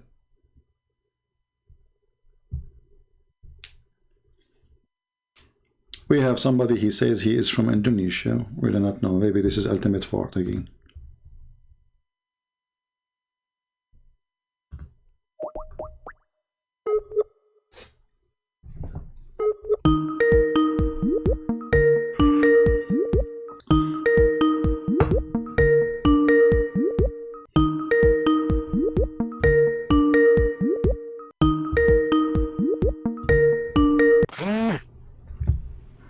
Hello? Ultimate? Hello? You know, it's still me. Yeah, I know it's you because there's no idiot except you. Why are you lying on me? And you are a liar. You are talking about liars. Did you send me a text saying that I am from Indonesia? Yes. Okay, so who is the liar? No, because I gotta make Just sure that shut up, son of Muta, stupid idiot. So you call me to say I'm a liar, and you said just straight to me, I am from Indonesia? I mean, do you see how fast? I feel sorry for this guy. Liar. He is the one who said liar. I mean, this guy, as if he's working for me, honestly. He just called me liar. But he is the one who texted me, he says, I'm from Indonesia. And I know it's ultimate fault, because I told you, this guy is like a dog. The more you kick him, the more he will wrap himself in your shoe. Aren't you done? Stupid. So now you are Indonesian? What happened? Did you change your gender too? Next time he will call me with a picture of a girl. Her name is Susu. Stupid. I have no respect for such a people. You know, look, you know, if you think you are accomplishing anything, people are dying laughing. I am from Indonesia, and he's calling me a liar. The first word he said to me, liar.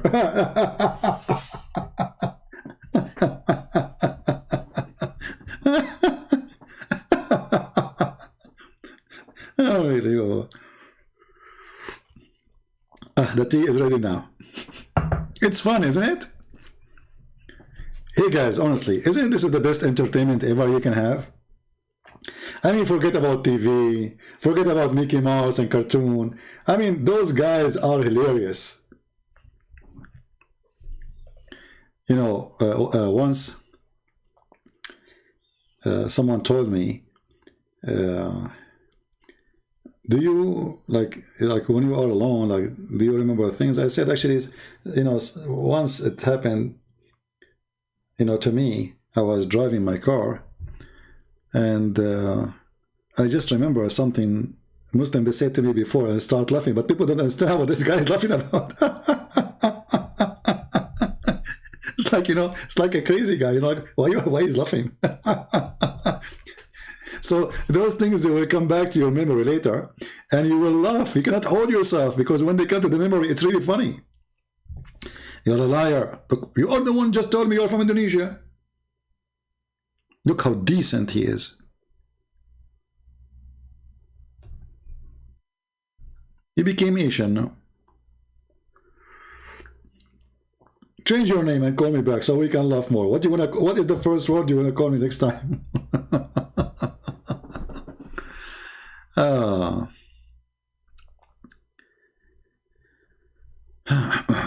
Do we have a real Abdul from Indonesia? Real Abdul? Anyone?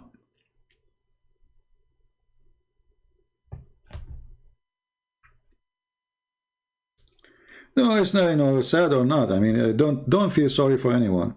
I mentioned before, even if I have a member of my own family, let's say in the future I get kids, or if this happen ever, if my son decide to be an atheist, I will never feel sorry for him. Go to hell. It's his decision. Feel no sorry for people do their own choice. Never. Your family is not someone is born from your blood. It's those who will meet up with you in the location you will be after life. Either it's hell or heaven. Do you understand what I'm saying? Because those people are the one you will spend your eternity with them. The family you are born of today, they are temporarily family, and you did not choose them. And they are not like you. They might be, but many, they will not be like you if you are a believer. So the true family is the one you will spend your eternity with them. Those, they will be beautiful people. Not about look. This is not about look. When we say beautiful, it's about how beautiful their heart is. This is why they are there. People who you are born with, brother or sister, even mother or father, I mean, they can be bad, they can be good. You never know. They can be very ugly. There's some parents, they don't deserve to be parents. They have nothing to do with the word parents at all. So this is something you cannot fix. And never feel sorry for anyone if he is bad, because he will be bad to himself at the end of the time. The one who they are waiting for you in the kingdom of God, those are your family. Nobody else. Khalil Gibran is not really a good person. Khalil Gibran is it's kind of he's a form of a supernatural person. He's not even a believer. But people, they like poetry, and if you are good in playing with words, they take it blindly. But sometimes people, they can post poison between their kind words or beautiful poetry, let us say. Be careful.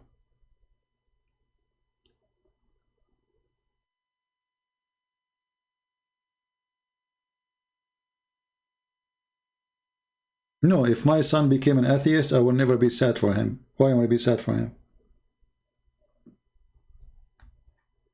Well, give me a reason. I did my part. He made his choice. So? Maybe you are different. For me, I'm very different person. I'm extremely very different person.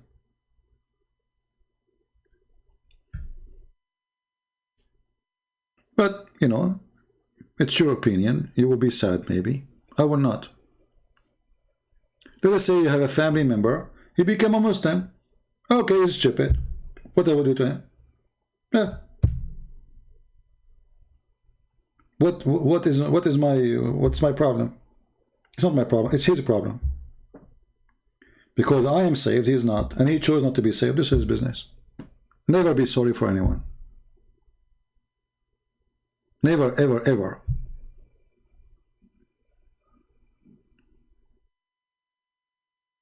You see, when you are driven by emotion, emotion will drive you. Stay focused on one thing. What I did, what I will do, where I will be. And what I did, I try my best to save people. And the Lord is my witness. People don't want to be saved, I will not feel sorry for them.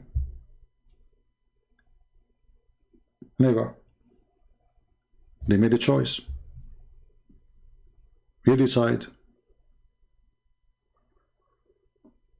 If I say to you drugs is wrong, and you decide to take drugs, and then you die from drugs, I'm not going to go to your funeral. You're stupid. Very simple.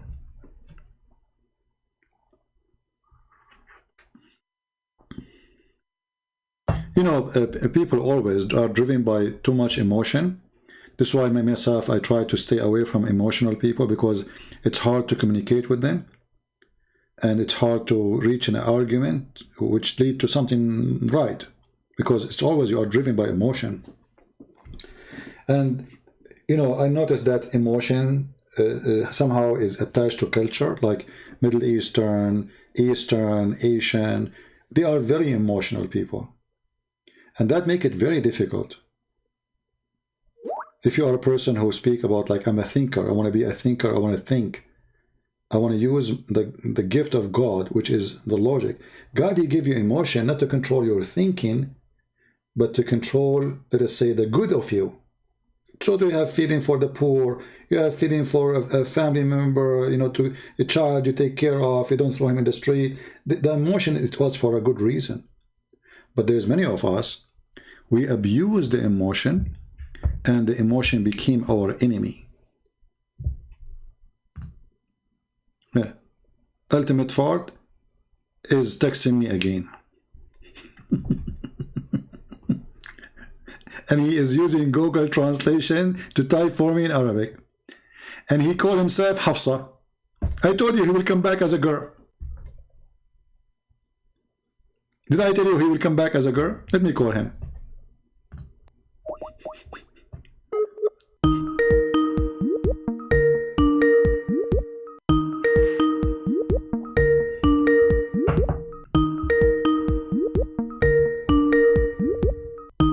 Maybe now he will answer, because I said what I said. She became Hafsa. Just go, stupid idiot. Now he will not answer because it's embarrassing. He called himself a girl. Hey Hafsa, how are you doing? You cut your penis?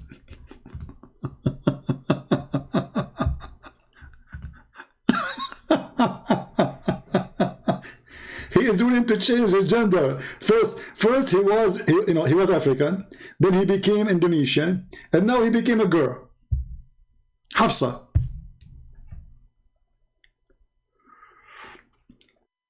Stupidity is amazing. And now because I said what I said, he will not answer. I mean, what's wrong with those people?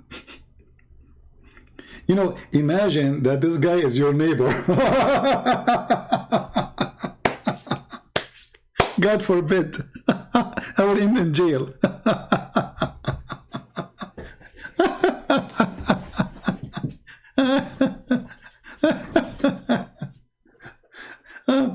Like, what's wrong with those? Unbelievable, man. This is so good. This is so funny.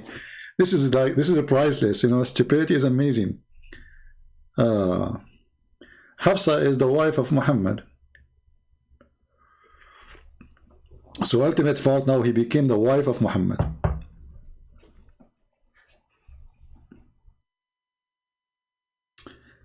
You know, there's actually, I'm lucky. I have a very nice neighbors. All of them, they love me. Very, very nice people. There's an African American lady. She's old, really old woman. I always take care of her. This woman she's like a mother for me. If I do go outside, she comes. She sends somebody to check on me. You know, wonderful. So all my neighbors really are wonderful people. But it's going to be unlucky day for you if your neighbor is an idiot.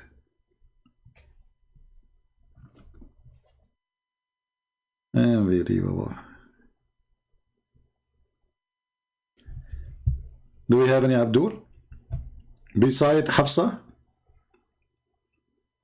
Hafsa now is busy changing her panties. I mean, aren't you ashamed to change your name to a girl name? What's wrong with you? And the funny, he called me liar the first word, and then he said to me, I'm from Indonesia.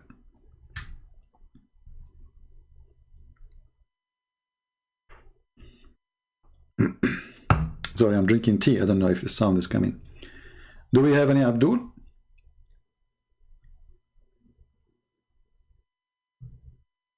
Okay, forget about Abdul. Any Hafsa? I mean, are we going to wait only for ultimate fault to call us? Is that like this is the only leftover of the Muslims? A guy who have his own interpretation, his own Quran, his own explanation. He don't believe in anything. Nobody is right. Only him. This is the only one you have?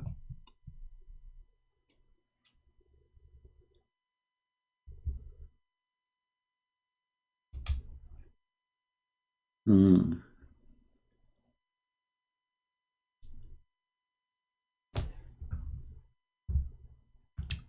You know, like what they say when somebody go bankrupt, he go and look for his pennies. I'm going to Skype and see the old text. Look for the pennies. Let me see if like far down there is some text from Muslims. Because I'm not done. I want more. Okay. Oh, Aisha is calling me.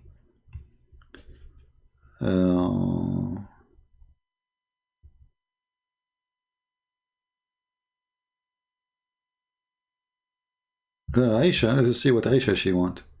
Maybe she is a fake Aisha. Let's see.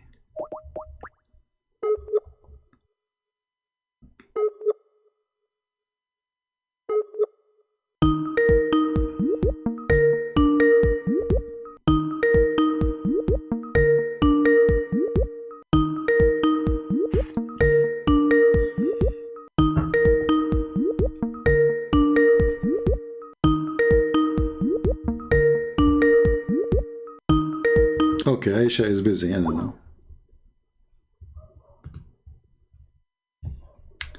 Let's try somebody else.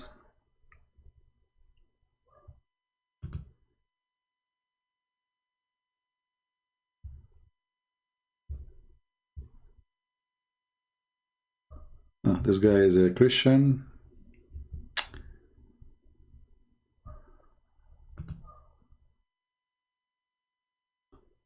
Okay, let us see.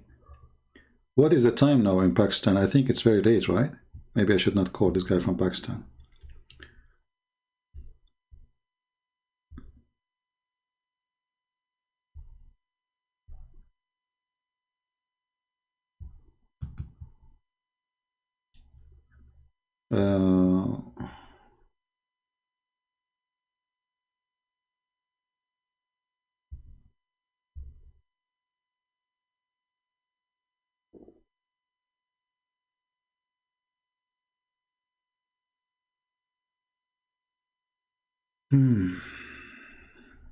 Okay. Well, look like we are out of customers. I don't know.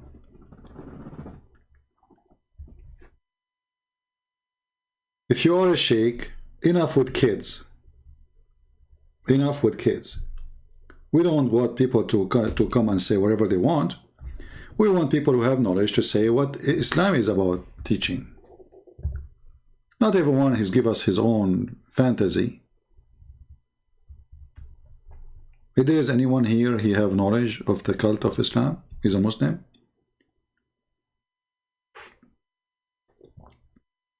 It is 2 a.m. in Indonesia. Why you not sleep yet? Go sleep, my friend. It's not good to stay late. It will affect your health. For us, it's daytime here. I mean, it's afternoon.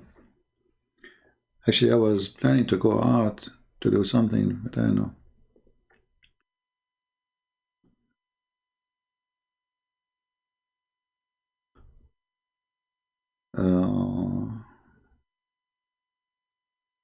Thank you, Joyce. It's 12:18 in Pakistan. So Abbas is not delivering pizza now? Oh, he lives in England. Christian Prince, I'm going to show you from the Bible that your God, he arranged rape for the wife of David. Look, where it says that? I will show you.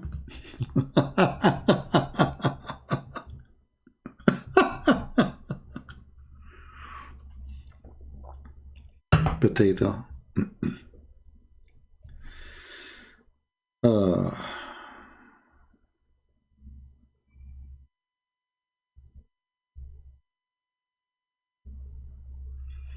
Any Abdul?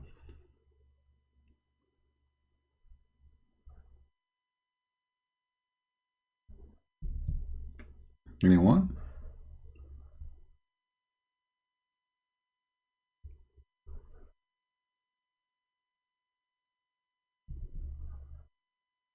Mayday, Mayday.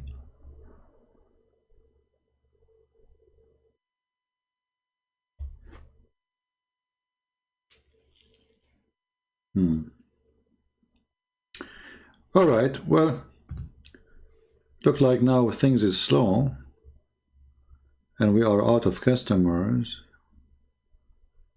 and, you know, bad boys, what are you gonna do? What are you gonna go do? What do I... So, yes, when a Muslim, he speak about the story of David, you say the reference, right? Did you say the reference? But maybe if you can find the story in English, in a Muslim website in English, so you can use it in English, because the reference we gave you, it's an Arabic page translated to Google, right? By Google. So if you can find an Islamic website, maybe by searching in Google, about David looking at women when she was showering, hadith, something like that, maybe you can find, just add like Islamic word next to the search, so you can find maybe some Muslim website have the reference in English, so you do not need to post, you know, a page in language nobody understand.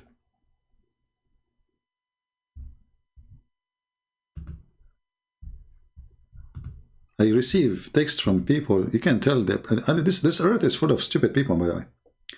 This guy is even texting me in a language I have no idea what is that. I know what's wrong, people, man. Takatutu, Takarara, Badaruru, I blocked him. But where do people come from? Takariti, Takarutu, Katakata, Chakaku.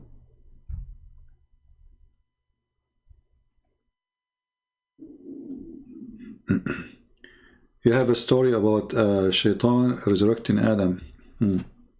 We'll post link for people too, so they can read.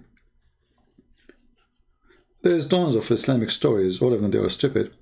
But you know, like the story about David, because this is what the Muslim they come to you with, you know. So they might say to you, do you know that in the Bible it says in 2 Samuel that David, he went after a wife of one of his soldiers?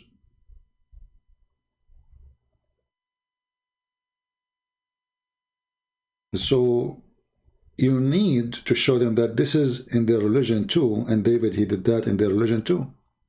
Same time, if we go to the same chapter they are quoting from, you will see God, he punished David in a severe way, to the point even his son, which was from that unlawful woman to him, because he took her from her husband, literally, even if he married her, but still he committed a crime. Even the child who he took, or he had from that wife, that woman, he died. So the Bible condemned the behavior of David and say clearly that David was a very, very bad sinner. And God, he punished him severe punishment. And the Quran is the opposite. The Quran speak good about David, even though the Muslims agree that David, he went after a woman, he saw her showering naked in the back of his palace, and then he sent her husband to fight so he can have her. And you notice that when this guy, Bubu, he called, he don't want me to go and see what Islam say about the same thing. He say, you want to go to the Quran now? What's wrong? Why we don't go to the Quran? We answer you about the Bible. Because if we go to the Quran, his question will be embarrassment. Because if you refuse what the Bible says, why you accept it in the Quran?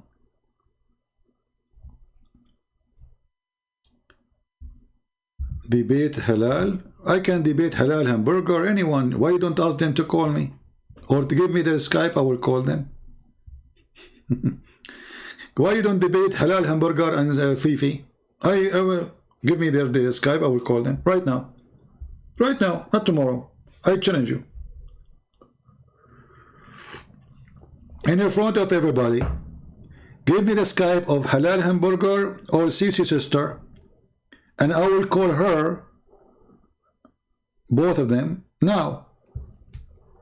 So you are saying to me, why you don't call? Why you don't debate? Are you stupid? It's them who don't debate me.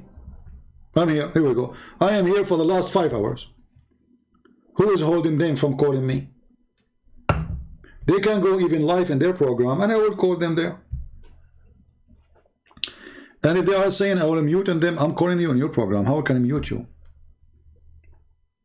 You can mute me. I cannot mute you. Potatoes. All your men are not men. They are a product of the likeness of men. They are potatoes.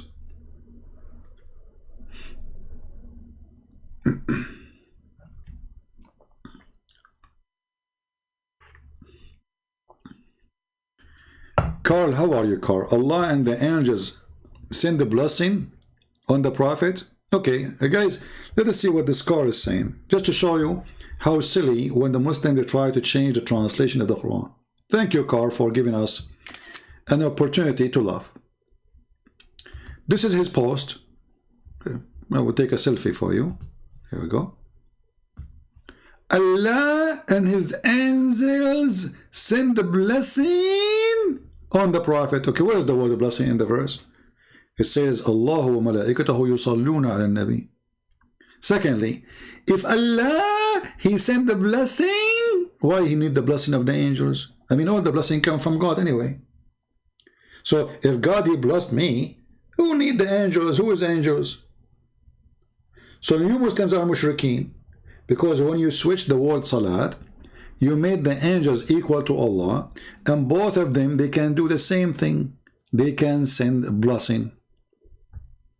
But all of us, we knew that a blessing is only from God.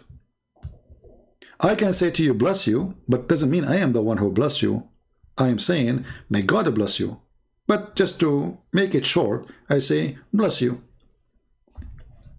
For only God, he can give a blessing. So you Muslims are mushrikeen. You make the angels are gods beside Allah, and Allah and his angels, they do the same thing. Do you like to call me Carl and get me busted? Do you like to call me?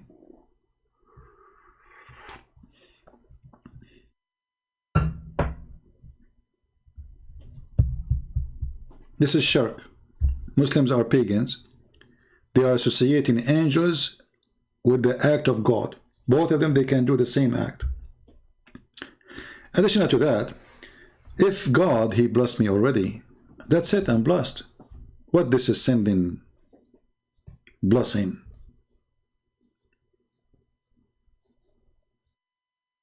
And why the believer have to salute a dead man? And why he's asking the believer to send a blessing on him? If the word blessing is there, the fact is not. It says, Sallu alayhi, pray on him. Muhammad, he became the center of the universe. God, angels, believers, everybody doing one thing. Praying on Muhammad. Kuffar, they are pagan. They worship a man, his name is Muhammad. As simple as that. Muhammad, he became the center of the universe, and everybody is busy doing what? Focusing in Muhammad, praying on Muhammad.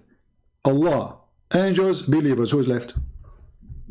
Christian Prince left. He is just getting Muhammad busted. You know, instead of the angels and the believers and when Muhammad praying to Allah, is the opposite. Allah, the angels, the believers, and everybody praying on Muhammad. So is your God.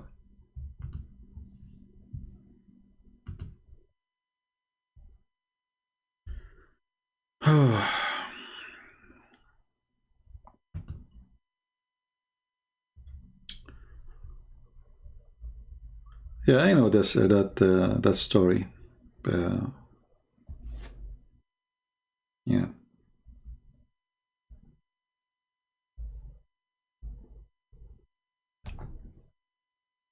Do we have any Abdul?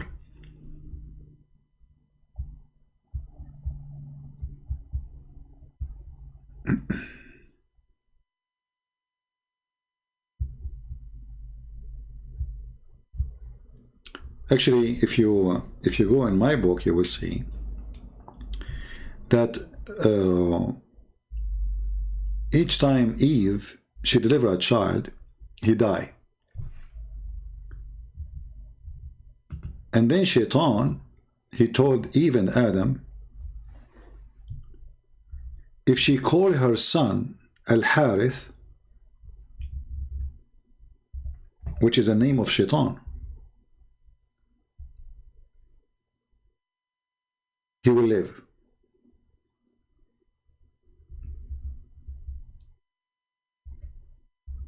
Let me see if I can find the reference in English. I don't know if I can find it in English. So you can say that even the one, according to the Muhammadan, the one who created the child of Eve is Shaitan, because Allah cannot make him live, cannot make that baby exist.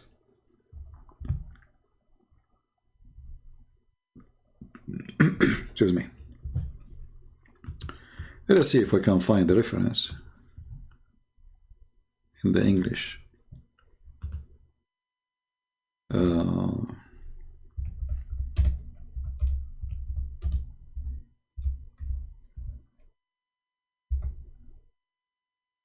Okay, here we go.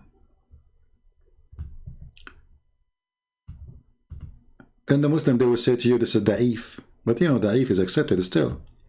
And if it's bad, why it's there anyway? So the Prophet said, when Hawa became a pregnant, Iblis came to her, and her children will not live after birth. So he said, name him Abdul Harith. And she named him Abdul Harith, and he lived. Do you see it?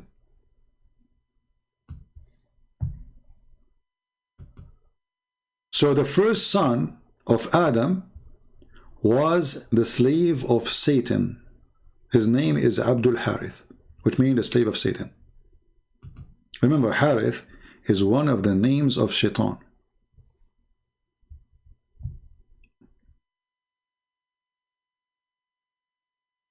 Can you believe it?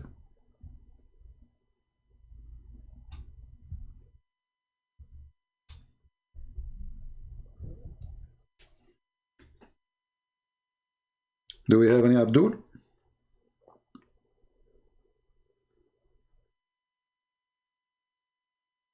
So Allah could not make her son live.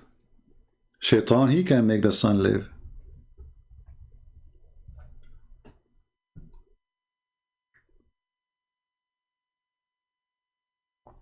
And the funny here, all of us, we knew that, you know, Islamic religion is a Middle Eastern religion at the end of the day.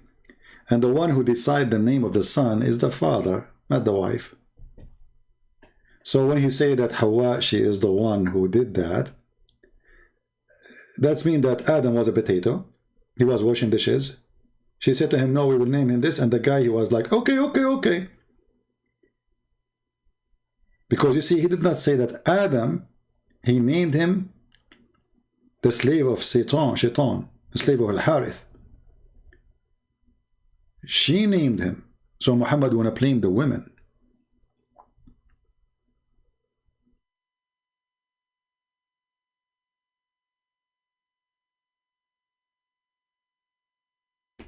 Well, if you ask the Muslims where the name, you see the Bible call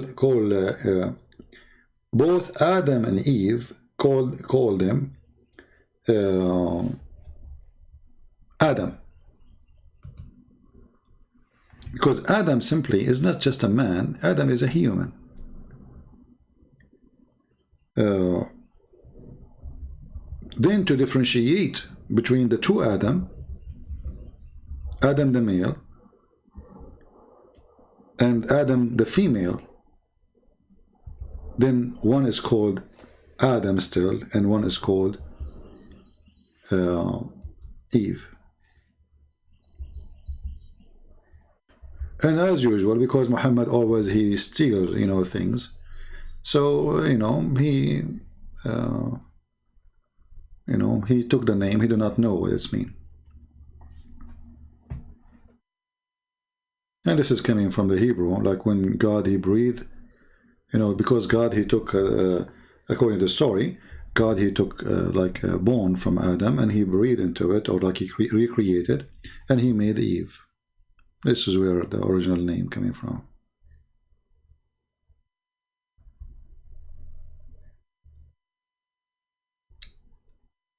You see, always when we read in different language, the name will be changed because they have no equal words for it. So the word Eve does not exist really.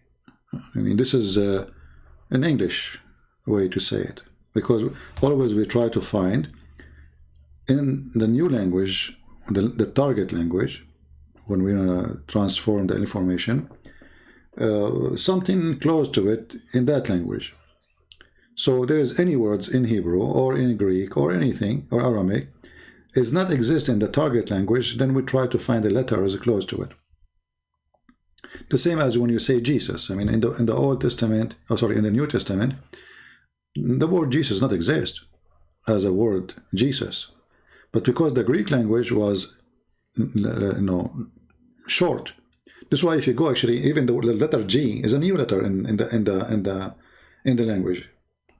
I don't know the history of the letter G, but I think it's maybe a few hundred years ago they come with this letter. So if you go in the old copies of the Bible, there's no G, because that letter does not exist. So a person who he's ignorant, he might say, oh, this is a corruption, this is different. No, this is not, no, because at that time there's no letter like this. It wasn't there. It's a new letter. And same for anything. Language, they change. Words, they change. The word gay used to be happy. Today, if somebody say he's a gay, he's not saying he's happy, he's saying something else. But before, it have nothing to do with sexuality.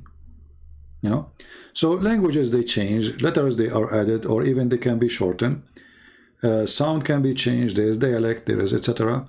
And always history, scriptures, whatever books, the target book or the target language, if it's short with letters, they have to make equal letters for them, or they have to use equal, close letters to them in that language.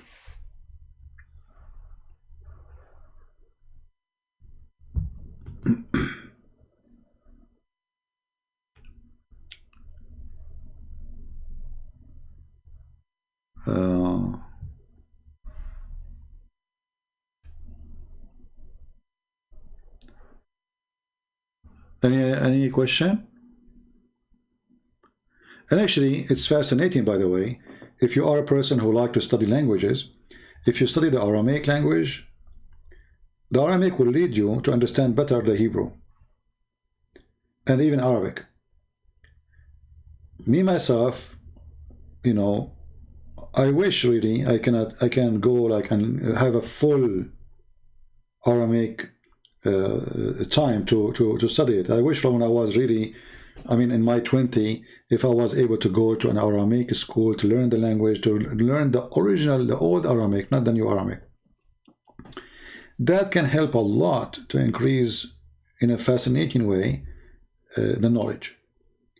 Because always the best way to get what it's meant is to go to the origin language and the root of it. When you are reading translation, always you are short of the meaning, no matter how good the translator is.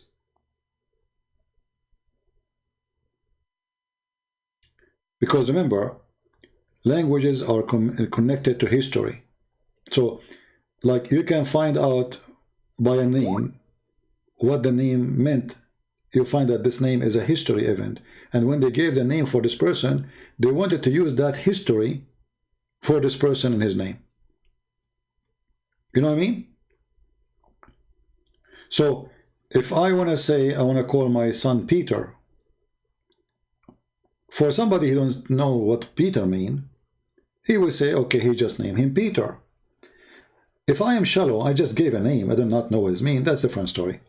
But if I'm a religious person and I chose the name based on my belief, then I did not really choose a name, I chose history. I chose a spiritual history. I chose spiritual experience, and I choose that I want maybe my son to be Peter or the likeness of Peter. And that Peter is going to be the rock. The rock of what? A rock in the street? No. A rock of faith. So names never was the target of the Bible. All names, they have a history behind them, or let us say a message behind them. There's a video, it's called Secret Message in the book of Genesis. All right. Ultimate Faulty is he's texting me again. Should I take him?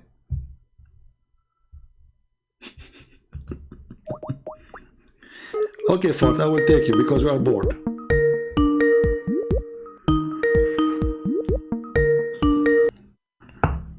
Hello, Abdul Harith, how are you? Keep lying, Rashad Khalifa. How are you, Hafsa? So did you change your name to Hafsa? I saw you now. I'm driving you crazy. Everybody called you thinking it's me. Okay. And you're laughing at yourself. No, I'm not thinking it's me. I'm not thinking, here we go. I was right, it's you. Each time you call, I know it's you. I'm not going to tell you how I know it's you, you idiot. You're stupid. But anyway, why you're calling me? You lied on Rashad Khalifa. I lied about Rashad Khalifa? Where I lied? Okay, yes. Go ahead. You lied on me. You said, listen to me. It's so simple. Okay. You said Rashad Khalifa. You said, I said, pulled what I just said, what I called you. You said, I said Tauret. I never said Tauret. I said Jews. Tauret, what is the Tauret? What does Tauret mean? Tauret is a book. Jews is a people. In which language, Tauret? I said Torah is a book. Okay, no, you said Tauret. You just said Tauret. You just said Tauret. You just said Tauret. What Tauret mean? Which language? Listen, I want to fix first the lie you made. You lied. So you do not even know how to say the word correctly. Okay, go ahead. I said, did you say or not that I said Torah? I didn't say Torah. I said the Jews. You said Tauret, and you said the Jews. Yeah, you said, and yeah, you said the Jews. You said the Jews. Correct. Right. So then why are you lying on me? Okay. Here we go. This is a translation. This is a translation. This is the translation of your favorite man. Read it for me. Go ahead. No. Rashad Khalifa translated Yahud as Jews. Okay, what is the word Yahud in the verse? Torah. We said, Abdul, stupid, Abdul, listen. You said, hold on. I said to you, chapter 289, what translation you like? You said, Rashad Khalifa. Okay. This is 289. Where is the word Jews? I said we never spoke about any chapter. No, we You did. said, what No, we did. We did. No, we did. We said you claim that the Torah, sorry, you claim that my Bible is corrupt, the same as the Hadith, correct?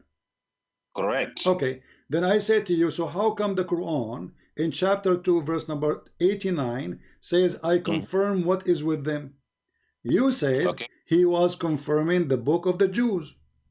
Yes. Okay, where it says this is the book of the Jews. Can I answer? Sure, go ahead. Okay. Open 543. Abdul, no. Here. We are talking about this verse. Don't go. Why you are changing? What's wrong with you? I said to you, I quote for you a certain verse. I quoted for you a certain verse, not different story. Chapter 2, verse number 89. I asked you many times, which translation you like? You said Rashad Khalifa. Can you show me where in Rashad Khalifa he say he is speaking to the book of the Jews or about the book of the Jews? Okay. So you saying that I cannot answer to a verse from a verse in the Quran? Is that what you prevent me from doing? Because I quote for you this verse, and you say this verse is about the Jews. Okay. Okay, guys. Okay. So let us first, before we go to different verse. So you agree that chapter 2, verse number 89 never said anything about the Jews or the Torah? It says anybody the Torah and the Injil was sent to, and that's the Jews. There's Injil there? Throughout the Quran, the Torah and the Injil are sent to the Bani Israel. Okay, hold on, guys. Okay, hold on. So you say, okay, hold on. So you say that my book is corrupt, like the Hadith, and now you just admitted that the Torah and the Injil are confirmed by Allah. Yeah, but I never said the Bible. I said the Torah and the Injil, not the Bible. Not the Bible. Get out of here, son of Muta. Because your God, Allah, never said there's another book. He never said the Bible. I never said the Bible.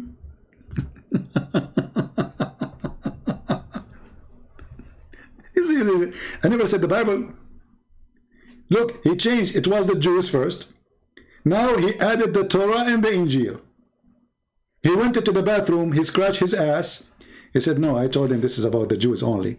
Now let us add the Torah and the Injil. But you idiot, you donkey, you stupid, certified idiot, your God Allah, He never said that the Christians, they have, or He gave name to any books except, as you call it, Injil. And Injil is the 4 Gospels in Greek language, you donkey. So the second you say the word Injil, you confirm that we are talking about not only the Bible, not only the Gospel, we are talking about the Gospel in the Greek language. For this is a Greek word. This is not Hebrew. This is not Aramaic. This is a Greek.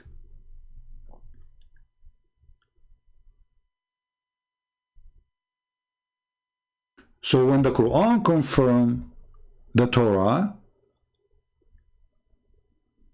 and by the way, according to your prophet, Allah, He sent the Torah, all of it to Moses in the tablet, not only the 10 Commandments. And then Moses, he carried all those rocks in his back. You can imagine, he spent his life carrying rocks. But all the Quran confirmed that Allah, He gave the Torah, Allah, He gave the Injil. If we ask any Abdul, what is the word Injil? They will say the good news. In which language? This is a Greek word. So what Allah in the Quran, Aka Muhammad, He's quoting for us that the book which he sent to Isa, it was a Greek book and never was in Hebrew or Aramaic. Because it cannot be that the book in Hebrew and the name of it is a Greek. And then when the Muslims, they say that the Gospels are written after Jesus, and then the Quran say that Allah, He sent down the Injil, which means from the first second, Jesus, He received a Greek book, not a Hebrew book, not an Aramaic book. And the stupid Quran confirm that there is no other book sent to Jesus. So if the Greek book is what the Quran confirm, and we ask the Muslims when the Greek book exists, they will start giving you numbers, and they will say to you, long after Jesus. And then we say to them, okay,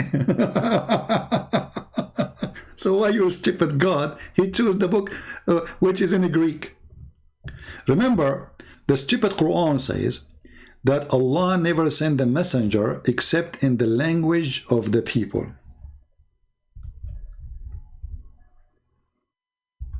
Why? So they might understand. Which makes sense, by the way. This is why we Christians, we have no problem with the translation. Muslims, they have to pray to Allah in Arabic. The translation is not accepted by a single Muslim. Translation is not Quran for them. The Arabic is the only Quran. Which means they denied what Allah, He said. And they said to themselves, you know, Allah confirmed that the book have to be in Arabic, but at the same time they denied that they have to be Arab in order to take it in Arabic, because He never sent a messenger unless a messenger, he is from the people, speaking the tongue of the people. Going back to the word Injil, so if Allah, He gave Jesus Injil, which is a Greek word, that means Jesus was not sent in Israel, He was sent in Greece. Because the Quran confirmed, we send not a messenger except with the language of his people. And that destroy all the idea of Islam, because if Muhammad is a prophet, you see, he will say to me, oh, it says Rasulan lil Alameen in the Quran. You idiot. Alameen, Alameen, which mean the two words, the word of a human and the word of the genie.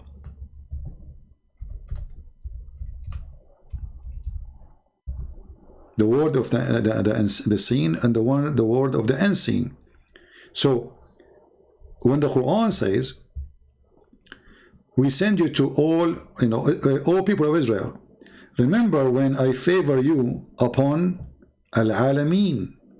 Okay, the Muslim say, you see, this is Muslim translation, al-alameen, mankind and jinns. So Muhammad is a prophet for mankind and jinns, but what kind of mankind he was sent to them? Those who speak his tongue. Which means, even the genie which Muhammad, he was sent to them, they have to be Arab genie. And this is why we laugh. So how this guy from Africa who don't speak Arabic, Muhammad, he was sent to him. Call me back so we can laugh. You did lie. I'm going to cut you, bastard. Okay, where is the word Jews in the verse? And as long you just admitted that Allah, He confirmed the book which was with them. Did He say that? But what is with them is what they believe. And what they believe, that the Messiah is the Son of God. This is what is with them. Stupid. What a puppy. Imagine this guy, he have a wife. I hope not. That will be a very bad day for her. Idiot. You did lie. It says Jews. Okay, where it says Jews? Here we go, the verse in front of me. Oh no, I will show you in different verse. But Abdul, I was quoting for you this verse, and you said the word Jews about this verse. Maybe other verse speaking about the Jews. What potato have to do with tomato? So the poor guy, he went to his bathroom, scratched his ass, looked for some reference there. He looked there, he looked down, you know. So he said, okay, I'm going to show him different verse speaking about the Jews. Stupid idiot. And he is confirming what is with them. You see, does it say even the word Torah? Does it even say the word Injil? It is what is with them. Which means whatever is with them.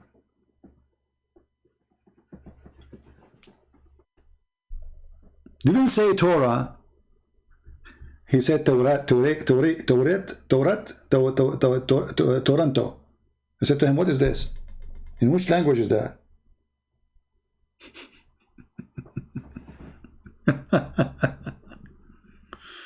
Oh boy.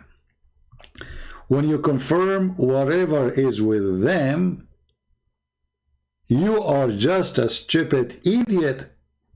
Because what is with them, especially the Jews, can be horrible. They have tons of books, have nothing to do with the Bible, full of crazy stories.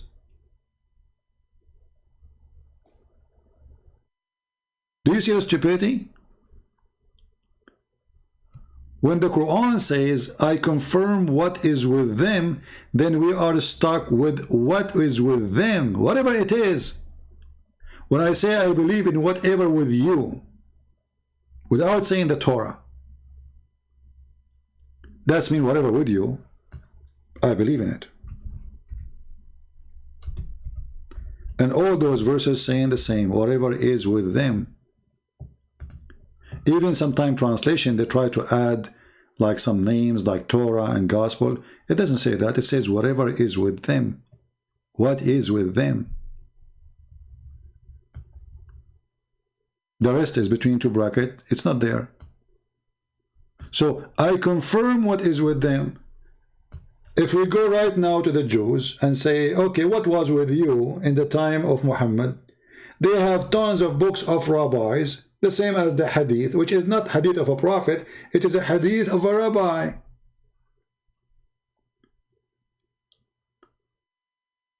They have a very high rabbis, and their books is extremely valuable for them. But the Quran, confirming what is with them, anything with them. So when this guy, he says, Torah, not Injil, he is just being stupid. Actually, he said Torah and Gospel, he said that. He tried to fix it. In the beginning, he says only Torah, when he first called. Second call, he changed it. He says Torah and Gospel. But the Quran doesn't say Torah and Gospel. The Quran says confirming what is with them. And you see here, what is not in the past. So this is something they have with them. Okay, what they have with them? The Quran says that the Christian, they say that the Messiah is the Son of Allah. So this is what is with them. Stupid.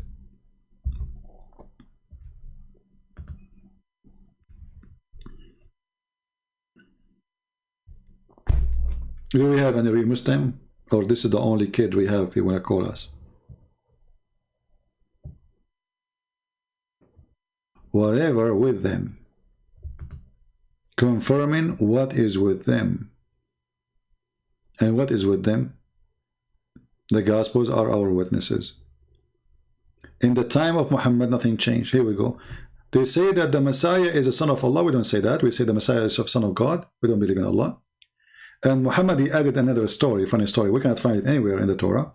That the Jews, they believe that there's a guy, his name is Uzair, not Ezra, as they say in translation. This is false translation. Uzair. Uzair, the son of Allah. Where we can find that? Did the Jews change their religion? They cannot. Because the Christians, they adopt the Torah from the first day they became believers. Remember, the first Christians, they were Jews, which means already they believe in the Old Testament, correct? So there's no need to say I believe, we don't believe. We believe for sure. So, as long as the Christians accepted the Torah as it is, and the Christians exist in the time of Muhammad, and they accept the Torah as it is, that means this story here is a lie. Because we cannot find such a story in the Torah which is with the Christians, or in the Torah which with the Jews. And not only that, we find that the Christians in total agreement with the Torah of the Jews. They don't take verses, they don't add verses.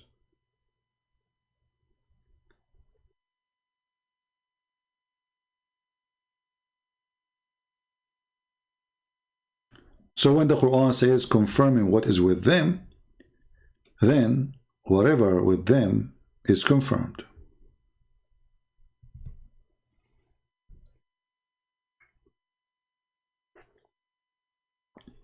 Yeah, don't forget, guys, to give us I don't like to say give us a like. Actually, it doesn't sound right.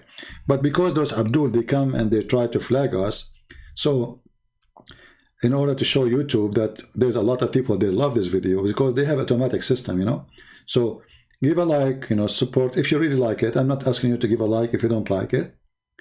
If you think what we do here is so good, or I don't know what it is for you, you know, just hit something. I mean, this is their system, what we can do. Otherwise, I don't really care who give a like or don't give a like. I'm the last one who care for those things. Like one of you, he sent me actually a message, says, why your Patreon, the video you post there is open for everybody? I said to him, why it's not, shouldn't be open? He said, how people make donation then? If it's open for everybody can have it for free, then there's no reason for them to make donation. I said, okay, don't make donation. I'm not a movie theater. My service is for free for everybody. The one who can make donation and the one who cannot make donation. He said everybody like his videos, and he started quoting names. I said, I don't care. People do whatever they want. For me, my videos in Patreon is open for everybody. There's no difference between here and there.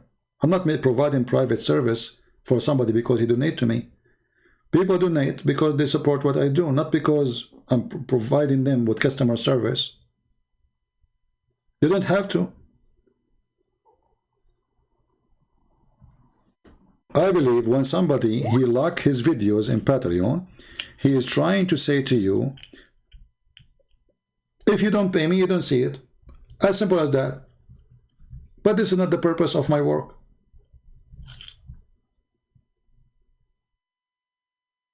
I give my books for free.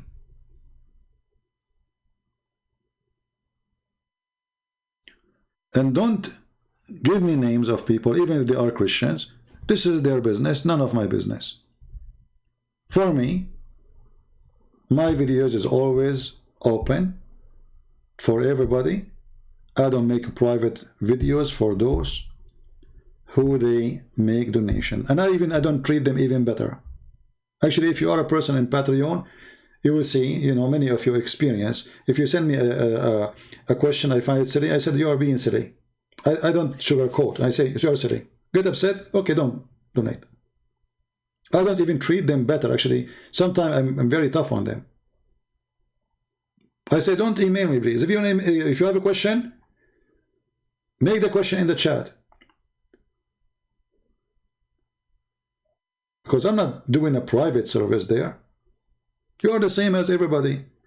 You like to support us, God bless you. You don't like to support us, God bless you too. I'm here to serve the poor before the rich. If somebody, he think that what we do is important, and he like to support us, thank you very much. But we are not for sale. And we don't serve the rich. We serve everybody. For the rich in the eyes of God is the one who rich with his soul, his heart, his dignity, not the one who have a big, huge credit card.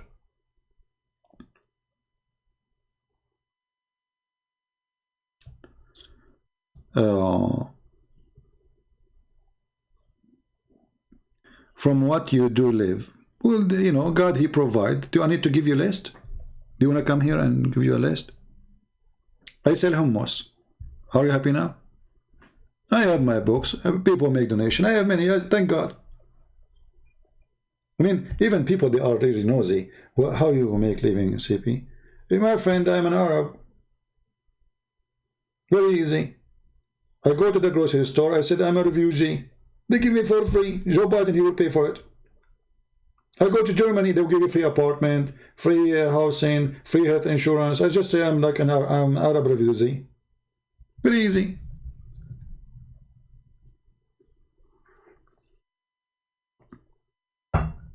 We are in a time, if you are a citizen of a country, you have to work as a donkey to make living. If you are just a person just across the ocean, come to them, free school, free health insurance, free apartment, free etc. And not only that, they treat you even better than the own citizen. This is the truth. Western, you know, they are suffering from madness. There's a story of a woman. The story is popular on TV. So, you see, I'm not against refugee. I mean, it's good to help refugee actually, but there's a limit of stupidity. 2 women in the hospital, one she is American and one she is from Syria. The women, both of them, they are in that hospital because both of them they have cancer. Okay, the woman who is a refugee, he just came maybe 2 months or 2 weeks ago. Her health is covered by the government. The American women, they said to her, you have to find somebody to cover your cost. How in the world this has happened? The person who just arrived to the country, never worked, never paid tax, she will have all her treatment paid by the government, which means that American next door, she is the one who paid for it. And that American next door, she don't have health insurance. Can you believe the stupidity? So if you provide health insurance, provide it to everybody. Not the refugee have it and we don't have it.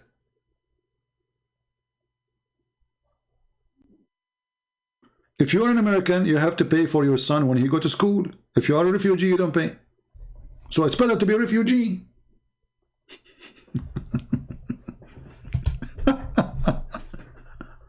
Right? You know, madness, my friend, madness. Stupidity sometimes goes beyond imagination. Let us see. He's trying again, maybe.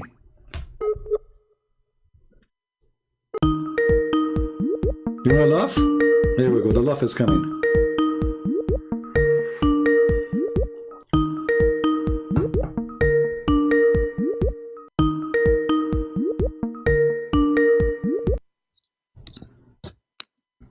Go ahead. Hello. Yes, my Can you friend. hear me? Yes, I hear you. Go ahead. Okay, so am I gonna get the chance? Am I allowed to choose my own topic? Sure, go ahead. Okay, can we talk about Prophet Muhammad, peace be upon him, in the Bible? Sure, go ahead. Okay, so I would like to point out Song of Songs 5. Song of Songs? 5. Song of Songs 5? Yeah, the argument where we say that he's mentioned by name. Okay, you are a Muslim, right? Yeah, sure. All right. So tell me about Song of Songs. Okay. Chapter 5, correct? So, Chapter 5, you yes. said. Okay, what about it? Yes. Okay, so first of all, yeah, the name is mentioned, of course. In the original Hebrew, the word Muhammadim is mentioned. Okay. Secondly, there are things which clearly matches his description. Like how what? Tell me. Hold on. Let me just open my resources.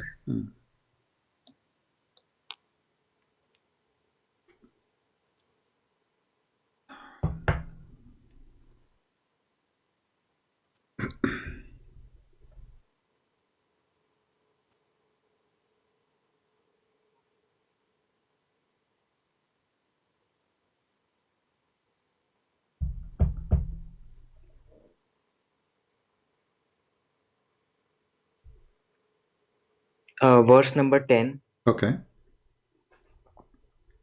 My beloved is radiant and ruddy. Okay. Outstanding. Let us say one by one. Is your prophet radiant? What is the color of your prophet? White and redness. Oh, okay. So guys, take a note. Muhammad is blonde. Okay. Then continue. Sorry? Your prophet is blonde, right? No, he's white with redness in his skin. Okay, like but you have redness of your skin if you are extremely white. Repeat that. The reason you have a redness in your skin because you are extremely blonde. Not necessarily. Okay. How is that necessary? Because this is how it is. They say somebody is redhead simply because you know his color going into red more than even whiteness. But anyway, continue. Okay. Outstanding among 10,000. Okay, so who was outstanding among 10,000 according to history? Okay, read where it says 10,000. Outstanding among 10,000. Okay, who indicating? Okay, hold on. Where it says outstanding out of 10,000. What does it say? I'm asking you. I'm learning from you. It says outstanding among 10,000. Okay, let me help you. In verse number 10, right? Oh, verse number 10. No, it doesn't say it. All right. So it does in verse number 10, it says that he is outstanding out of 10,000, correct? Exactly. Okay, continue. His head is pure as gold. His hair is wavy and black as a raven. Now, if so your prophet is a black as raven, or his hair? Dude, it's talking about his hair, right? Okay. If you can see. All right. True. Now, if you look at it, okay, the word raven, can it also be translated as Arab in Hebrew? Oh, okay. The word used there. Can be translated as there. Oh, okay. Raven as an Arab. Okay. Yep.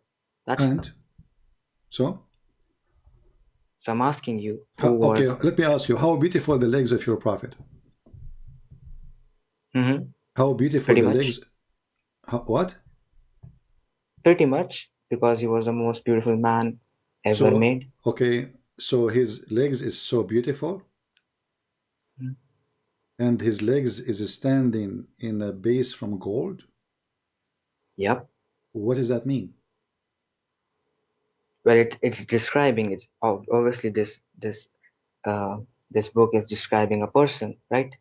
Well, I mean, he's a human, right? Exactly.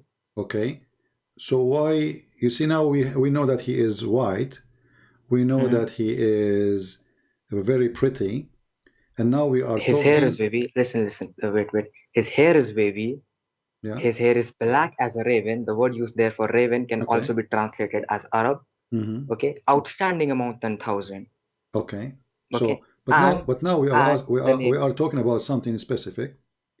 Yep. It says that his hands or his arms is made of gold. Okay. Your prophet, his hands is made of gold. Name me one person in history whose hands were made of gold. If that verse is to be taken literally. Well, I'm asking you. Don't change the topic. Is your prophet, his hands is made of gold? I'm sticking to the topic and I'm counter questioning you. Is there any person on history whose hands were made out of gold? Well, you're a prophet because you just told me this is about my prophet. Okay, so which means songs is wrong because there is no man in history whose hands are gold. But you are the one who said there is a man in history and his name is Muhammad and this is about my prophet. Yes, of course. Okay, so in a second, just when we asked you, is his hands is made of gold? You said there's no man in history, his hands is made of gold. Exactly. Okay, so this is not about your prophet then. So okay, so it's about whom? I'm just confirming right now. We will go and talk about who. I'm asking you now. Okay. Are you sure there's no man in history he have arms made of gold? Yeah, sure. Okay, why you are being silly and you call me and saying this is about my prophet? Did you read the whole chapter before or not? Yes, I did. So why you did not see it? Why did not see it says his arms is made of gold? Because according to me, you can make your own interpretation, but according to me, this is talking spiritually, which means the man is good, his hands are gold. Okay, so how you know even it's about a man? Maybe it's about a city. Okay. Did you read? Did you read? Possible. Listen, Abdul. I mean, you Muslims are so desperate to find your prophet in our book. So, in just a simple question, we discover you are the one who just said, and everybody heard you, that there is no man in history have such a description. So obviously, it's not about a man then. But you did not hear me fully. I said listen, there is no man. Don't tell me spiritually now. I'm asking you. Said there's no man in history have such a description. So you just said wrong. No. I said there is no man whose hands are made out of literal gold. AU. So is his hand? Does it say metaphorically, or it says his hand is made of gold? Of course, it's metaphorically. Is there any man in history whose hands are made of gold? So let us go with the metaphorically. His legs is made of gold too. What is the metaphorical of his legs made of gold? Means the man is precious. His legs, his price, the price is about Muhammad is his legs? But what? Muhammad is a priceless because of his legs? No, but according to this book, it's describing a person, so it's describing him fully. My friend, you say this is a spiritual. I'm asking you, what is the spiritual thing about Muhammad being described that his legs is made of gold and his arms is made of gold? Basically, the verses are saying his hands are made of gold, his legs are made out of gold. Yes. Means the man is so good, the man is. So the good of your prophet is in his hands and his legs. Not, is there only 2 verses in the entire chapter? This is what? Is there only 2 verses in the entire chapter? Because you are saying, you are making it look like, okay, his hands are made out of gold and his legs are gold. Okay. Is that's what your prophet prized of? Which prophet? My prophet. Where it says this is your prophet. The word Muhammad means the praised one. This is can be written in any language. Muhammad means the praised one. And the praised one is not even an Arabic word. It is taken from other languages. And you are just the one who said that this is a Hebrew word, right? Yep. So it doesn't say really Muhammad. It is a word closer from the Arabic word, because simply this is the Hebrew. So it is not about Muhammad. It has nothing to do with Muhammad. And you will see there they are speaking about the city of Jerusalem. Do your prophet live in the city of Jerusalem? Oh, okay. Let's stick to that. Okay, if you think this is talking about city, first we'll talk about it's not about Muhammad, peace be upon him. First of all, I did not just made a point that because the word is there means it's about him. It matches his body language. Outstanding about 10,000 men. Okay, I will go with you. But you just said that your prophet is a fraud, because your prophet, he said that his book is written only in the gospel and the name there is Ahmed. Only. Only. You sure about that? Yeah, only. I'm sure. Yeah. Here we go. Are you accusing your prophet to be a liar? No, of course not. Okay. If we go in the Quran, it says here, chapter 61, verse number 6.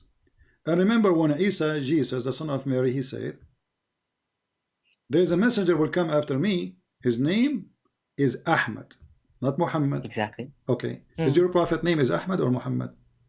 Both. Why when his mother, she gave birth to him, she gave him 20 names? What's your name? Christian Prince or CP? Well, this is what people call me. This is God now. So? I'm asking you, what is the name of your prophet? Is he Muhammad? What his mother, she call him Ahmed or Muhammad? I'm asking you, is your name CP or Christian Prince? No, it's not. My name is not CP. No, my name is not CP. It's Christian Prince, right? It's not even Christian Prince. I'm asking you now. Don't change the topic. Okay, so if people call you Christian Prince, that's wrong. You call me, you said the name of my prophet is Muhammad, and you quoted for me from the book, the Song of Songs. Okay, but your prophet said that in their books they will find the word Ahmed, and that is going to be in the gospel, not in the Old Testament. Well, CP, it says Jesus said his name is going to be Ahmed. Okay, so did the Quran, when Jesus said his name will be Ahmed, Did Jesus choose a wrong name? I didn't got your question. No, you know my question. I'm asking, when your Quran saying that Jesus said, there's a messenger will come after me, his name is Ahmed. But you are quoting for me a book saying his name is Muhammad. Why Jesus did not say his name is Muhammad? Cool, you just trapped yourself. Okay, now show me one place anywhere in the New Testament where Jesus is called Emmanuel, because according to the Old Testament, his mother will call him Emmanuel, right? Yeah. No, he will be called Emmanuel, which means people will call him Emmanuel.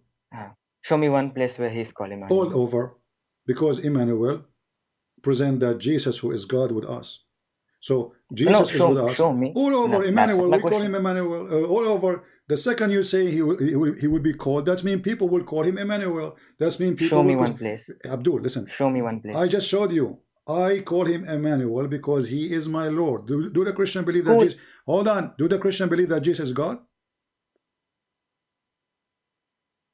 Some of them do, yeah. No, don't be stupid with me. Don't for me to hang up on you. If there is a single Christian don't believe that Jesus is God. Yeah, there were many according to till the 3rd century. They were really in dispute about the Trinity. Okay, so your God is a stupid, because your God, he said that the Christian, they say that the Messiah is Allah. Say that again. How come I have to repeat things? Are you trying to buy some time to answer? Your God, he said the Christians, all the Christians, they say that the Messiah is Allah. Yeah. Okay. So some of them say so there's no exactly. some. There's no some. Did your God Allah say there's some Christian they believe that the Messiah is Allah, or all the Christians? It says Christians say, it doesn't say all. When it says the Christian, it's mean the Christians. So anyone who is a Christian. Hold on. Listen. When you say, when I say the Muslim, when I say the Muslim, they believe Muhammad is a prophet. I am not quoting Shia. I'm not quoting Sunni. I'm quoting those who they are called Muslims. Correct? Okay. So the Quran says those who they are called the Christians, they say that the Messiah is Allah. Yeah, let me interrupt you there. The Quran also says that the Jew says that Isa ibn Maryam is the son of Allah. Okay, obviously, the Jews, they say some that, of them say son of God. The Jews, they say that. Hold on. The Jews, they say that the Messiah is son of Allah. Yeah. Where? Yeah, Where? I know that argument, but that will no. Give me the verse. No, give me the verse. Where the Jews they say the Messiah is son of Allah. Who says? What's wrong with you? You just said the Jews.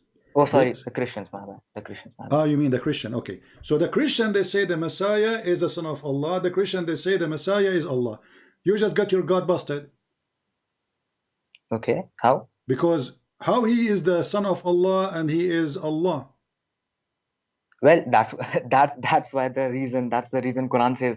That's what Christians do. They say he's a son. No, we don't say that. No, we don't say that. No, we don't say that. We Christian, we don't say. Okay. Listen to me. Listen. Let me make my point. We Christian, we don't believe. Hold on. We Christian, we don't believe that the Messiah is the Father. We don't. That's why it's called the Trinity. So no Christians say that the Messiah is the Father. So your stupid God, he is giving wrong information about the Christians. Okay, fine. Now listen to me. Do you believe Jesus is God? Okay. Now, do you believe Jesus is Son of God? That's it. That's what the Quran is saying. You just agreed two things at once. No, simple as that. No, how can someone be son of himself? Allah is a name of a person, and the Messiah is a name of a different person. So if we say person. What's the meaning listen, of a let me person? answer you. Person, mean person. Is Allah is a person or not? Allah is God. Is he a person or not? Does he exist? Exist in which sense? I don't care. Is he a person who exists? Is he individual who exists? Person mean individual. Is he individual who exists? Well, if you see the definition of person from Oxford language, it will say a human being regarded as an individual. Okay, is Allah is a human? Is Allah is a human? Nope. Okay, so why Allah, he looked like Jesus? Again, you are changing the topic. Was I am that our not. topic? You see, you are the one who said that the word person mean a human. Correct? Yep. And Allah is not a human. You are the who opened the topic, not me. So why your prophet, he described Allah as a human, and he is afraid that the Muslims, they will think that he is the Messiah, which is a human. And he is saying the only difference between the Messiah, the true Messiah, the false Messiah, sorry, and Allah is one eye. Is your God Allah is a human or he is not? No, he's not. Okay. So why he is afraid that you will worship a human, and saying the only difference between him, that a human, and Allah is one eye? Well, of course, my prophet does care about me. You know, he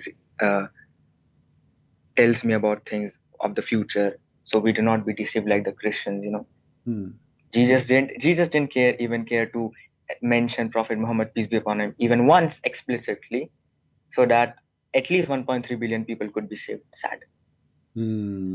Okay, listen, you are very smart. Still you aren't answering. You're trying to avoid. Allah Prophet, he said. No, hey, hold on.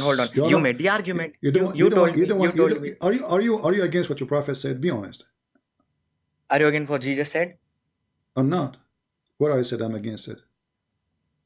Well, according to you, you are, because he never said he's Jesus, God. no, okay. Jesus, he said to us that my father. Do you Muslim believe that Jesus have a father and he is is God? Father in which sense? Biological? There's no other sense. Oh really? There's no other sense. There's no other sense. Okay, Jesus said. Okay, Jesus. Listen. Shut up. You didn't let me finish. Abdul, shut up. Listen. You didn't listen me finish. Hold on. You are trying now. Look. You're jumping like a monkey from place to place. Hold on. Let us focus.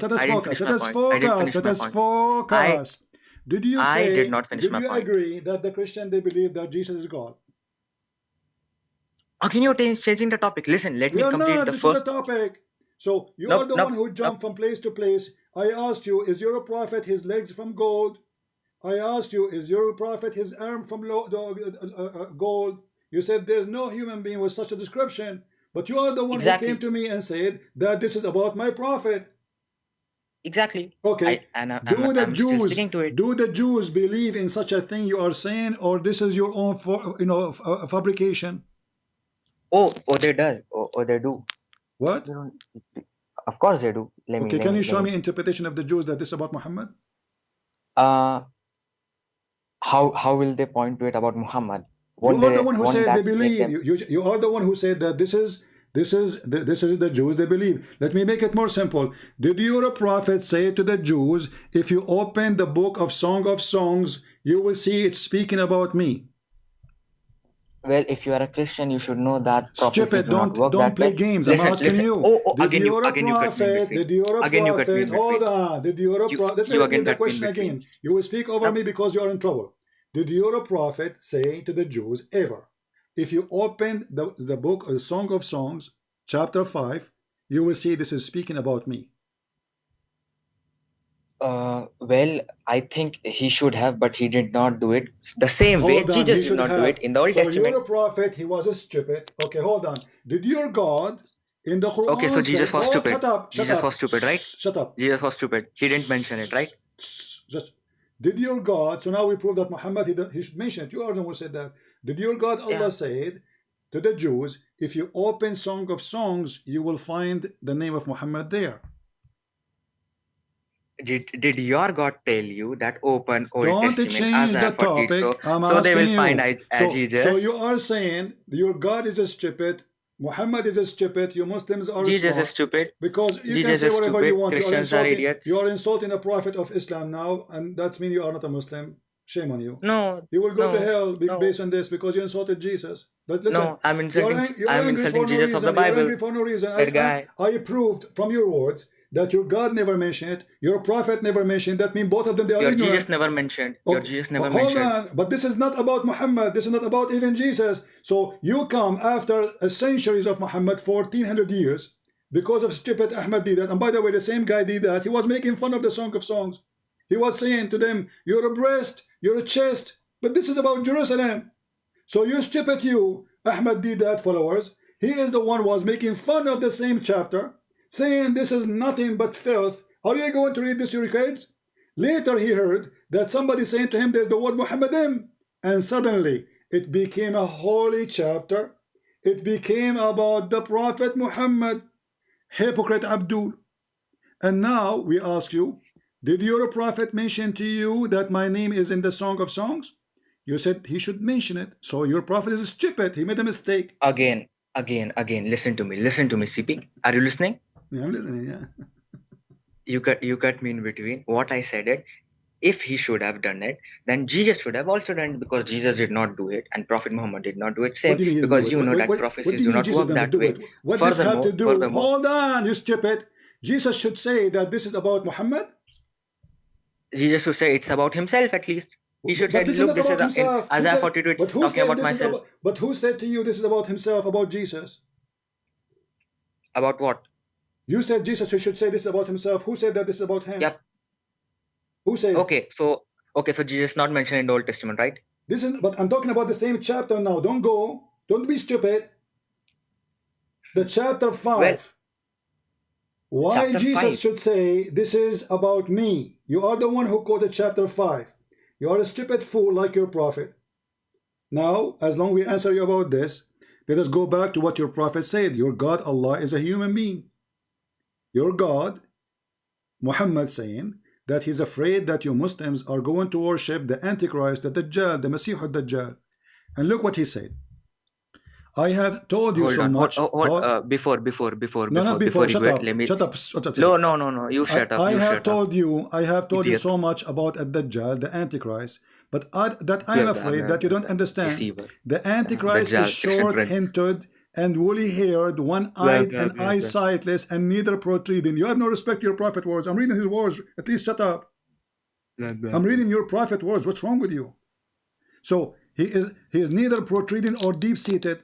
If you are confused about him, that your Lord is not one-eyed. So why Muhammad afraid that the Muslim will be confused by Allah and a man? Where does it say that Muslims will be confused by Allah and this man? I just did read for you. Are you donkey? Are you donkey? Well, I am not. Your prophet, he married Zainab into Jahsh, the daughter of the donkey, and his last name is Dogs. So focus with me. I just said to you, your prophet said, and you are saying to me where it says that? Just like Jesus called people you see, dog, right? You want to be rude, I can whip the floor with you. Muta boy. Oh, really? Yes, really? I am doing that. You are running away from answering. It's very embarrassing. You said Allah is not a man. So why your prophet is afraid that you will worship a man as Allah and saying the only difference between them is the one eye, and your God Allah is fat, he have big ass, and he is woolly haired, but the only difference between him and that man is he is not one-eyed. And I'm giving you proof. And I'm not saying this metaphorical, saying somebody told me, maybe it is. It is your prophet saying that. Read it.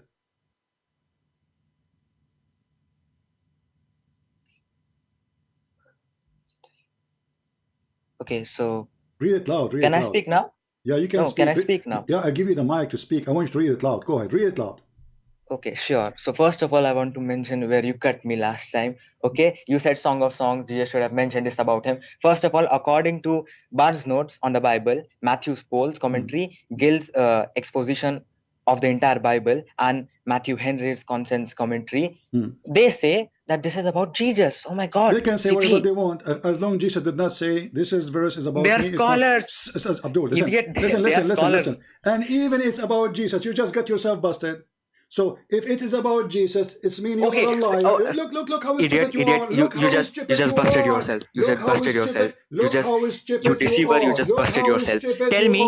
Listen. Tell me. Listen. I said, why your God did not say, I am my name is there, because he was debating the Jews. So if you why didn't Jesus say he is mentioned in Song of Songs? Now you tell me, why didn't Jesus say he's mentioned in Song of Songs? Anything tell me. Shut up. Anything Jesus did not say, people, they can make any assumption they want, but Jesus never said that. This is their assumption. You are being stupid again. So I'm asking you. So when exactly. You no, just made my no, point. it's not CP, exactly. CP, you just But made my point. You just made my so point. now you are Listen, making you just help me. You just help me. You no, said, no, no, no, you no. said people. I'm not helping Listen, you. no, I'm not helping you. I'm not not gonna let you helping speak. you. No. Okay, okay, I'm helping you. Hold on, I'm helping you. Did your God Allah mention in the Quran that the name of Muhammad is written in the gospel? Yes or no?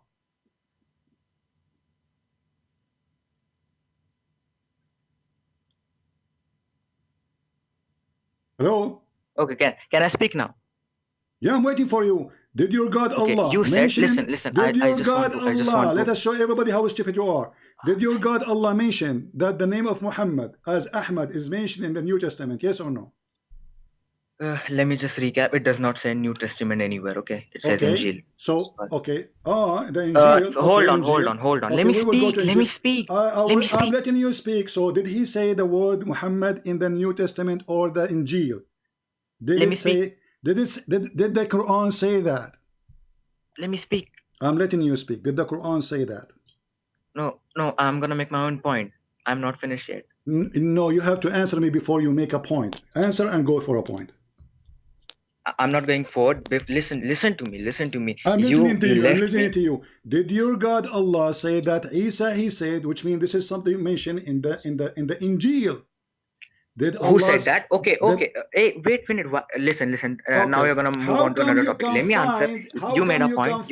Hold on, you stupid said, listen. How come you can find something never mentioned in the Quran to be found in the Old Testament, but you cannot find something mentioned in the Quran to be in the Gospel? Just like the birth of Jesus? What? The birth of Jesus, is it in the Bible? What, the birth of Jesus? Yes, it's in the Bible. He spoke out of his mother's skull. Is it in the Bible? Oh no, that's another topic. Those are fairy tale stories. We don't believe in them. Do your prophet really? Why you change topic? I'm asking you.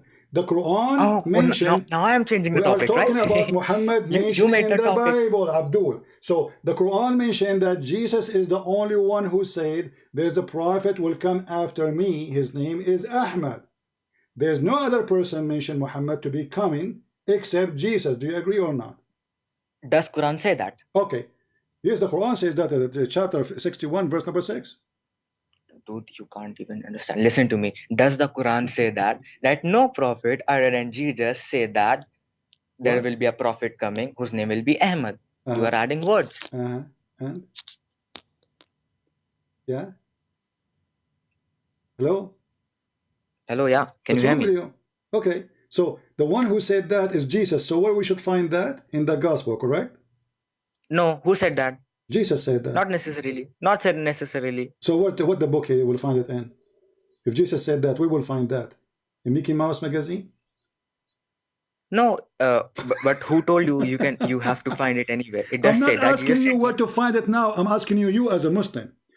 Does it say for you as a Muslim, not for me, that Jesus said, "There is a messenger will come after me. His name is Ahmed"? Does it say that? Yes, it does. Okay. In which book that will be found? This news. Which Jesus? Which version? King James. Abdul, they want to be stupid. King James. You want to be stupid? I'm asking you. In which book you Muslims approve?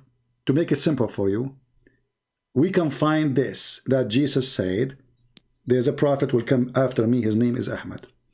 Well, if you provide me with the real Injil, I would really search for it. Guys, he but said, not the King James version. Okay, he said, if you provide me with the real Injil, I will accept it. I provide you with the real Injil. The Quran says that Allah, He confirmed what is with us. Is that true, or am I making things up? Yeah, it's true. But before you cut me, cut me, what the verse actually says what is confirmed before us and what came after it. And we know that the Quran does not fully agree with the Bible. Many places disagree with the Bible. For example, the crucifixion, for example, the divinity of Jesus. So it does not fully confirm the Bible. Okay, guys, he don't confirm fully. Okay, let me ask you. So do the Quran confirm fully the Torah or don't confirm fully the Torah? Don't confirm. Okay. So when your prophet, he took an oath on the Torah saying, I believe in you and the one who sent you. He was swearing the Torah, lying? No. He was swearing the Torah, right? He was swearing by the Torah. Yeah. Okay. But you just said Allah, he don't confirm all the Torah. Exactly. Okay. So how Muhammad, he swear by the Torah? Because Prophet, peace be upon him, always spoke positively. So he has no reason to say, no, I do not believe in this thing. Oh, so no, he was course, lying. So you are saying he was lying to the Jews? No, if you come with a Torah to me and say, do you believe in this book? I will say, yes, I do. What's wrong? But a second ago you said no. Did I say no? Yes, I said to you, do you accept all the Torah? You said no. All. Did I say I accept all the Torah? The Jews, they brought the whole Torah for him. They brought the whole book. And actually, Muhammad, exactly. So he asked them, bring me the Torah. They brought the whole Torah. They did not bring a page. They bring the Torah. He put it in a cushion. He put his hand on it. And he said, shut up. And he said, I swear by thee and the one who sent thee. So your prophet is a hypocrite man. He swear by a book. He don't believe in it. Okay, did the Jews tell him that swear by every single page, and you Abdul, they did not say ask that him you to believe swear. in every single word written? Idiot. They did not even ask him to swear. Exactly. Voluntarily. He and what said, did he swear? Shut up. What are the words? What are the words of the prophet? He said, I believe in thee, which means the book is underneath of his hand. Exactly. The book. Not everything in it. The book which is under his hand. Exactly, the book. The Torah, the book. Which book? The whole Torah, which is with the Jews, correct? Exactly. So does it mean you have to exactly agree with every single page in it? But you said your God don't confirm the whole Torah. Exactly. But exactly, you keep saying exactly. Are you stupid or what? So if the Quran does not confirm all the Torah and the Torah is full of lies, how your false prophet, he put his hand saying, I believe in thee and the one who sent thee? Was the Torah sent by, according to Muslims, was the Torah sent by God? According to Muslims. But this is not a question. We are talking about the physical answer the question. Shut up. The question is, they gave him a book.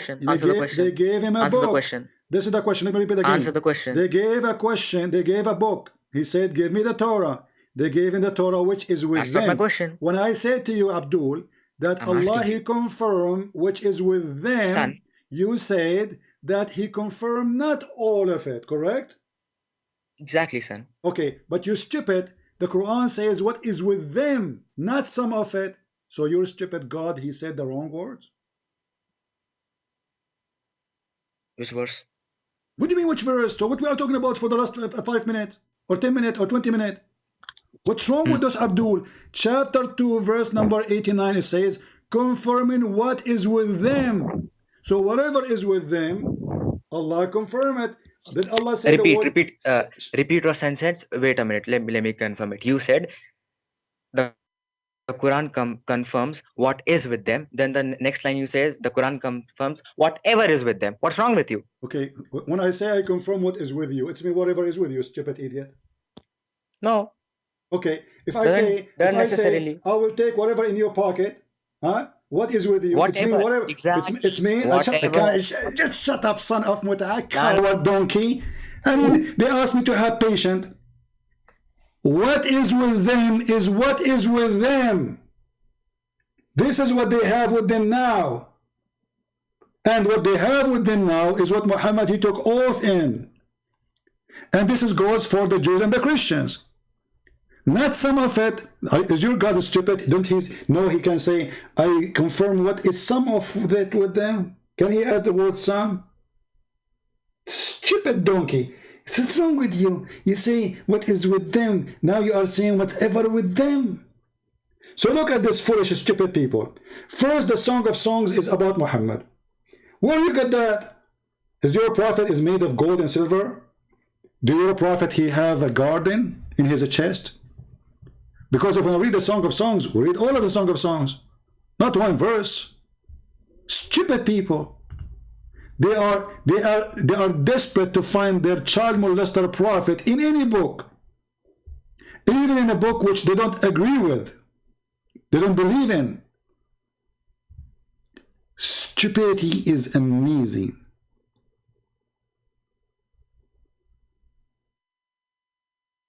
Secondly, you stupid donkey. The Song of Songs is a song of a king. It's not even God talking. Donkey.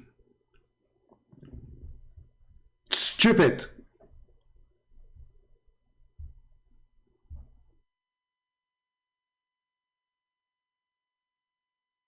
So desperate, so stupid. And if you want to understand the Song of Song, you don't even read chapter number 5, read chapter 4, 5, 6, and you will see that nothing there is about your stupid prophet.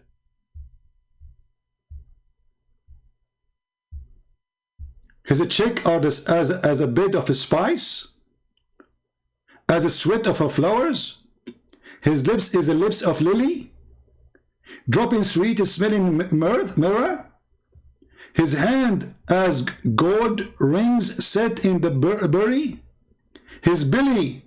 This is all about your prophet?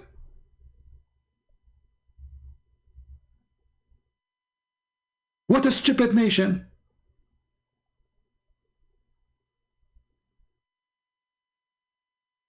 And your prophet is from Jerusalem.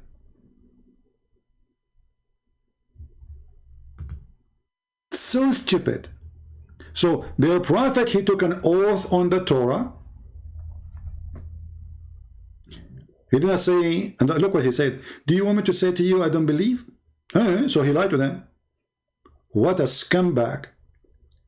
If you give me the Quran, says a Christian prince take an oath, and I will never take an oath in the book of the devil. This is a proof that Muhammad is a fraud. He is being a hypocrite. He thought if he take an oath on it, they will accept him. When they refuse him, we start going against them. But as you see in the beginning, Muhammad, he take an oath in the Torah, the same book, which they have at that time.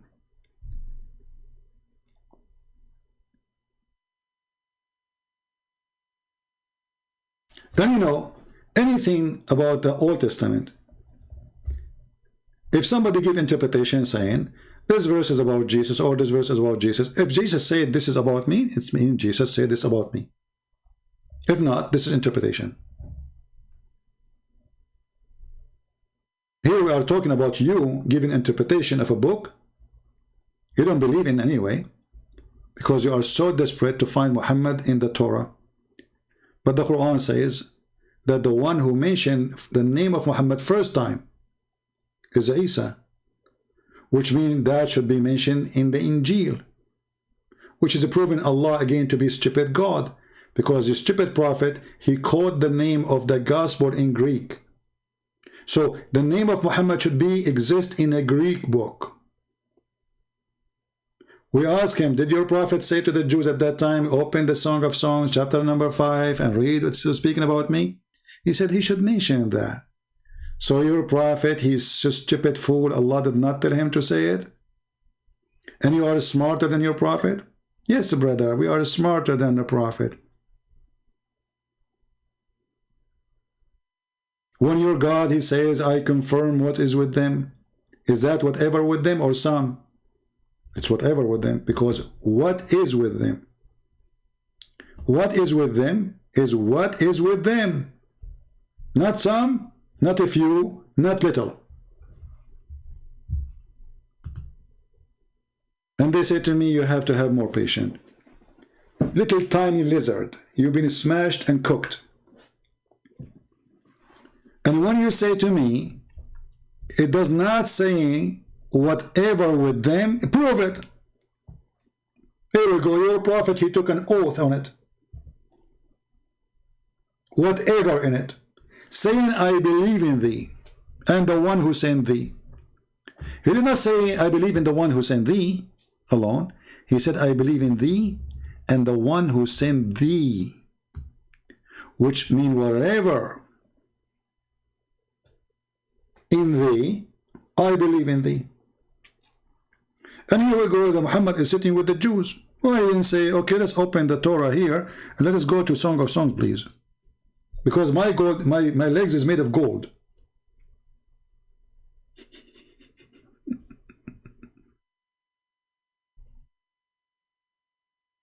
I know it's not the Torah, sorry, but I'm saying the Muslim, they believe, hold on, the Muslim, they believe that all those books are the Torah. All those books are the Torah, you know. Muhammad, he believed that, you see, like the Muslim, they call, as an example, book, it's called a Zabur. They have different names for different books, right? But if you ask the Muslims, where we can find the name of your prophet, they say in the Old Testament. What is the Old Testament? They will say the Torah. You see, when the Quran say the people of the book, the Muslim right away they say the Gospel and the Torah. Do you see it? So even the Quran is being stupid or being smart. If the Quran consider the scriptures is only the Torah and the Gospel, then why you are quoting for me the Song of Songs? And if you are considering the Song of Songs is part of the Quran, shouldn't the Quran say, here we go, the verse, let me quote it for you, let me read the verse for you?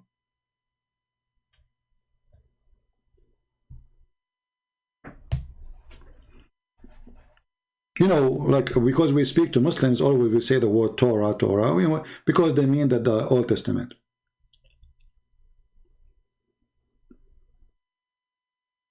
But do you see how arrogant, how stupid they are?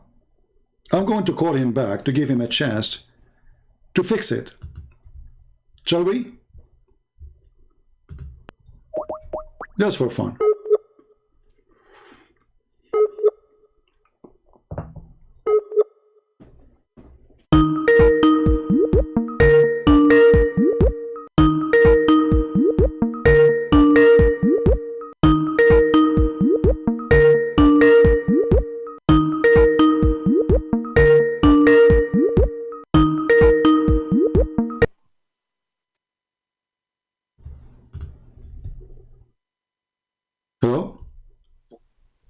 Yep.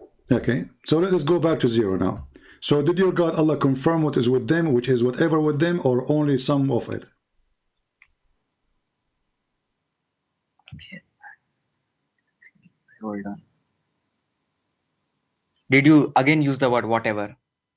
Well, he said what is with them. What is with them? Did he say whatever okay, is with them? you know, I will give you the mic. Explain to us what it was with them mean. What is with them? What does that mean? Go.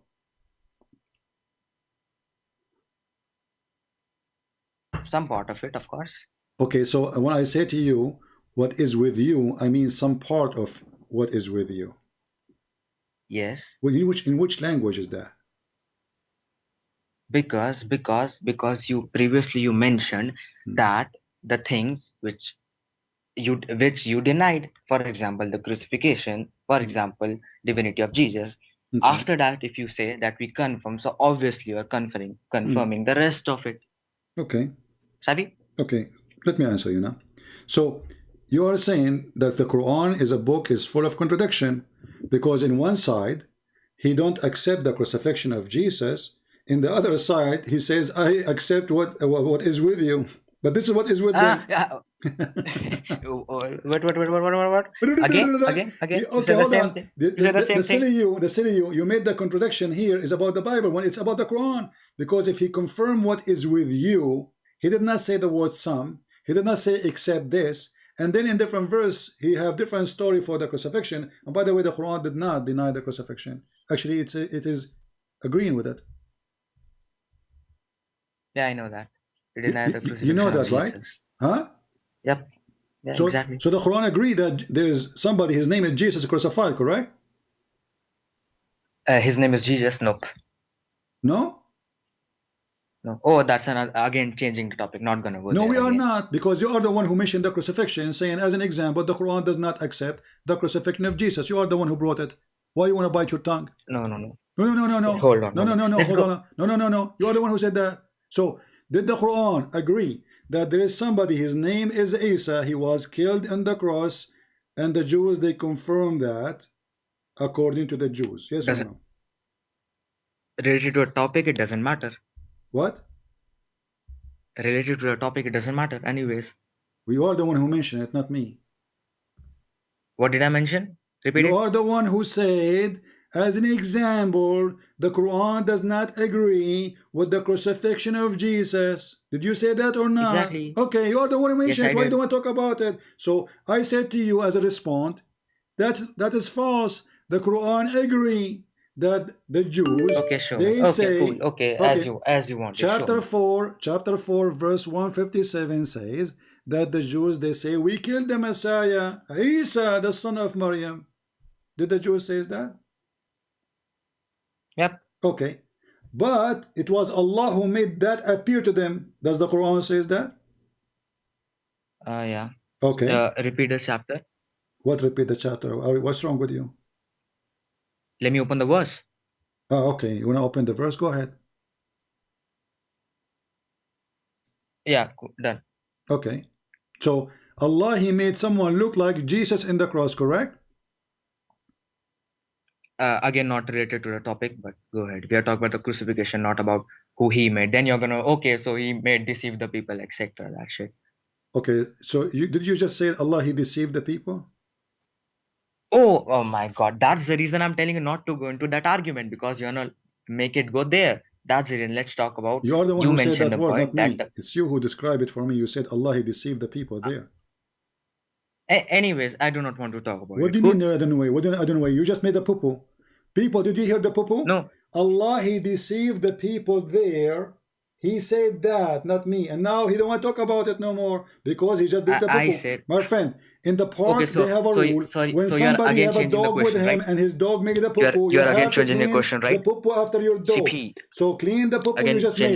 Did you just say? Did you just say that Allah deceived them? I said you're gonna make that argument. I say, okay, so did Allah deceive them or not?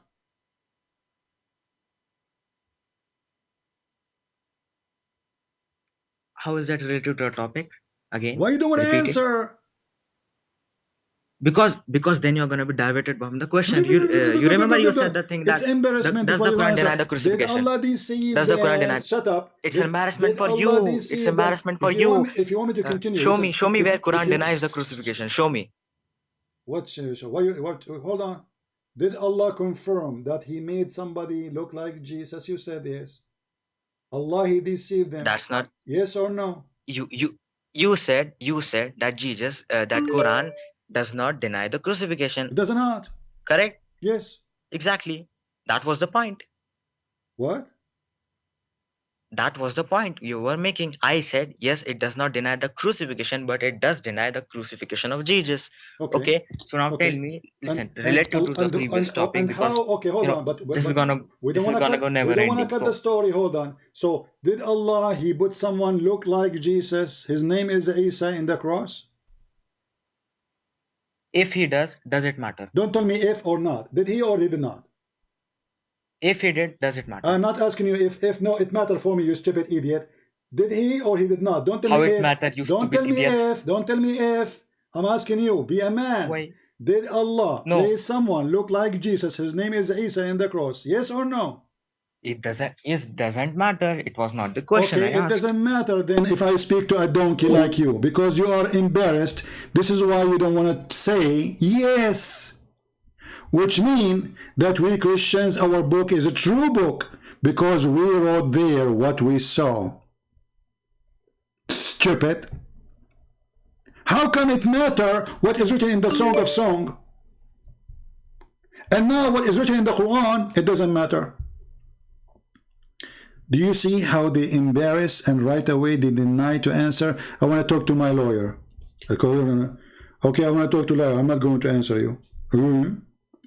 I'm telling you, I'm not going to talk to you. You bring me my lawyer. I want to talk to you. Doesn't matter. It matter. This is what it matter. That's mean that every word about the crucifixion of Jesus in the gospel is true. And the stupid Quran witnessing that this is what they saw is true. So the Bible is not corrupt.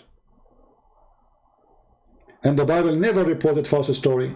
The one who is reporting false story is the one who is claiming that, brother, that the one who looked like Jesus, he is a clone made by Allah.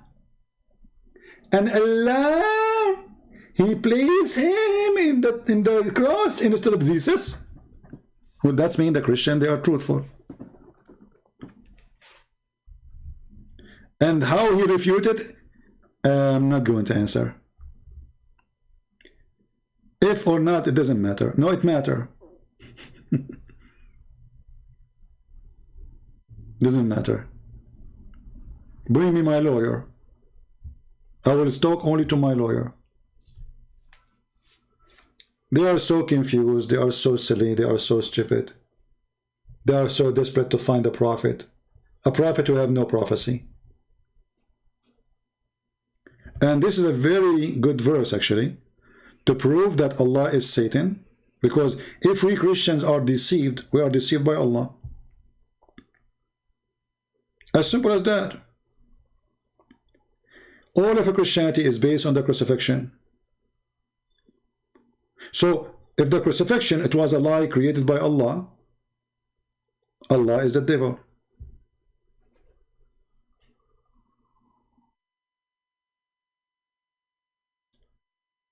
And when you corner them, he don't want to answer. So, your prophet, he said, the Quran said, I confirm what is with them. Suddenly, what is with them is some of it. They are adding words to their own book. Is Allah capable of adding the word some? Can't he say the word some? Did he forget to say the word some? Don't the Muslims, they say that the Quran is so clear? So when he tried to say, well, if this is, he agreed with all of it, and then he denied in the other verse the crucifixion, that is a contradiction for the Bible. Look how stupid it is. This is a contradiction in your book, you idiot. Because the two stories in your book. So if I confirm what is with them, and then we find what is with them, that they believe that Jesus is God, that means your God is stupid. And then the Quran confirm that is what is with them is what happened, what they saw. And this is the proof in front of you. So the Christian did not lie. The Christian, they were witnessing the crucifixion of Jesus. They saw someone exactly according to Muslim. He looked like Jesus. He have the voice of Jesus. He have the hair of Jesus. He have the eyes of Jesus. And his name is Isa. They killed him. And even the Jews, they say, we killed him. The Jews, they don't say maybe. They are very sure. Allah, he said, okay, you are sure from killing him? Yes, but you killed a person I gave to you instead. He looked exactly like him.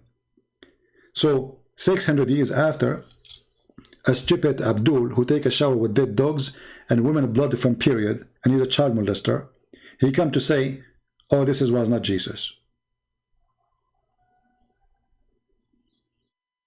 So the verse here confirming that all those things happened and all those people are witness to what happened.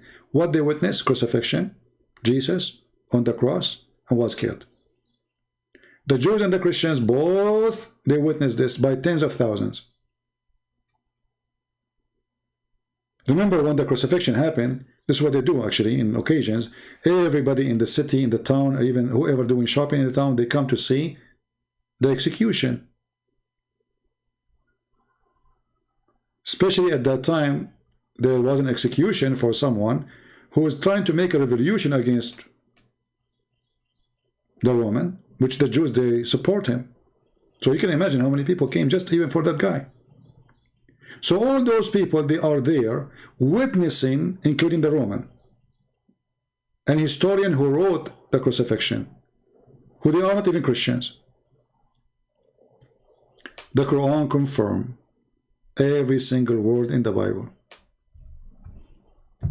But the poor Abdul is trying to find Muhammad in the Old Testament. Where? In the Song of Songs. So the Muslim, they could not find Muhammad in the Old Testament until 1400 years after. There's a guy, his name is Ahmed, who was making fun of the same book. He said, is that a book you want to read for your children?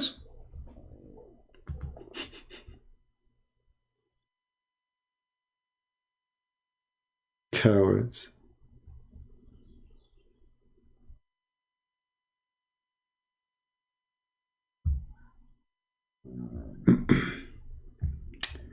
I know what to say. You see, my stomach is singing.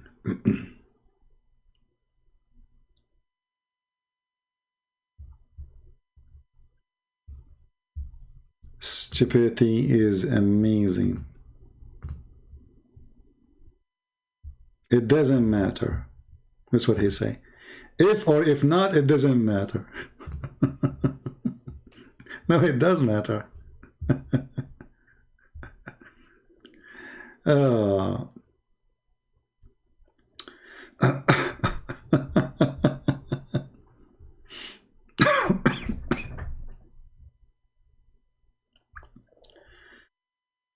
Oh boy.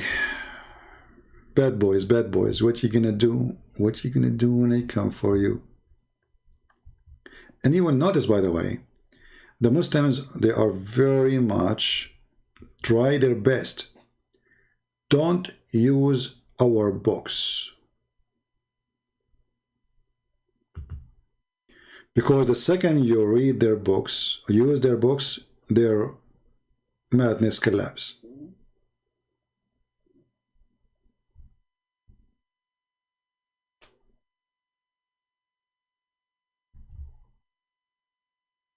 As simple as that.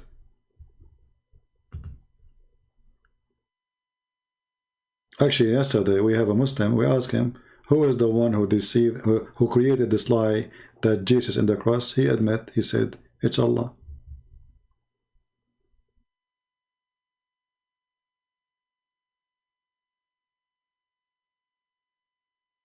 In the country of your prophet, there's apple trees, right? There's apple in Mecca, apple trees. Oh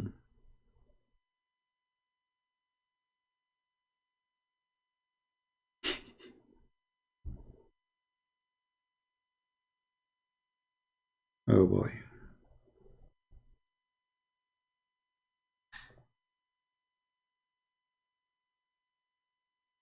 And why would, by the way, why we don't find the Song of Songs in the Quran? I mean, especially if the name of Muhammad is there, at least quote the verses who they are about Muhammad there. And why Muhammad in the time of the Christians and the Jews don't say, open the book of Matthew or whatever they have, because he confirmed what is with them. Say, open this verse, it's about me. As long as his name is Ahmed, he should say, okay, go. This is my name. I confirm what is with you. That means what is with them is what he confirmed. We say whatever with them. He say, where is the word whatever? What is with you? What is with them? The four gospel and the Torah and the other books, which is considered part of the Bible.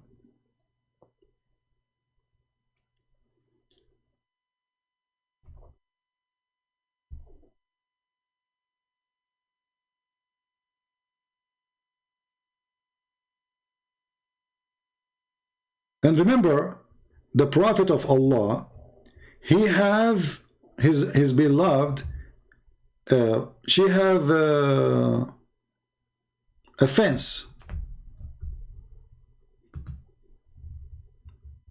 Like what? This is about Muhammad, right? His beloved lady, remember this is about Muhammad. She have a fence and she have a nice breast.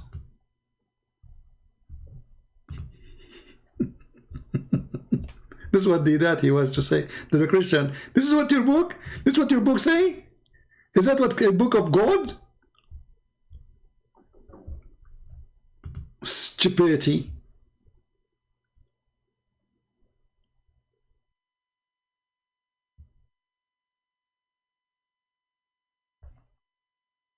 Stupidity is amazing, brother. Very amazing.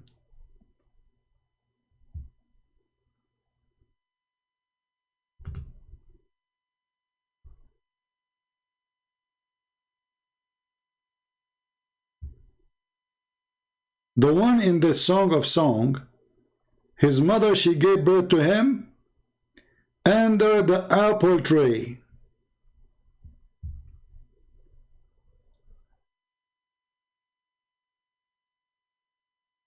Muhammad was born under apple tree.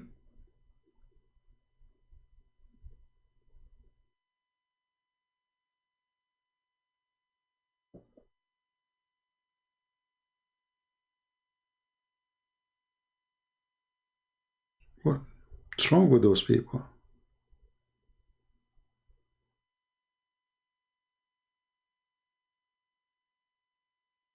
Stupidity.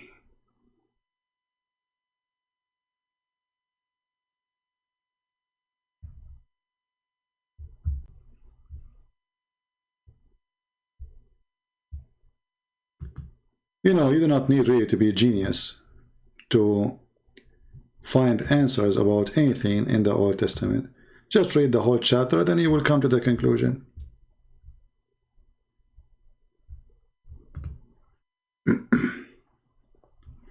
Let us see if there's any Abdul texting us. I don't see anyone.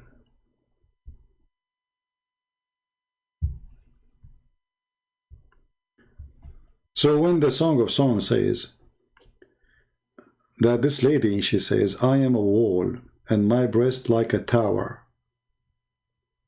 This is the wife of Muhammad?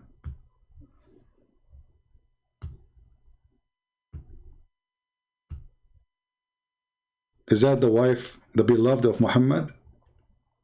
She is a wall and she have a breast like tower?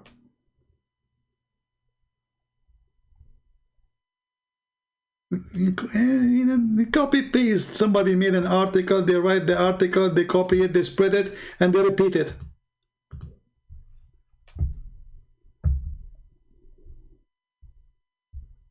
Do we have any Muslim? Mayday, mayday.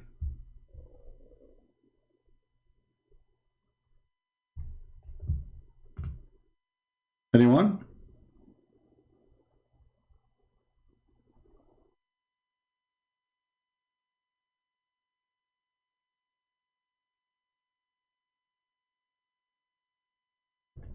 Well, you know, as I said, you see, there's many interpretation of the Bible, right? But for me, I believe that when the Messiah, he say, this is about me, then this is about me. Like when they speak about dividing his clothes, dividing, you know, crucifying him, putting nails, etc. Well, this is about him.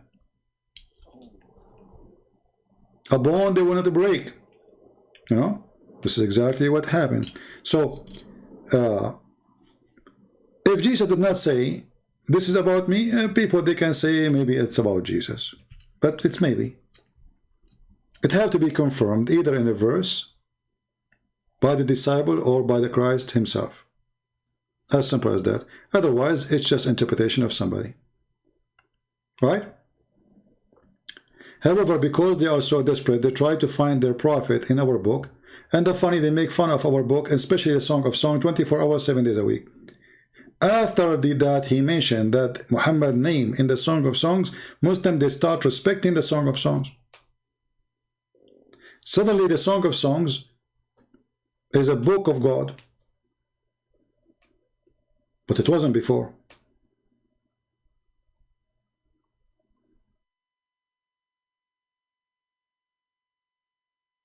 Any Abdul?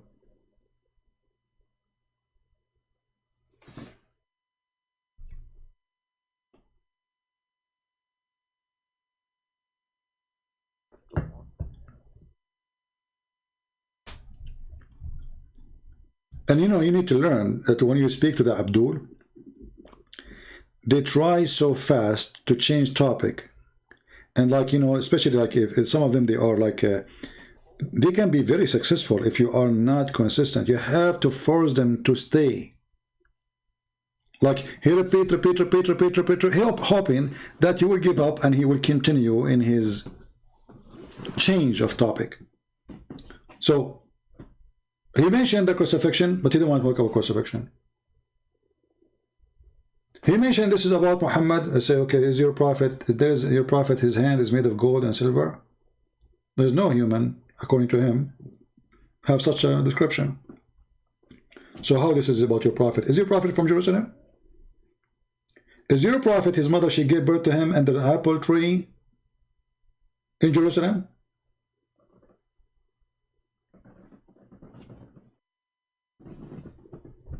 Desperate.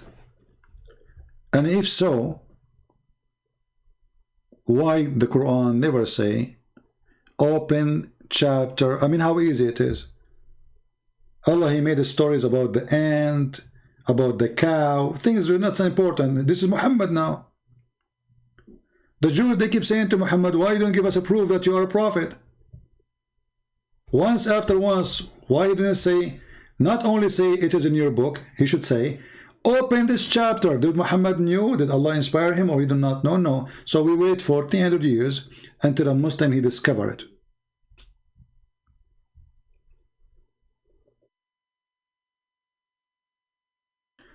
Matthew is not Injil according to Muslims.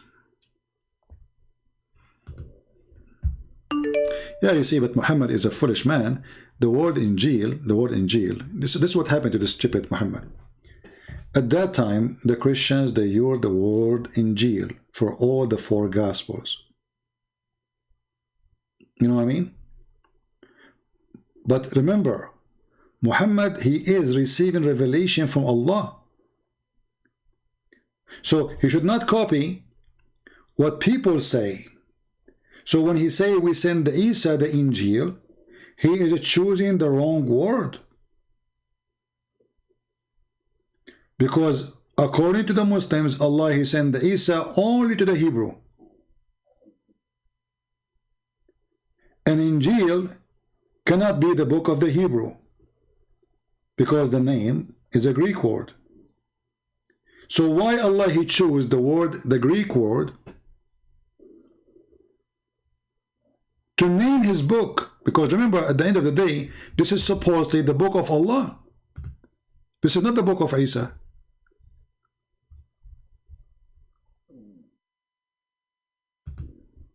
Why Allah, he chose the word Injil?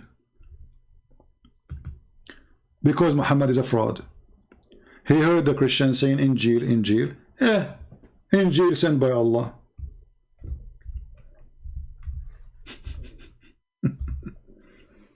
And the Muslim, the smart Muslim, he said to you, oh no, Allah, he approved only the Injil, not your book. You stupid, go to the Middle East. This is what the Christian they use for it. Any Christian, we don't have the word Bible. This is an English word. We say Injil. And the second we say Injil, actually, even in the Middle East, when we say Injil, usually we say to air, you know, like the whole 4 Gospels include the book of Acts, etc. Which means not only the 4, like the Matthew, etc. Even the Act, Revelation, this is Injil for us. The New Testament, this is Injil for us. So the foolish Muhammad, he claimed that he received revelation from his God.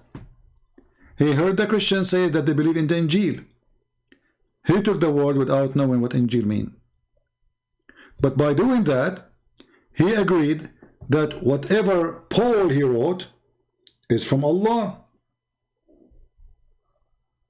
Because whatever Paul wrote is part of the Injil for the Christians. And remember, the Muslims, they hate Paul to death.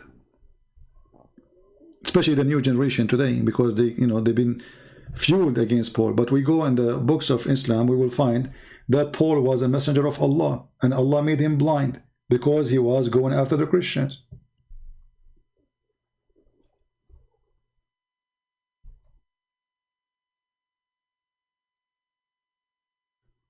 Do we have any Abdul? And the funny, this guy, he have people like next to him, they are talking, supposedly like what to answer. But I find it very embarrassing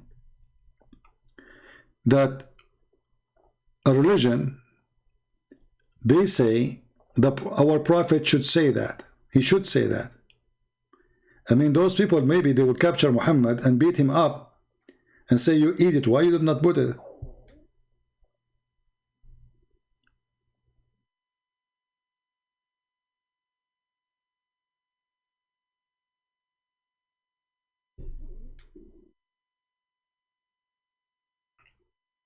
Yeah, yesterday I ate very late actually. That's why I'm not hungry now.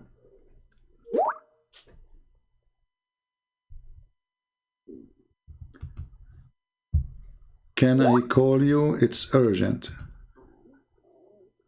No, my friend. I take only calls from Muslims, not now.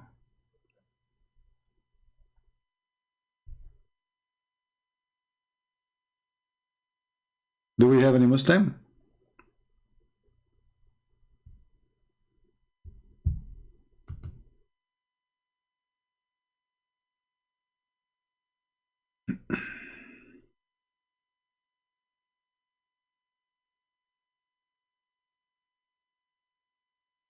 Anyone?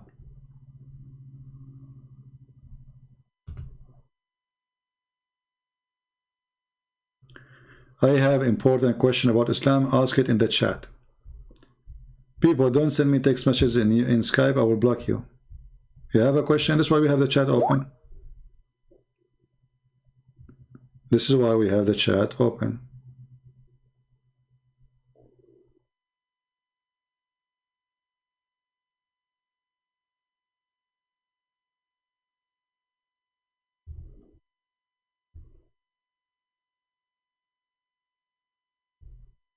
Anyone?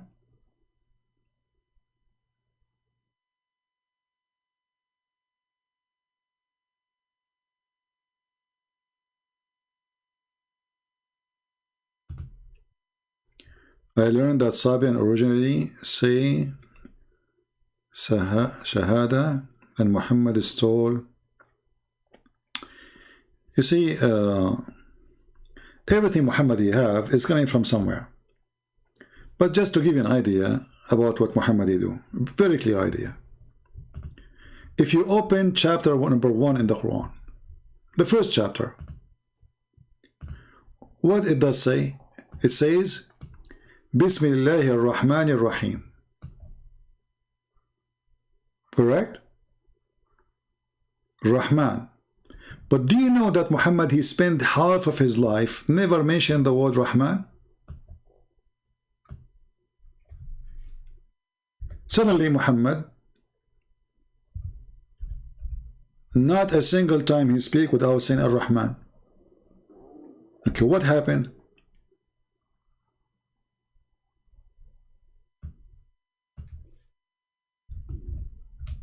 A man, his name Rahmanul Yamama. He claimed to be a prophet and he claimed that his God, his name is Rahman. He wrote Muhammad a message, a letter. And Muhammad, he read the letter. It says in the name of this Rahmanul Yamama, in the name of the Rahman. Muhammad, he wrote back, in the name of Allah Ar-Rahman Ar-Rahim. The Muslims and the Arab, they said, who is Ar-Rahman? The only Rahman we know is Rahmanul Yamama. Muhammad, he answered them because now they got him busted.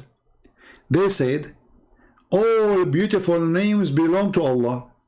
He liked the name, he hijacked it.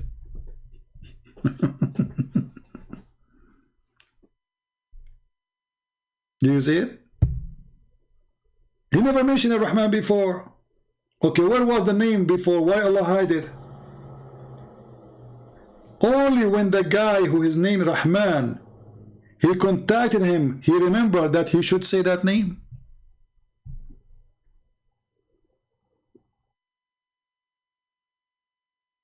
So when they said to him, well, who is this Rahman?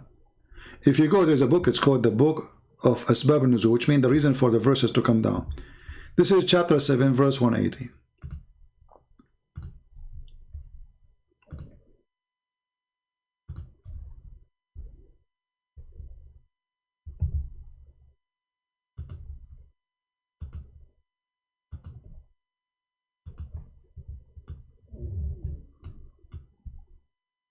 Oh, actually, it's not in Asbab al-Nuzul, let's say Tafsir Ibn Abbas.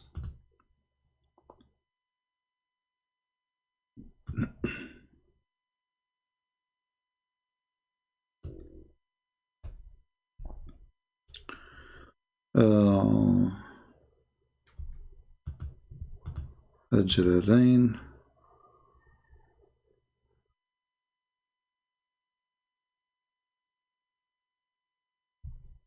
Yeah, we need to find where. No, actually, I'm reading the wrong verse. Hold on, give me a second. Yeah, actually, it's an answer, but there's different verse we need to find to go to that interpretation. Chapter 17, verse 110, the one we should be going to see the interpretation of it. 17, 110, not 7.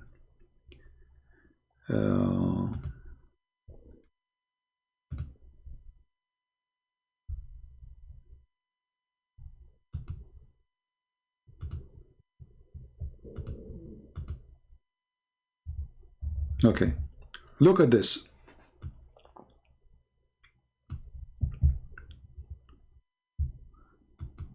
Muhammad, read with me, guys. Ibn Abbas said, Ibn Abbas, in one night in Mecca, the Messenger of Allah, Allah bless him, give him peace, stood up at for the night, vigil prayer, and he kept saying in his prostration, O beneficent, O merciful. Suddenly he's saying the word Ar-Rahman, which the Muslim translate as a beneficent, which is very funny. And so the idolaters, they said, Muhammad used to call unto Allah. Now he is calling into God. Allah and the beneficent. We do not know anyone by the name of the beneficent except the beneficent of the Yamama. Meaning the guy who is supposed to Muslim, they call him Musaylama, the Kadhab, the liar. They call him the liar because he claimed to be a prophet. And so Allah the Exalted, he revealed in the verse, all the good names belong to Allah. So he took the name from that guy, he liked it, he put it there, and now we need to explain, or let us say, why we are using it. Oh, because it's a good name, all the names belong to Allah.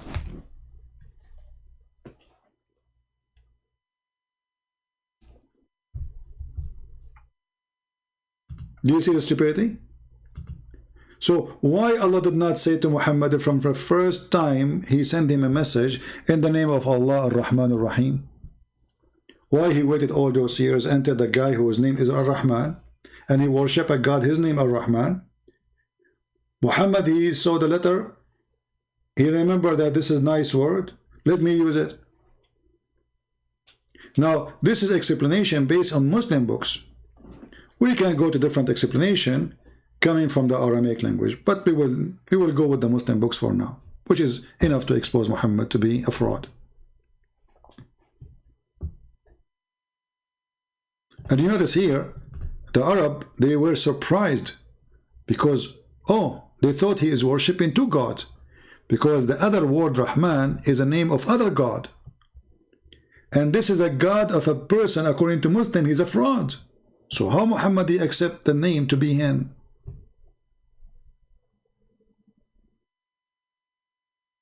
In the same time, the Muslim, they say to you that the Quran never changed, right? Okay, hold on. This is a chapter 17.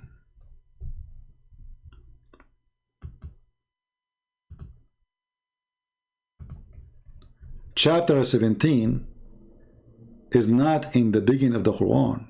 Remember, the Muslim, let us open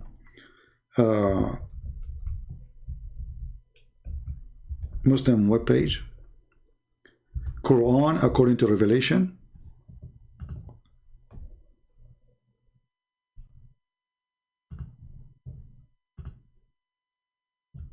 Okay.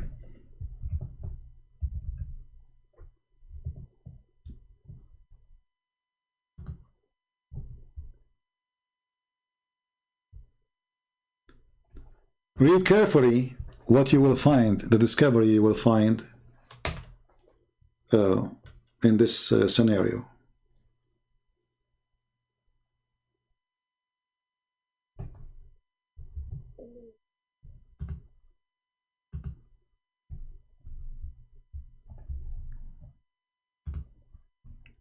Chapter 17 in reality is a chapter number 50.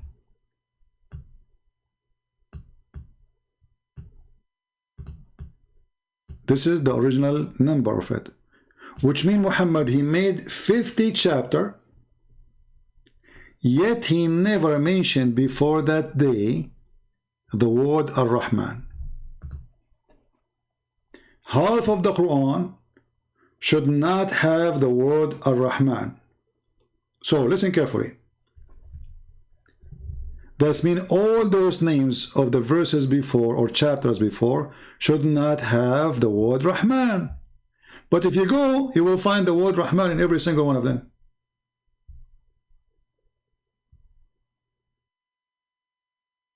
Do you understand? We just showed you that the Arab, they were surprised. Muhammad now is worshipping two gods, Allah and the Rahman. Why? Because they never heard Muhammad saying Rahman before. And this is according to Revelation, as the Muslim they call it Revelation, which is a fraud. Number 50, chapter number 50, which means there's 50 chapter came should not have the word Ar-Rahman in it, and all those chapters before should not have the word Rahman on them. But if we open them, we will find in every single one of them it says Ar-Rahman. So why they are adding Ar-Rahman in the beginning? If I go right now to the Quran and I type the word Rahman in the search engine, in Arabic for sure, I will find it all over the place.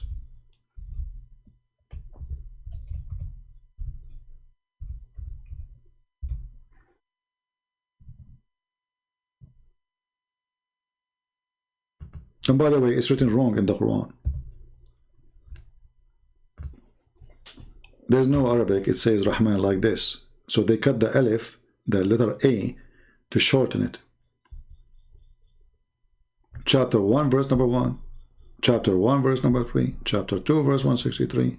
Chapter 13, verse number 30. Chapter 17, verse 110.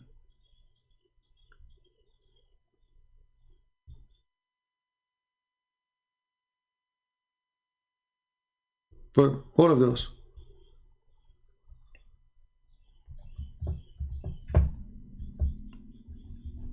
It appeared 58 times in the search engine. Actually, it's more.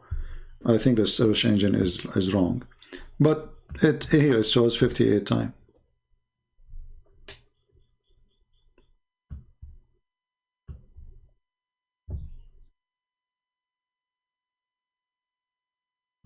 Do we have any Muslim?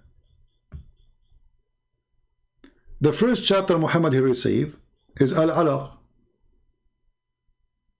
Al-Alaq, which is now number 96. Okay, if we go there, are we going to find Ar-Rahman? Let us see.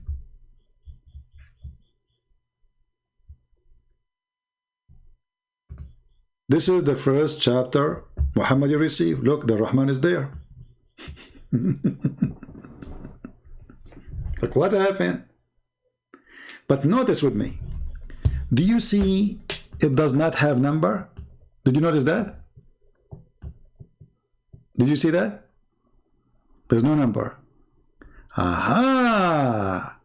So they added that later. Did you notice? The Muslims, they say we did not corrupt our book. Why are adding a whole phrase, whole sentence to a chapter your God never mentioned such a thing? So they did not put a number for it because it is not even there. Do you see the corruption? Are we adding it to make the Quran look better? Or we are adding it because it is more correct? Either way, you are correcting Allah. Allah never said what they are posting there. Allah, he sent his angel, and the angel, he said, read in the name of your Lord. Okay, what is the name of your Lord? He never said his name is Ar-Rahman.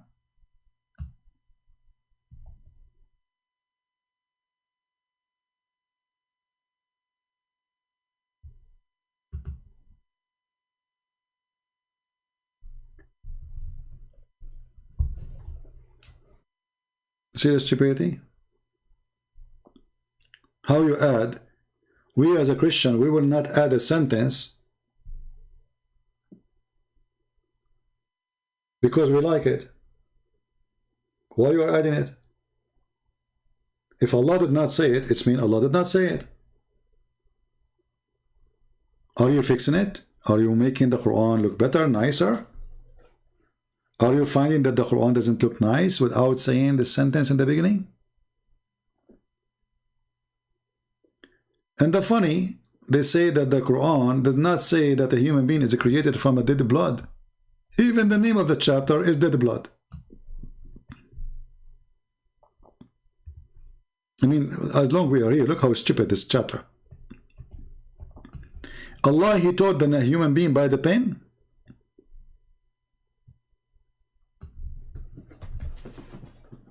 And then they add Idris. What Idris? Where is the word Idris? Where you get this from?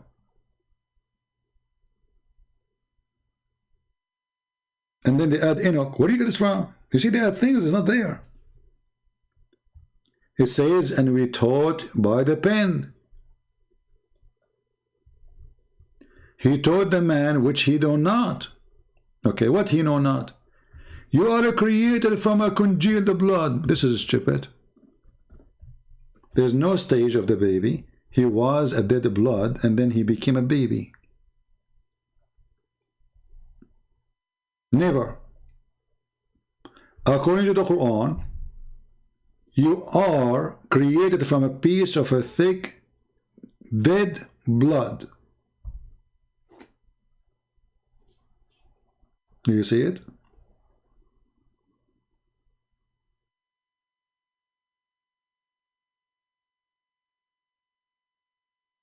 Yeah, according to Muslims, Idris is Enoch. Anyway, maybe we will have a more study about Enoch in Islam because Muhammad is a thief.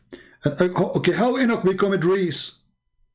Can Muslim tell me how the word Enoch became Idris? I mean, what's wrong with this God? Why all the names is upside down? I mean, do they sound even similar? Idris, Enoch. Like what? Actually, they don't share any letter together.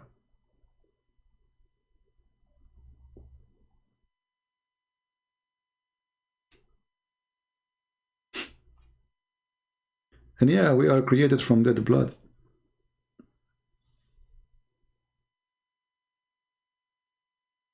You know, I asked my grandmother where she got my grandfather from. She said that she went to the market and she found dead blood, or like, you know, from, you know, on the street of a lion, because my grandfather was very, very brave. So she took it home, she put it in a jar, and she feed it every day. After a few months, she ate it. And then after 9 months, she delivered my grandfather, and he was created from a congealed dead blood. True story. I mean, why my story doesn't make sense? Why? Give me a reason. The guy who went to the 6th, 7th, 8th heaven, and he found the Nile River in heaven of Allah. The Nile River. Muhammad, are you sure?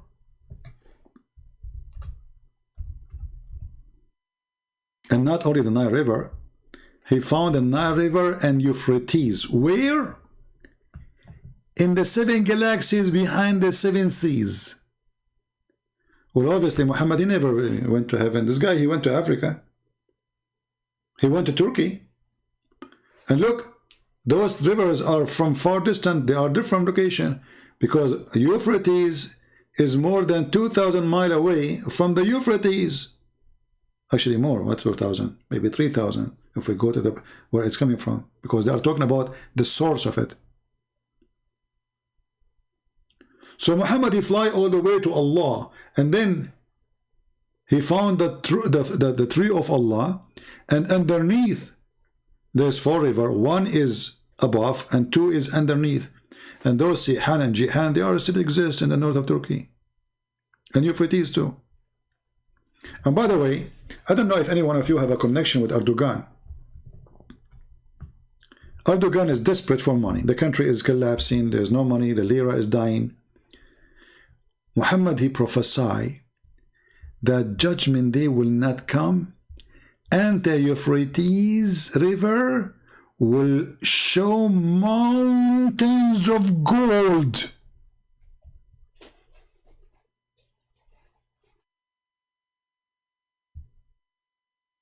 Somebody tell Erdogan. He's going over Libya. He want to attack Greece. He's desperate to get a penny. Just go to the Euphrates River, you idiot. Why you want to wait until the judgment day? Just go and dig. There's mountains of gold there.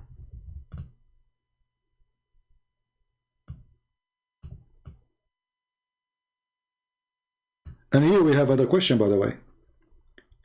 As long Muhammad is saying that this is something, the river exists with us, so how he claimed that he saw it in heaven? That means the heaven he's talking about is here. You know what I mean? Because look, he's repeating the story about Al-Furat, the river Euphrates, again, but this time speaking about that people will find gold, mountains of gold. Faz Life, scared to debate me in my show. You have a show, you do you dance? Okay, give me your Skype, I will call you. Okay, give me your Skype, I will call you. You have a show.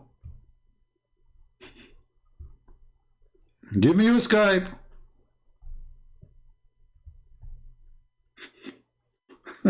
This guy is trying to get promotion. I'll promote you. People will come and subscribe to you, especially the Muslim Abdul.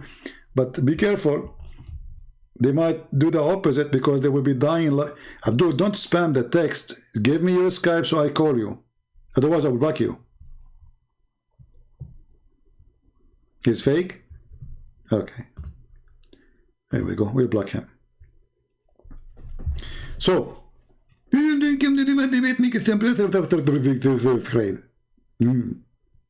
scared of all of you. I'm busy now with the Euphrates. I want to get the gold.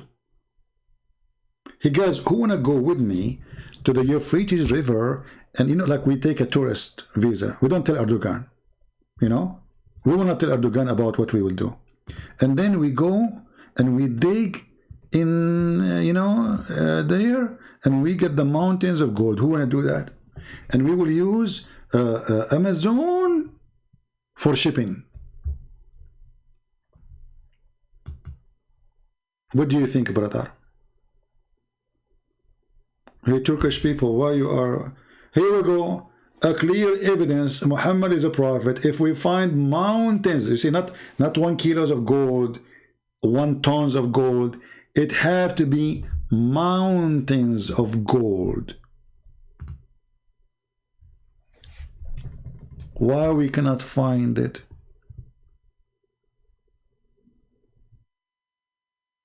And then, brother, there is people, they will kill each other for it. But I don't know if you notice with me what it says here. It says Yushiku, which means almost. The time is near when the river of Euphrates will dry up and veil a treasure of gold. Do you see it? This is a prophecy he said 1400 years ago, saying soon.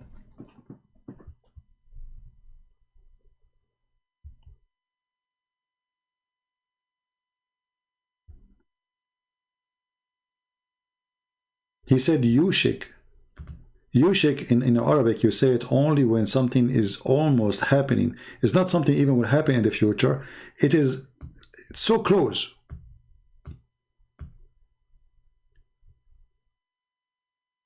Again, this is a clear proof that Muhammad is a fraud.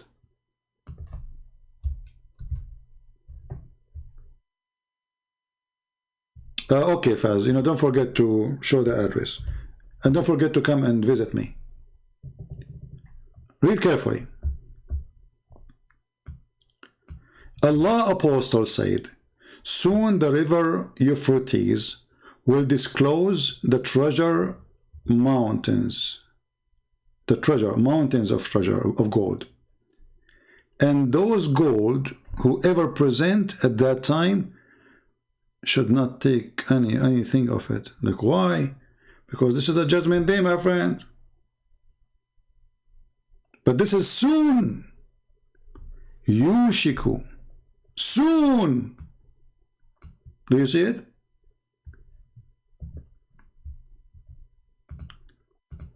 Betete.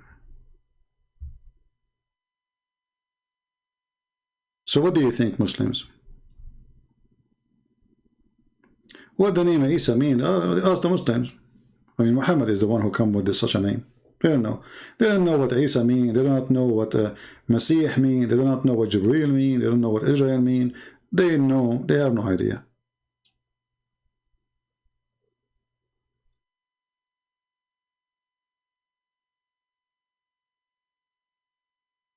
Hey Muslim, did your prophet says soon the river of Euphrates will disclose the treasure, the mountains of gold?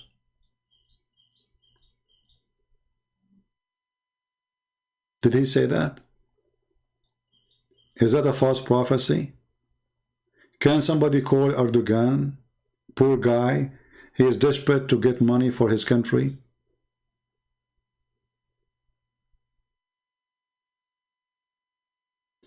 I have heard that the hadith of and only accepted Bukhari. No, this is false.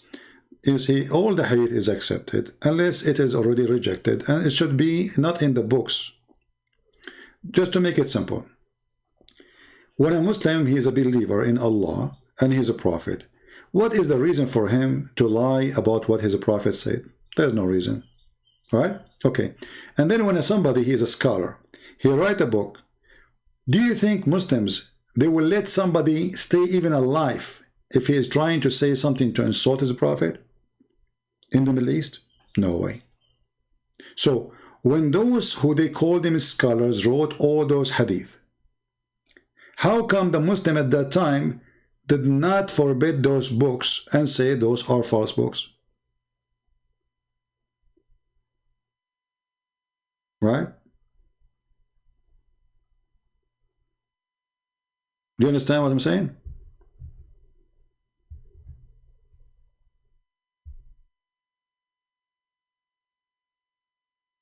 Nobody oppose it. Same time, all the hadith books the Muslims they have, they say that those hadith books is after filtration, which means it's already filtered. That's why this book is called Sahih. It's called Sahih because it is Sahih, which means authentic. So why they call it authentic if it's not authentic? And now if you go right now to Google, search for the authentic hadith books, you will find that there are 6, which means there's many books, but the most authentic one is 6 books. Not only Al-Bukhari.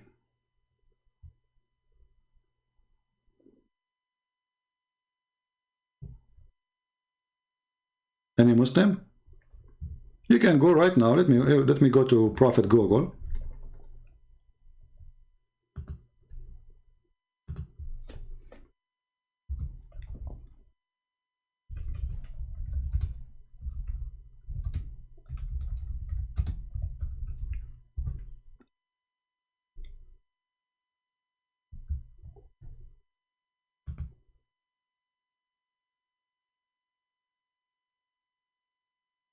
Okay.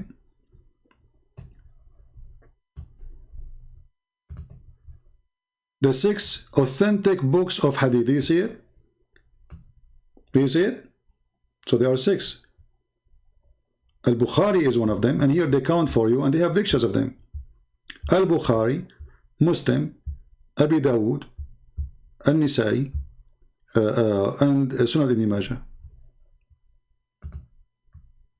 So they are 6 authentic. Authentic doesn't mean they refuse the other books. No, but those are the most highly considered to be books of hadith. So you will find Muslim, they quote from other books too, not only from those. But those are, let us say, the most approved book by the Muslims, especially the Sunni. There are 6 writers, not 6 books, by the way, because you might think just 6 books, like 6, books. No. 6 writers, and they have tons of books. Books of hadith. So Al-Bukhari, he have many books. Same for Muslim, same, etc. So those books written by Ibn Majah, those who written by Al-Bukhari, those who written by Muslim, etc., those are authentic. So when we say 6 books, does not mean they are just 6 folders of papers. You know what I mean? Are you getting my point?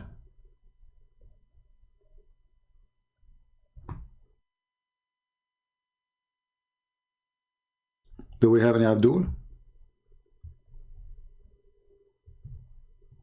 Yeah, this is a false people. They are desperate, those Muslims are desperate. They are David Wood, they are Christian Prince, they are everybody. Desperate Abdul. Potato. Abdul, he's desperate to get somebody to come to his page in YouTube. Don't forget to put striptease girls. That will bring more Muslim, trust me. Once, this is in the old days, Muslims don't enter our chat room to debate with us. They don't. Even they made a fatwa, don't go there. So we thought about it. They are this religion is a religion of, it's always about sex. So a guy, he said, I will find a way. I said, how? He said, later I will tell you. So what he did, he asked a lady to open a chat room to debate about Muhammad. Muslim lined up.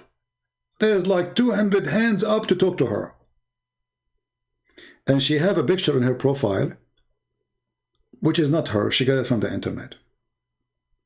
Muslims went crazy. She's so beautiful. All the Muslims want to debate this girl. So they invite me to that room. Actually, for me in the beginning, I believe it, that this is, it's a real room, etc. It turned to be that they are trying to get them busted by me. They said, okay, this is the admin code, come as an admin. The second I came as an admin, all the Muslims' hands is down and they left. All the Muslims who want to speak to this girl to debate about religion, the second they saw the name of a Christian prince in the chat room as an admin, all is gone. I said, see, everything you did is gone in a second. It doesn't work. They want to talk to the girl. Once, this is a long time ago, not like now, there's YouTube and So I saw a chat room is really big, huge. I forgot the name. So I got curious to know why this room is so big, man. And they pay for it, like in Paltalk, you have to pay. Otherwise, there's chat rooms which is like you have certain number only. You cannot pass that number. So it's paid. It's a blue room. So I went there and I noticed that chat. He says, can you move the camera? Please to the left. Please to the chat is going crazy. So where is the camera? I look, is this person camera? She have a camera at her foot. Honest to God. This woman, she is not showing her legs. She is not showing any, she is not stripping. She have the camera down in the floor and the chat room of the Abdul are going crazy. Can you move it to the left? Please, yeah, she moved her. Guys, did you see? Yeah, she moved. Yeah, what? And the room is so huge. And the poor me cannot find the Abdul to call me and debate me. A woman, she is showing her toes, is doing best. Right?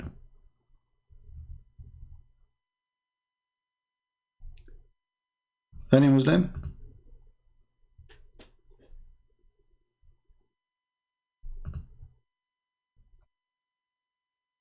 Anyone?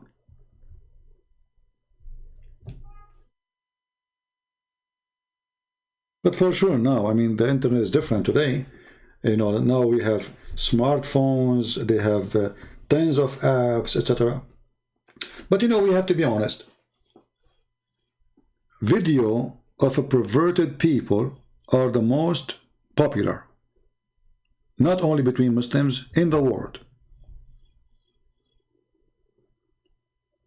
You know what I mean? This is the truth. So it's not only about Muslims. If we go right now and see how many people will see my video here, 20,000, 25,000. But if a girl, she's wearing, exposing her breast or something revealing, she will get millions of views. You know, I like to see, as an example, videos of people live in off a grid, which mean in the mountains, villages, like there's no water, there's no, to learn, you know, I like to go in the wood, surviving, how you can build a shelter, etc. So if you search for off a grid video, what you expect? You expect people not to be naked. Correct?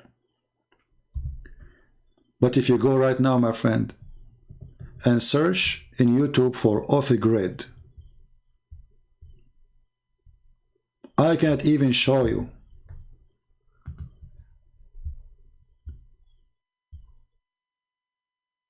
Uh-oh.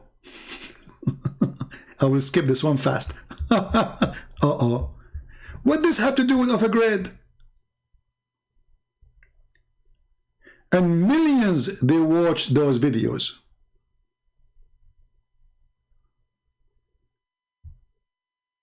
Not like my videos. 20, 30,000. I mean, I turned the screen off because it's, you know, it's so bad. Look at this one. I will show you because it doesn't show much, but I will not go down more. 10 million. 10 million 4 months ago. What she's doing? She showed her naked back. 10 million. Do you see how the world is perverted? How many people they watch my video, which as I made? Oh, hold on. I will go to my channel.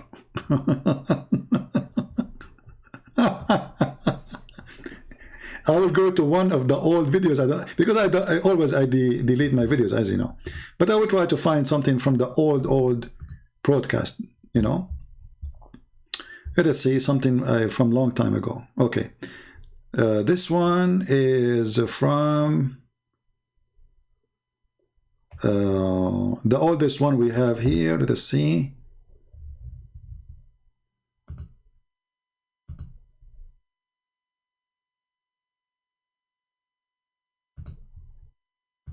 Is that the last one? Okay, maybe we don't have more. Okay, hold on. Let's see. Show all.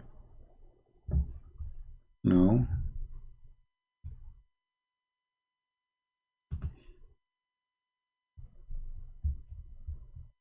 Yeah, look like this is the last one we have not removed yet. Okay, this one is about the Trinity, which is me and Sam Shamoun. Okay, how many we have? And remember now, this is me and Sam Shamoun. 40,000 view. What is the date of this one? Almost a year ago. Let me show you.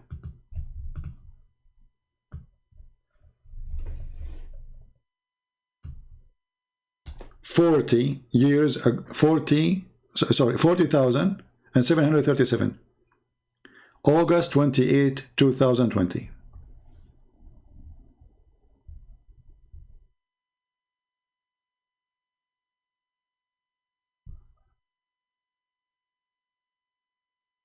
What I can say. So the word become a perverted word. This is not only between Muslims, it is everywhere. And because those people, they knew what the perverted world want, they are getting naked to get the click.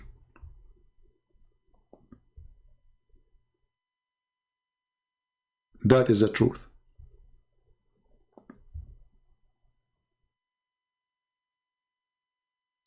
And what make it even more horrible, that a person, even he display his wife with him, showing her body just to get a click, or his boy or girlfriend, if they call, I don't know what she is. Unbelievable. However, there is people who make videos about living off a grid. They are decent. They are real men.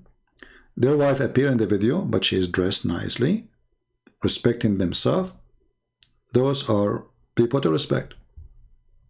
But there's a lot of garbage too. 10 million, 15 million, 70 million. I saw a video the other day. It has 100-something million. I cannot believe the number. And the video is the most stupid ever video. There's nothing there. The girl, she is wearing some short, whatever.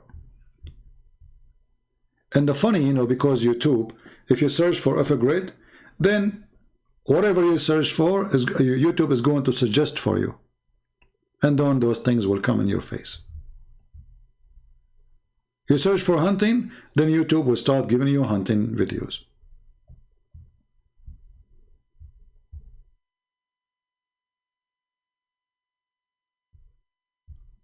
And now they are, let us say, in competition of nakedness. How naked we will go. How far, so we can get the click.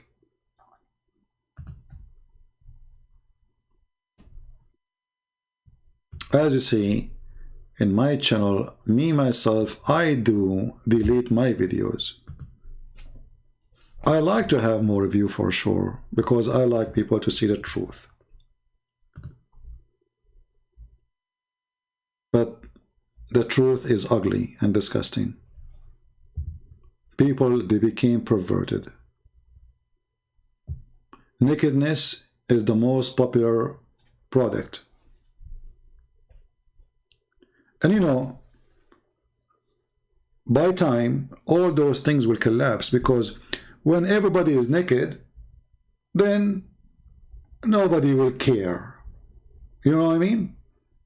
So maybe in the beginning they will get popular, get some, but then by time, I mean, okay, women are naked everywhere, so who cares? If there's a million app of nakedness, who care about your video?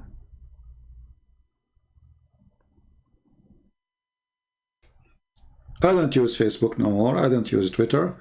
You know, Facebook many times, you know, you will go scrolling through Facebook and you will see somebody playing porn live. YouTube, you know, Facebook will delete my video about Islam, but a guy, he is playing videos of porn. And why they appear for, you know, why they are in public, how they became in public like this. Actually, for me, I feel way better after I deleted Facebook.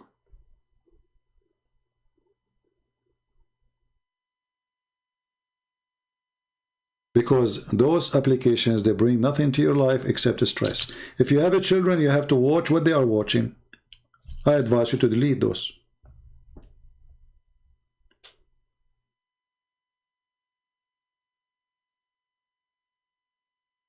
All those applications, they do nothing but they spy at you.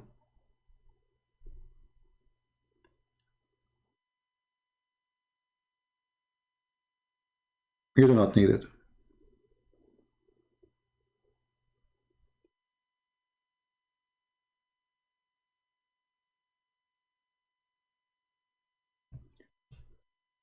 All of those applications, TikTok, and you see, like, you know, when Trump, even this is not our topic about Islam, but you see when Trump, he said, TikTok, if you want, you have to sell us TikTok. They are just trying to stop any Chinese or any foreign applications from being an application compete with YouTube and Facebook and Twitter. The American, they want to control the world, the media. They don't want anyone to be competing. So he said, we will put sanctions on you unless you say it for us. Disgusting behavior. And then they want to stop China from getting bigger. Oh, Huawei phones, they are spying at us. No, you are spying at everybody. Everybody in the world is using Android, which means they are using Google. Yeah. Anyway, so all of this is for the sake of money. All the world today worship a dollar, not God.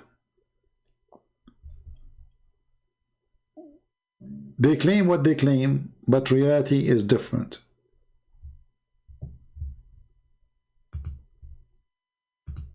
American, they are against China, not because of morality and ethic, because China is scary. They are against Russia not because it is... I'm not saying China is good, by the way. I'm not saying the government there is good. But this is not the real reason. The real reason, they don't want anyone to be big beside Allah, which is America. That is the truth.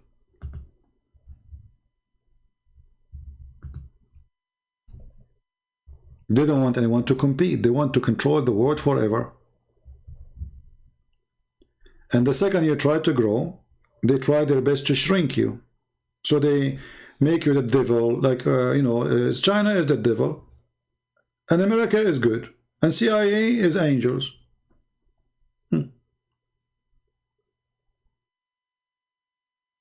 Right?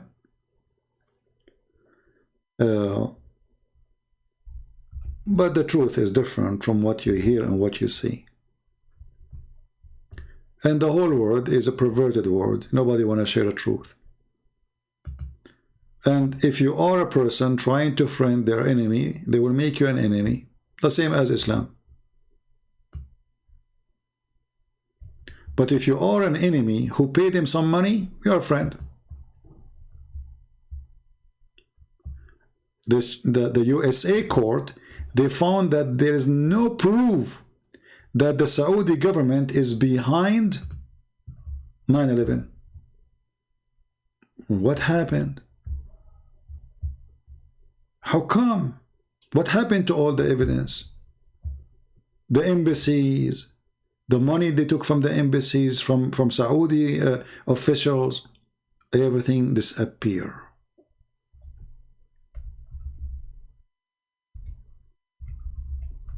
Saudi Arabia is clean from any accusation because they found out if we accuse the Saudi, then we have to put sanctions. If we put sanctions, we have to get rid of them. We cannot really be friends to them. That's it. We have sanctions. The Saudi, they are going to go toward China. They are going to friend Russia. They will not buy weapon from us. They will buy a weapon from everybody because we can't sell them weapon no more. We have to put sanctions.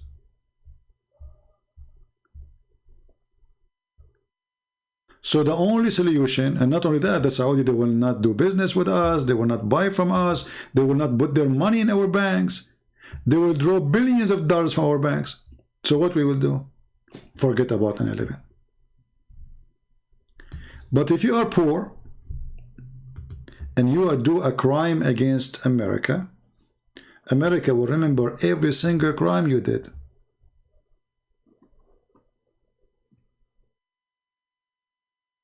Remember, I love this country because I don't want people to say, oh, this guy, he hate America. I even joined the USA Army. I wanted to be a soldier to defend this country because I love it. And I'm very convinced. But that will not change anything. The truth is ugly.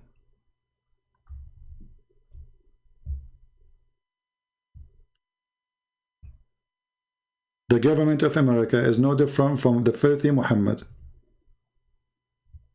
They remember your guilt when they want, and they forget all the madness you do when they want. They put sanctions on anyone breaking and violating human rights. Okay, what about Saudi Arabia? What about Qatar? Who they support terrorists? What about Erdogan? Oh, we have some sanctions. What, you stop selling potato to Erdogan?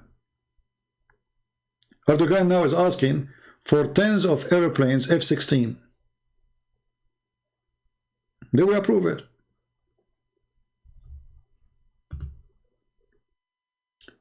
My friend, the truth will set you free. And the second you find out what is the truth, you will be disgusted by the world today.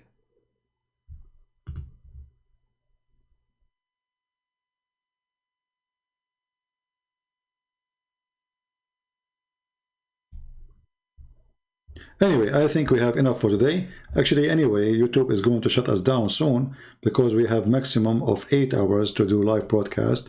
And now we are here for... Oh, still we have time, actually. We are here only for 5 hours and 26. Oh, really? No way.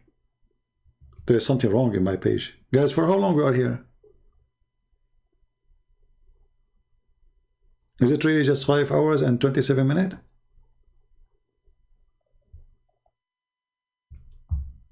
Maybe I need to refresh my page or something.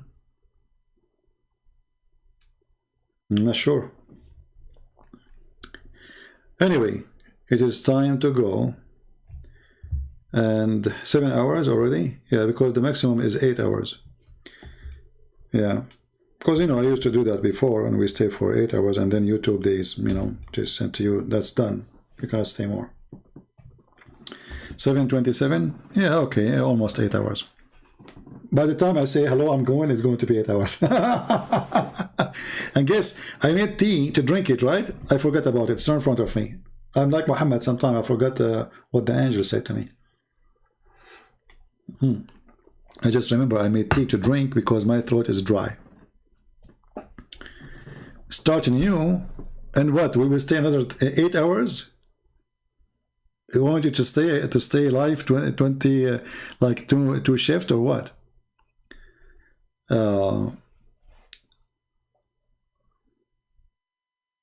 You used to be a sniper. No, I love hunting, you know, it's my hobby. I love, you know, I love weapons since my childhood. I used to close my eyes and put the gun together without looking when I was a kid. So, and you know, some people they don't like weapons, some people they hate them, some people get afraid of them. I believe that's, you know, weapon is not what is scary, it's what people do. Because a criminal, he can kill even if you don't have a gun. He can kill you by a car. You know, he can kill by a rock. He can kill you by hands if somebody is so big, strong, and you are small. One hit can kill you.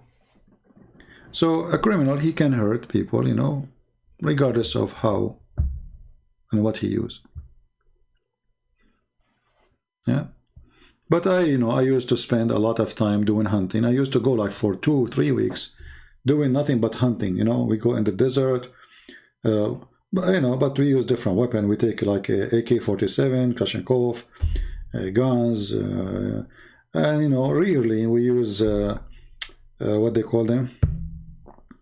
Like, I forgot the word. Anyway, I mean, we use all kind of weapon, but here hunting is more fun actually in USA because you have woods, you have mountains, you have a lot, way more animals, and you are not harming the environment. Actually, there's in some places, as an example, they have too much deer, too much, which means we need to get rid of some of them. Too much turkey, too much whatever, you know. In the Middle East, there's nothing to hunt actually because people, they shoot anything is moving. There's not even a sparrow. There is, you know, everything is dead. So this country or Canada or many other Western countries, especially big countries like USA, you know, we are blessed, a lot of land, a lot of animals to hunt. And at the same time, we are not destroying the, you know, the life of animals because there's too many. And actually, the government here, they organize the hunting season, how many you can hunt, And if you hunt, you have to report, like I say, you killed a deer. So it's not like just go and shoot and, you know, do as you wish.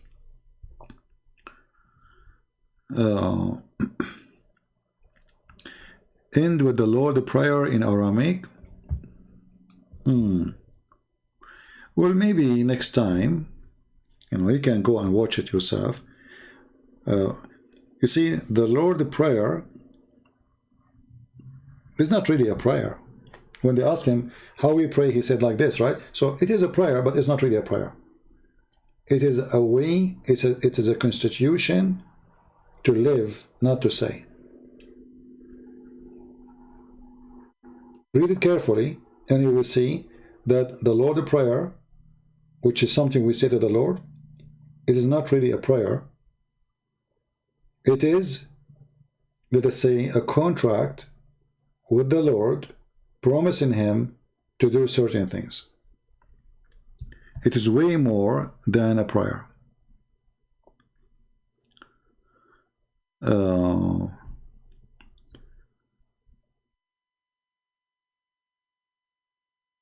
Yeah, I mean, a sniper, I mean, you see, snipers, they can be good. They have a very important mission. They can stop actually an army from advancing. But it can be a bad business too. Like if you are working for some agencies, ugly agencies, you know, assassinating people. So depends what you do. So it's not a job really. It's not the, let us say, the title of the job is what the job is about. It's about being a sniper against criminals, people who deserve to die, or just, you know.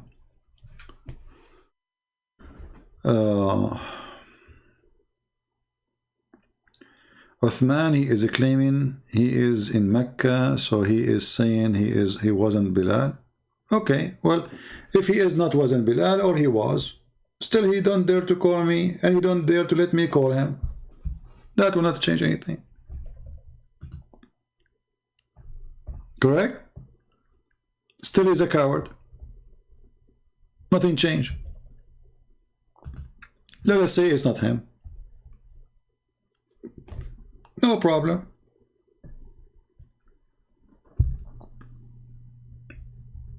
He can call me from Mecca.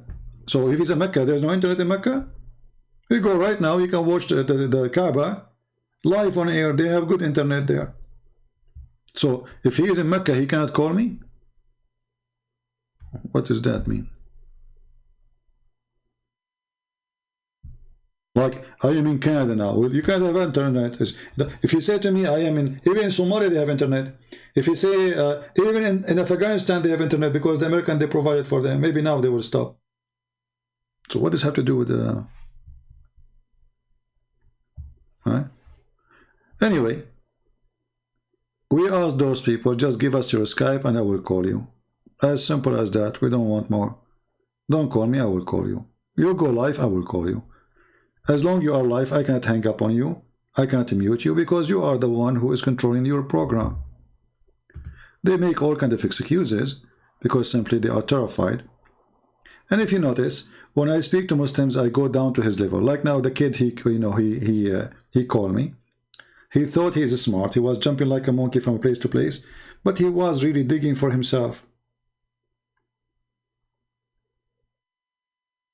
And this is what they are afraid of. Somebody, he give you the shovel to dig down a hole for his own body. This is what they do. This is why they are so easy to accept debate with anyone. But with me, they have to put conditions. And those conditions, they never happen. Which is mean like, we will not debate you. But in front of the Muslim, we will say, oh, we want to debate him. He's a coward. He's running away. Right? How come I don't have conditions? How come I do not need moderator? How come I say, I will call you? So obviously, who is scared then? Who is the one is hiding? If they have knowledge and they knew they can get me busted, trust me, they will be fighting over to get Christian Prince busted.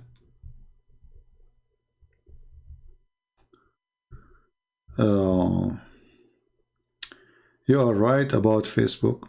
Yeah, actually, I deleted my Twitter account. I deleted my Facebook. And I feel way better without them. Before, people posting, I don't want, you know, people saying stupid things, I get angry. Yeah, just get rid of it. Here we go live. As long as YouTube is working, we use it. YouTube die, we will use something else. God will provide. So, Facebook, it is a spy agencies, very horrible one. And if you are a person, you are using your real information in Facebook, it is all over the place. This is why all those accounts, actually, all those places, if you want some privacy, you should not use any real information there. Unless you don't care, then different story.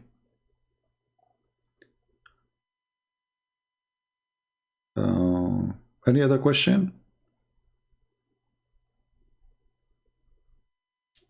I downloaded, I forgot the name of the app. They told me there's an app where Muslims, they are trying to promote Islam. I forgot really the name. And so like you can search by country. And they said there's a program in Turkey. Like, I don't know. I mean, the person who is posting is from Turkey. So I searched for Turkey and I found nothing but prostitution. Prostitution all over. I forgot the name of the app. You know? Even if I know it, I will not mention it because many people, they are perverted and they will go and download the app. So all those apps, you know, I don't know. I mean, I'm not telling you what to do, but I advise you, if you have no need of those things, don't use them. Don't use them. You can do, if you have a mission, do it right. Right? Go to EF Dawah. Okay, give me the Skype of EF Dawah and we will EF Dawah.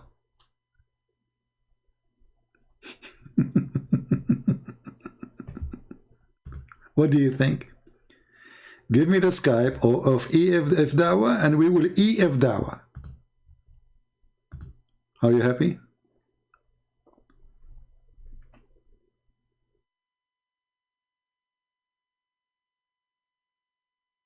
Desperate.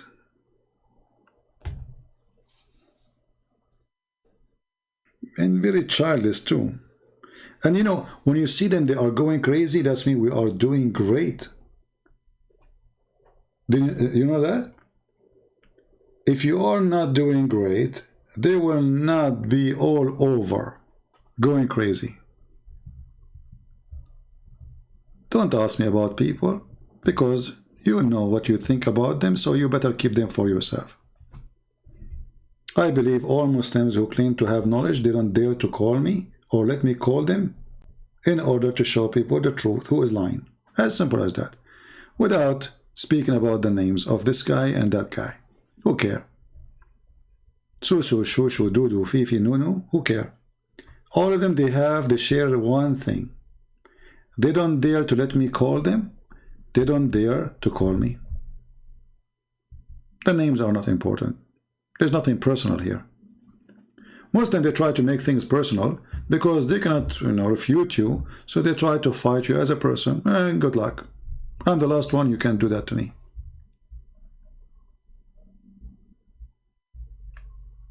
Right? And look what we talk about, and look what the people they chat in that, you know, in chat. Silly people. Somebody he says, "How old are you?" And the rest are volunteer. Now all of them, they are expert. What you care is about my age. People are silly. Don't be shallow. Don't be stupid. Because garbage in, garbage out. Is that like here? Is it a dating website? What is this? Shallow people. Try to be mature. Speak, if you are a man or a woman, speak as a mature person unless you are a kid.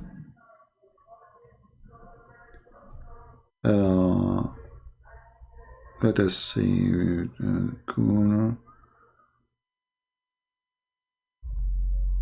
Yeah, this is a very mature question. What is the color of your shirt? Okay. People getting smarter now. At least he did not ask me about other colors, you know. He's just focusing in the shirt for now. Yeah. Actually, once they asked me to have interview with me, and it was a lady, and she started asking me all kinds of funny questions, very stupid, you know. Do you have a beard? What? What? Weirdo.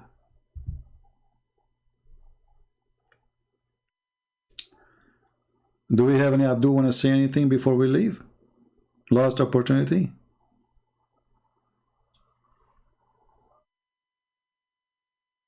Actually, you know, there's sometime I go and I watch Arabic TV stations live, like a news TV station, and in the TV station news, there's a chat. Let me give you an example.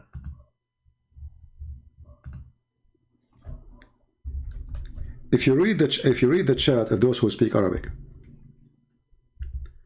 the news is a politics news, but the chat has nothing with the TV station. Hey, where are you from? Susu, how big is your you know, what kind of a skirt you like? Can you change your picture? All the chat is crazy, have nothing to do with the topic of the TV station. Perverted. The girls who they are there are perverted, and the boys who they are there are perverted. As simple as that. You can give it a try. I mean, we can. Okay, here we go. I just went to the Arabiya TV station. Let me put it for you on the screen. This is live, you know. Anyone who speaks Arabic, he will see that those people are not talking about the news in the station. My heart is flying for you from the cage of my bones.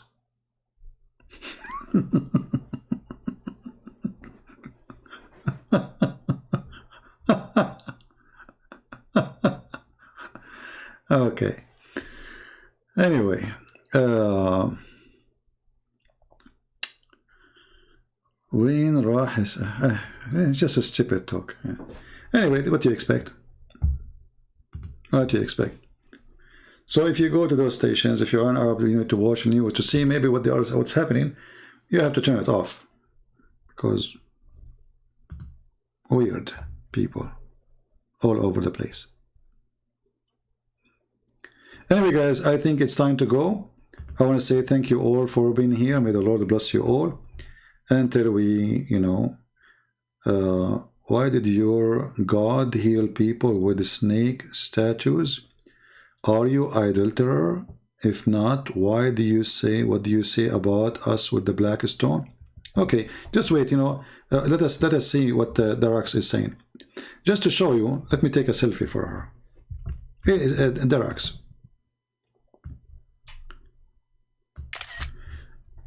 If you post the verses you are talking about or the claim you are posting about, people will die laughing at what you just said. Because God don't heal with statues. It is you Muslims who go kiss black stones and Kaaba seeking healing, but you never healed. Secondly, you just admitted that if that exists in the Bible, there is equal to it is the black stone. Correct, guys? That's what she meant. Why did your God heal people with the snake statues? That's what you said. So you just admitted that the black stone is a statues.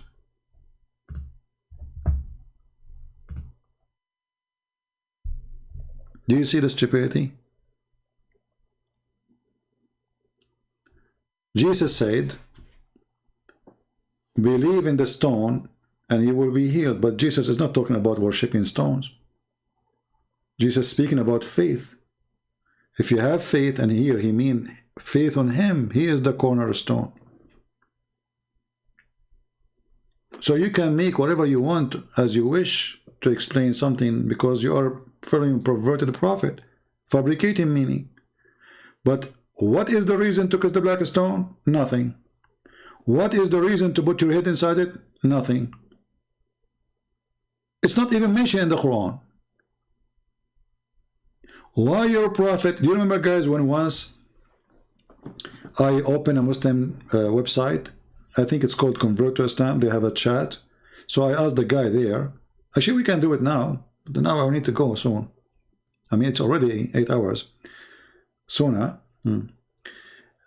So I asked him, by the way, I want to ask you, why the prophet he kissed the black stone? The guy in the Muslim website, he says, because it's holy. Then I said, so why it's holy? Took him like 5-10 minutes, and he answered saying, because he kissed it. Like, what the heck?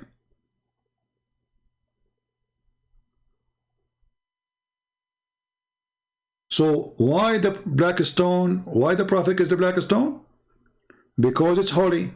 Okay, why it's holy? Because he kissed it. Okay, so before he kissed it, it was what? It was holy. But why it's holy? Because he kissed it. Okay, hold on. So before he kissed it, was the black stone holy?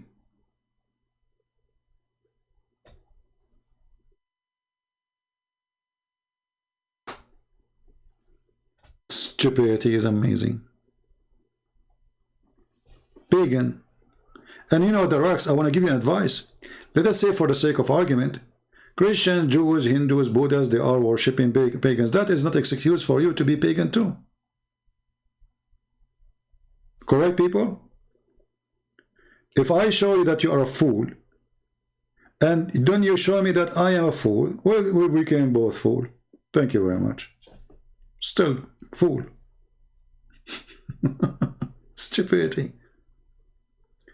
The black stone in the Quran? Okay, in front of everybody. I'm not leaving. Show me the verse speaking about the black stone in the Quran. Go ahead. Go ahead. I hope it's not going to take you 10 hours, because YouTube will shut us down when we have the complete the 8 hours. Give me the verse about the black stone from the Quran.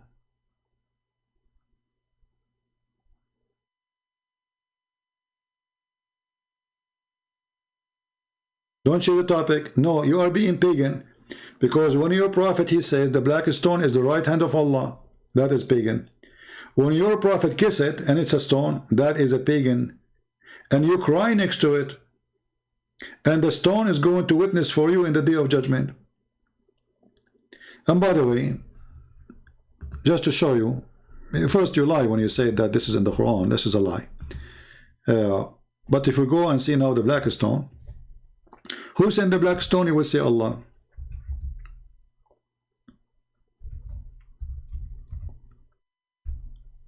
Right?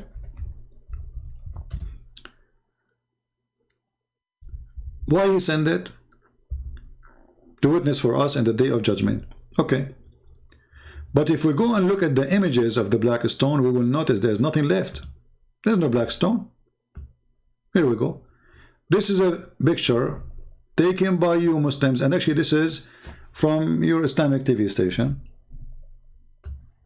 Where is the black stone? Nothing left. In case you do not see, if you are blind, you will see the following: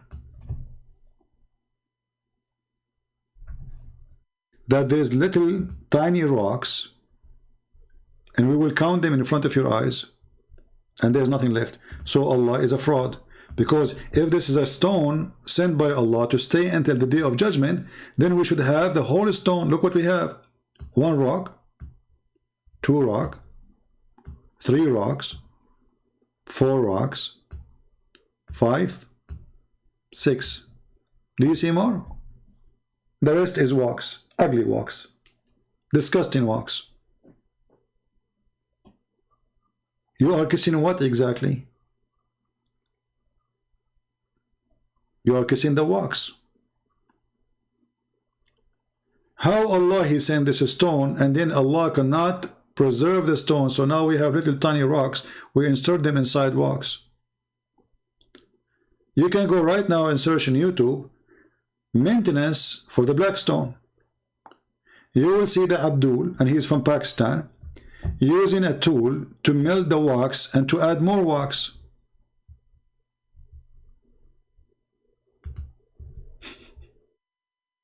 Let me search for it, hold on.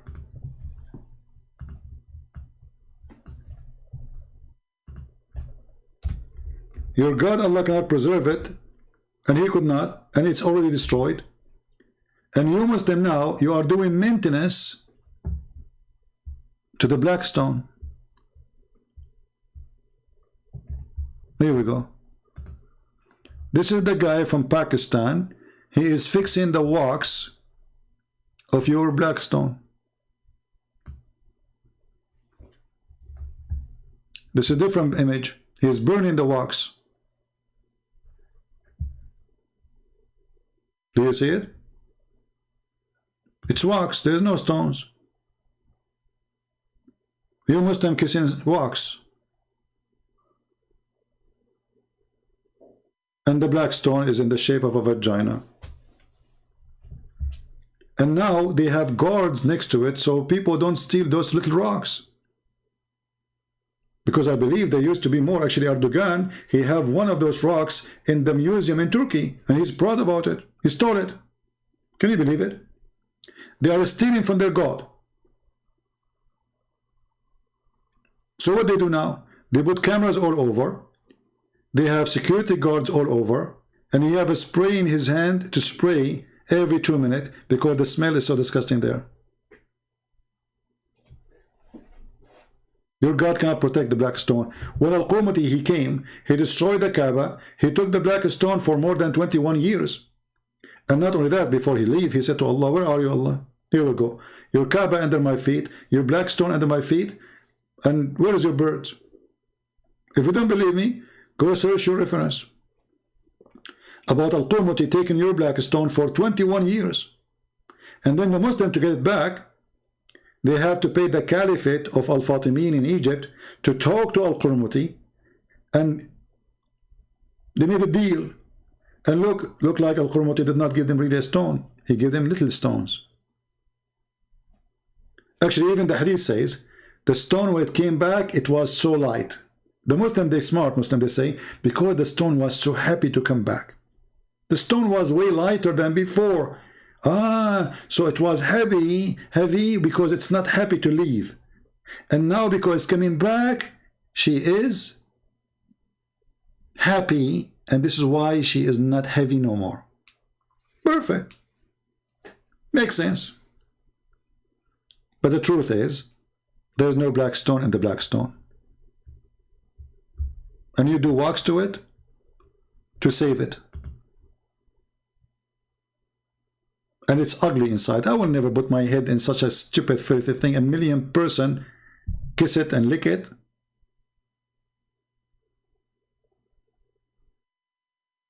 This is literally a vagina licked by hundreds of millions.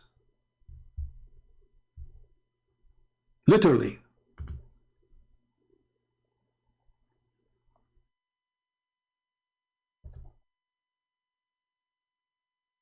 What kind of religion this religion is? And the funny, the Muslim, they accuse everybody to be pagan. The Hindus pagans, the Buddhists pagans, Christians are pagan, Jewish are pagan, but they are the only one who pray in the direction of a pagan building. They bow down in front of it. There's a sheikh, his video is on YouTube. He said, Islam is based on a stone. We kiss a stone, we go around the stone, and we bow down in front of a stone, and we pray in the direction of a stone. You like it or not? He was speaking to the host. He's right. We bow down in front of a stone, we kiss a stone, we go around the stone, we worship and we pray in the direction of the stone. It's based on stone. And even when we throw at shaitan, we throw stones. All of it is stony, Not only it's a stone time cult, but everything about them is stones. And I can show you even the videos.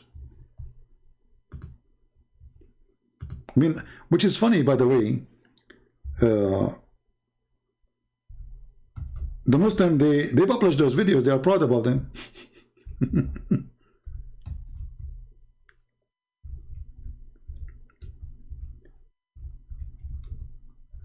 Oh boy. Let me see if I can find the video. I need to remember what is the name exactly of the video.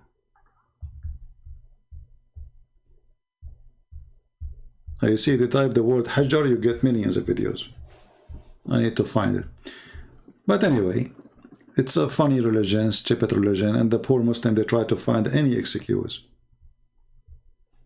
to say, okay, it's not only us. It is only you.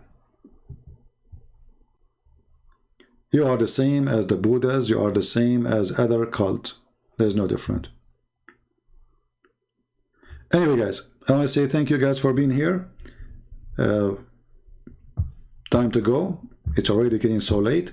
Feel free to download the video, even if it's so long. I don't know if you can download it, but if you cannot, you can run the screen, record the callers who call me. Maybe that will save you time from download if you have let's say a bad internet, and you can have the file. So I want to say thank you. May the Lord bless you, and until we see you soon again. Christ is Lord, Islam is a scam, and Islam without lies dies. Thank you. God bless you. Take care.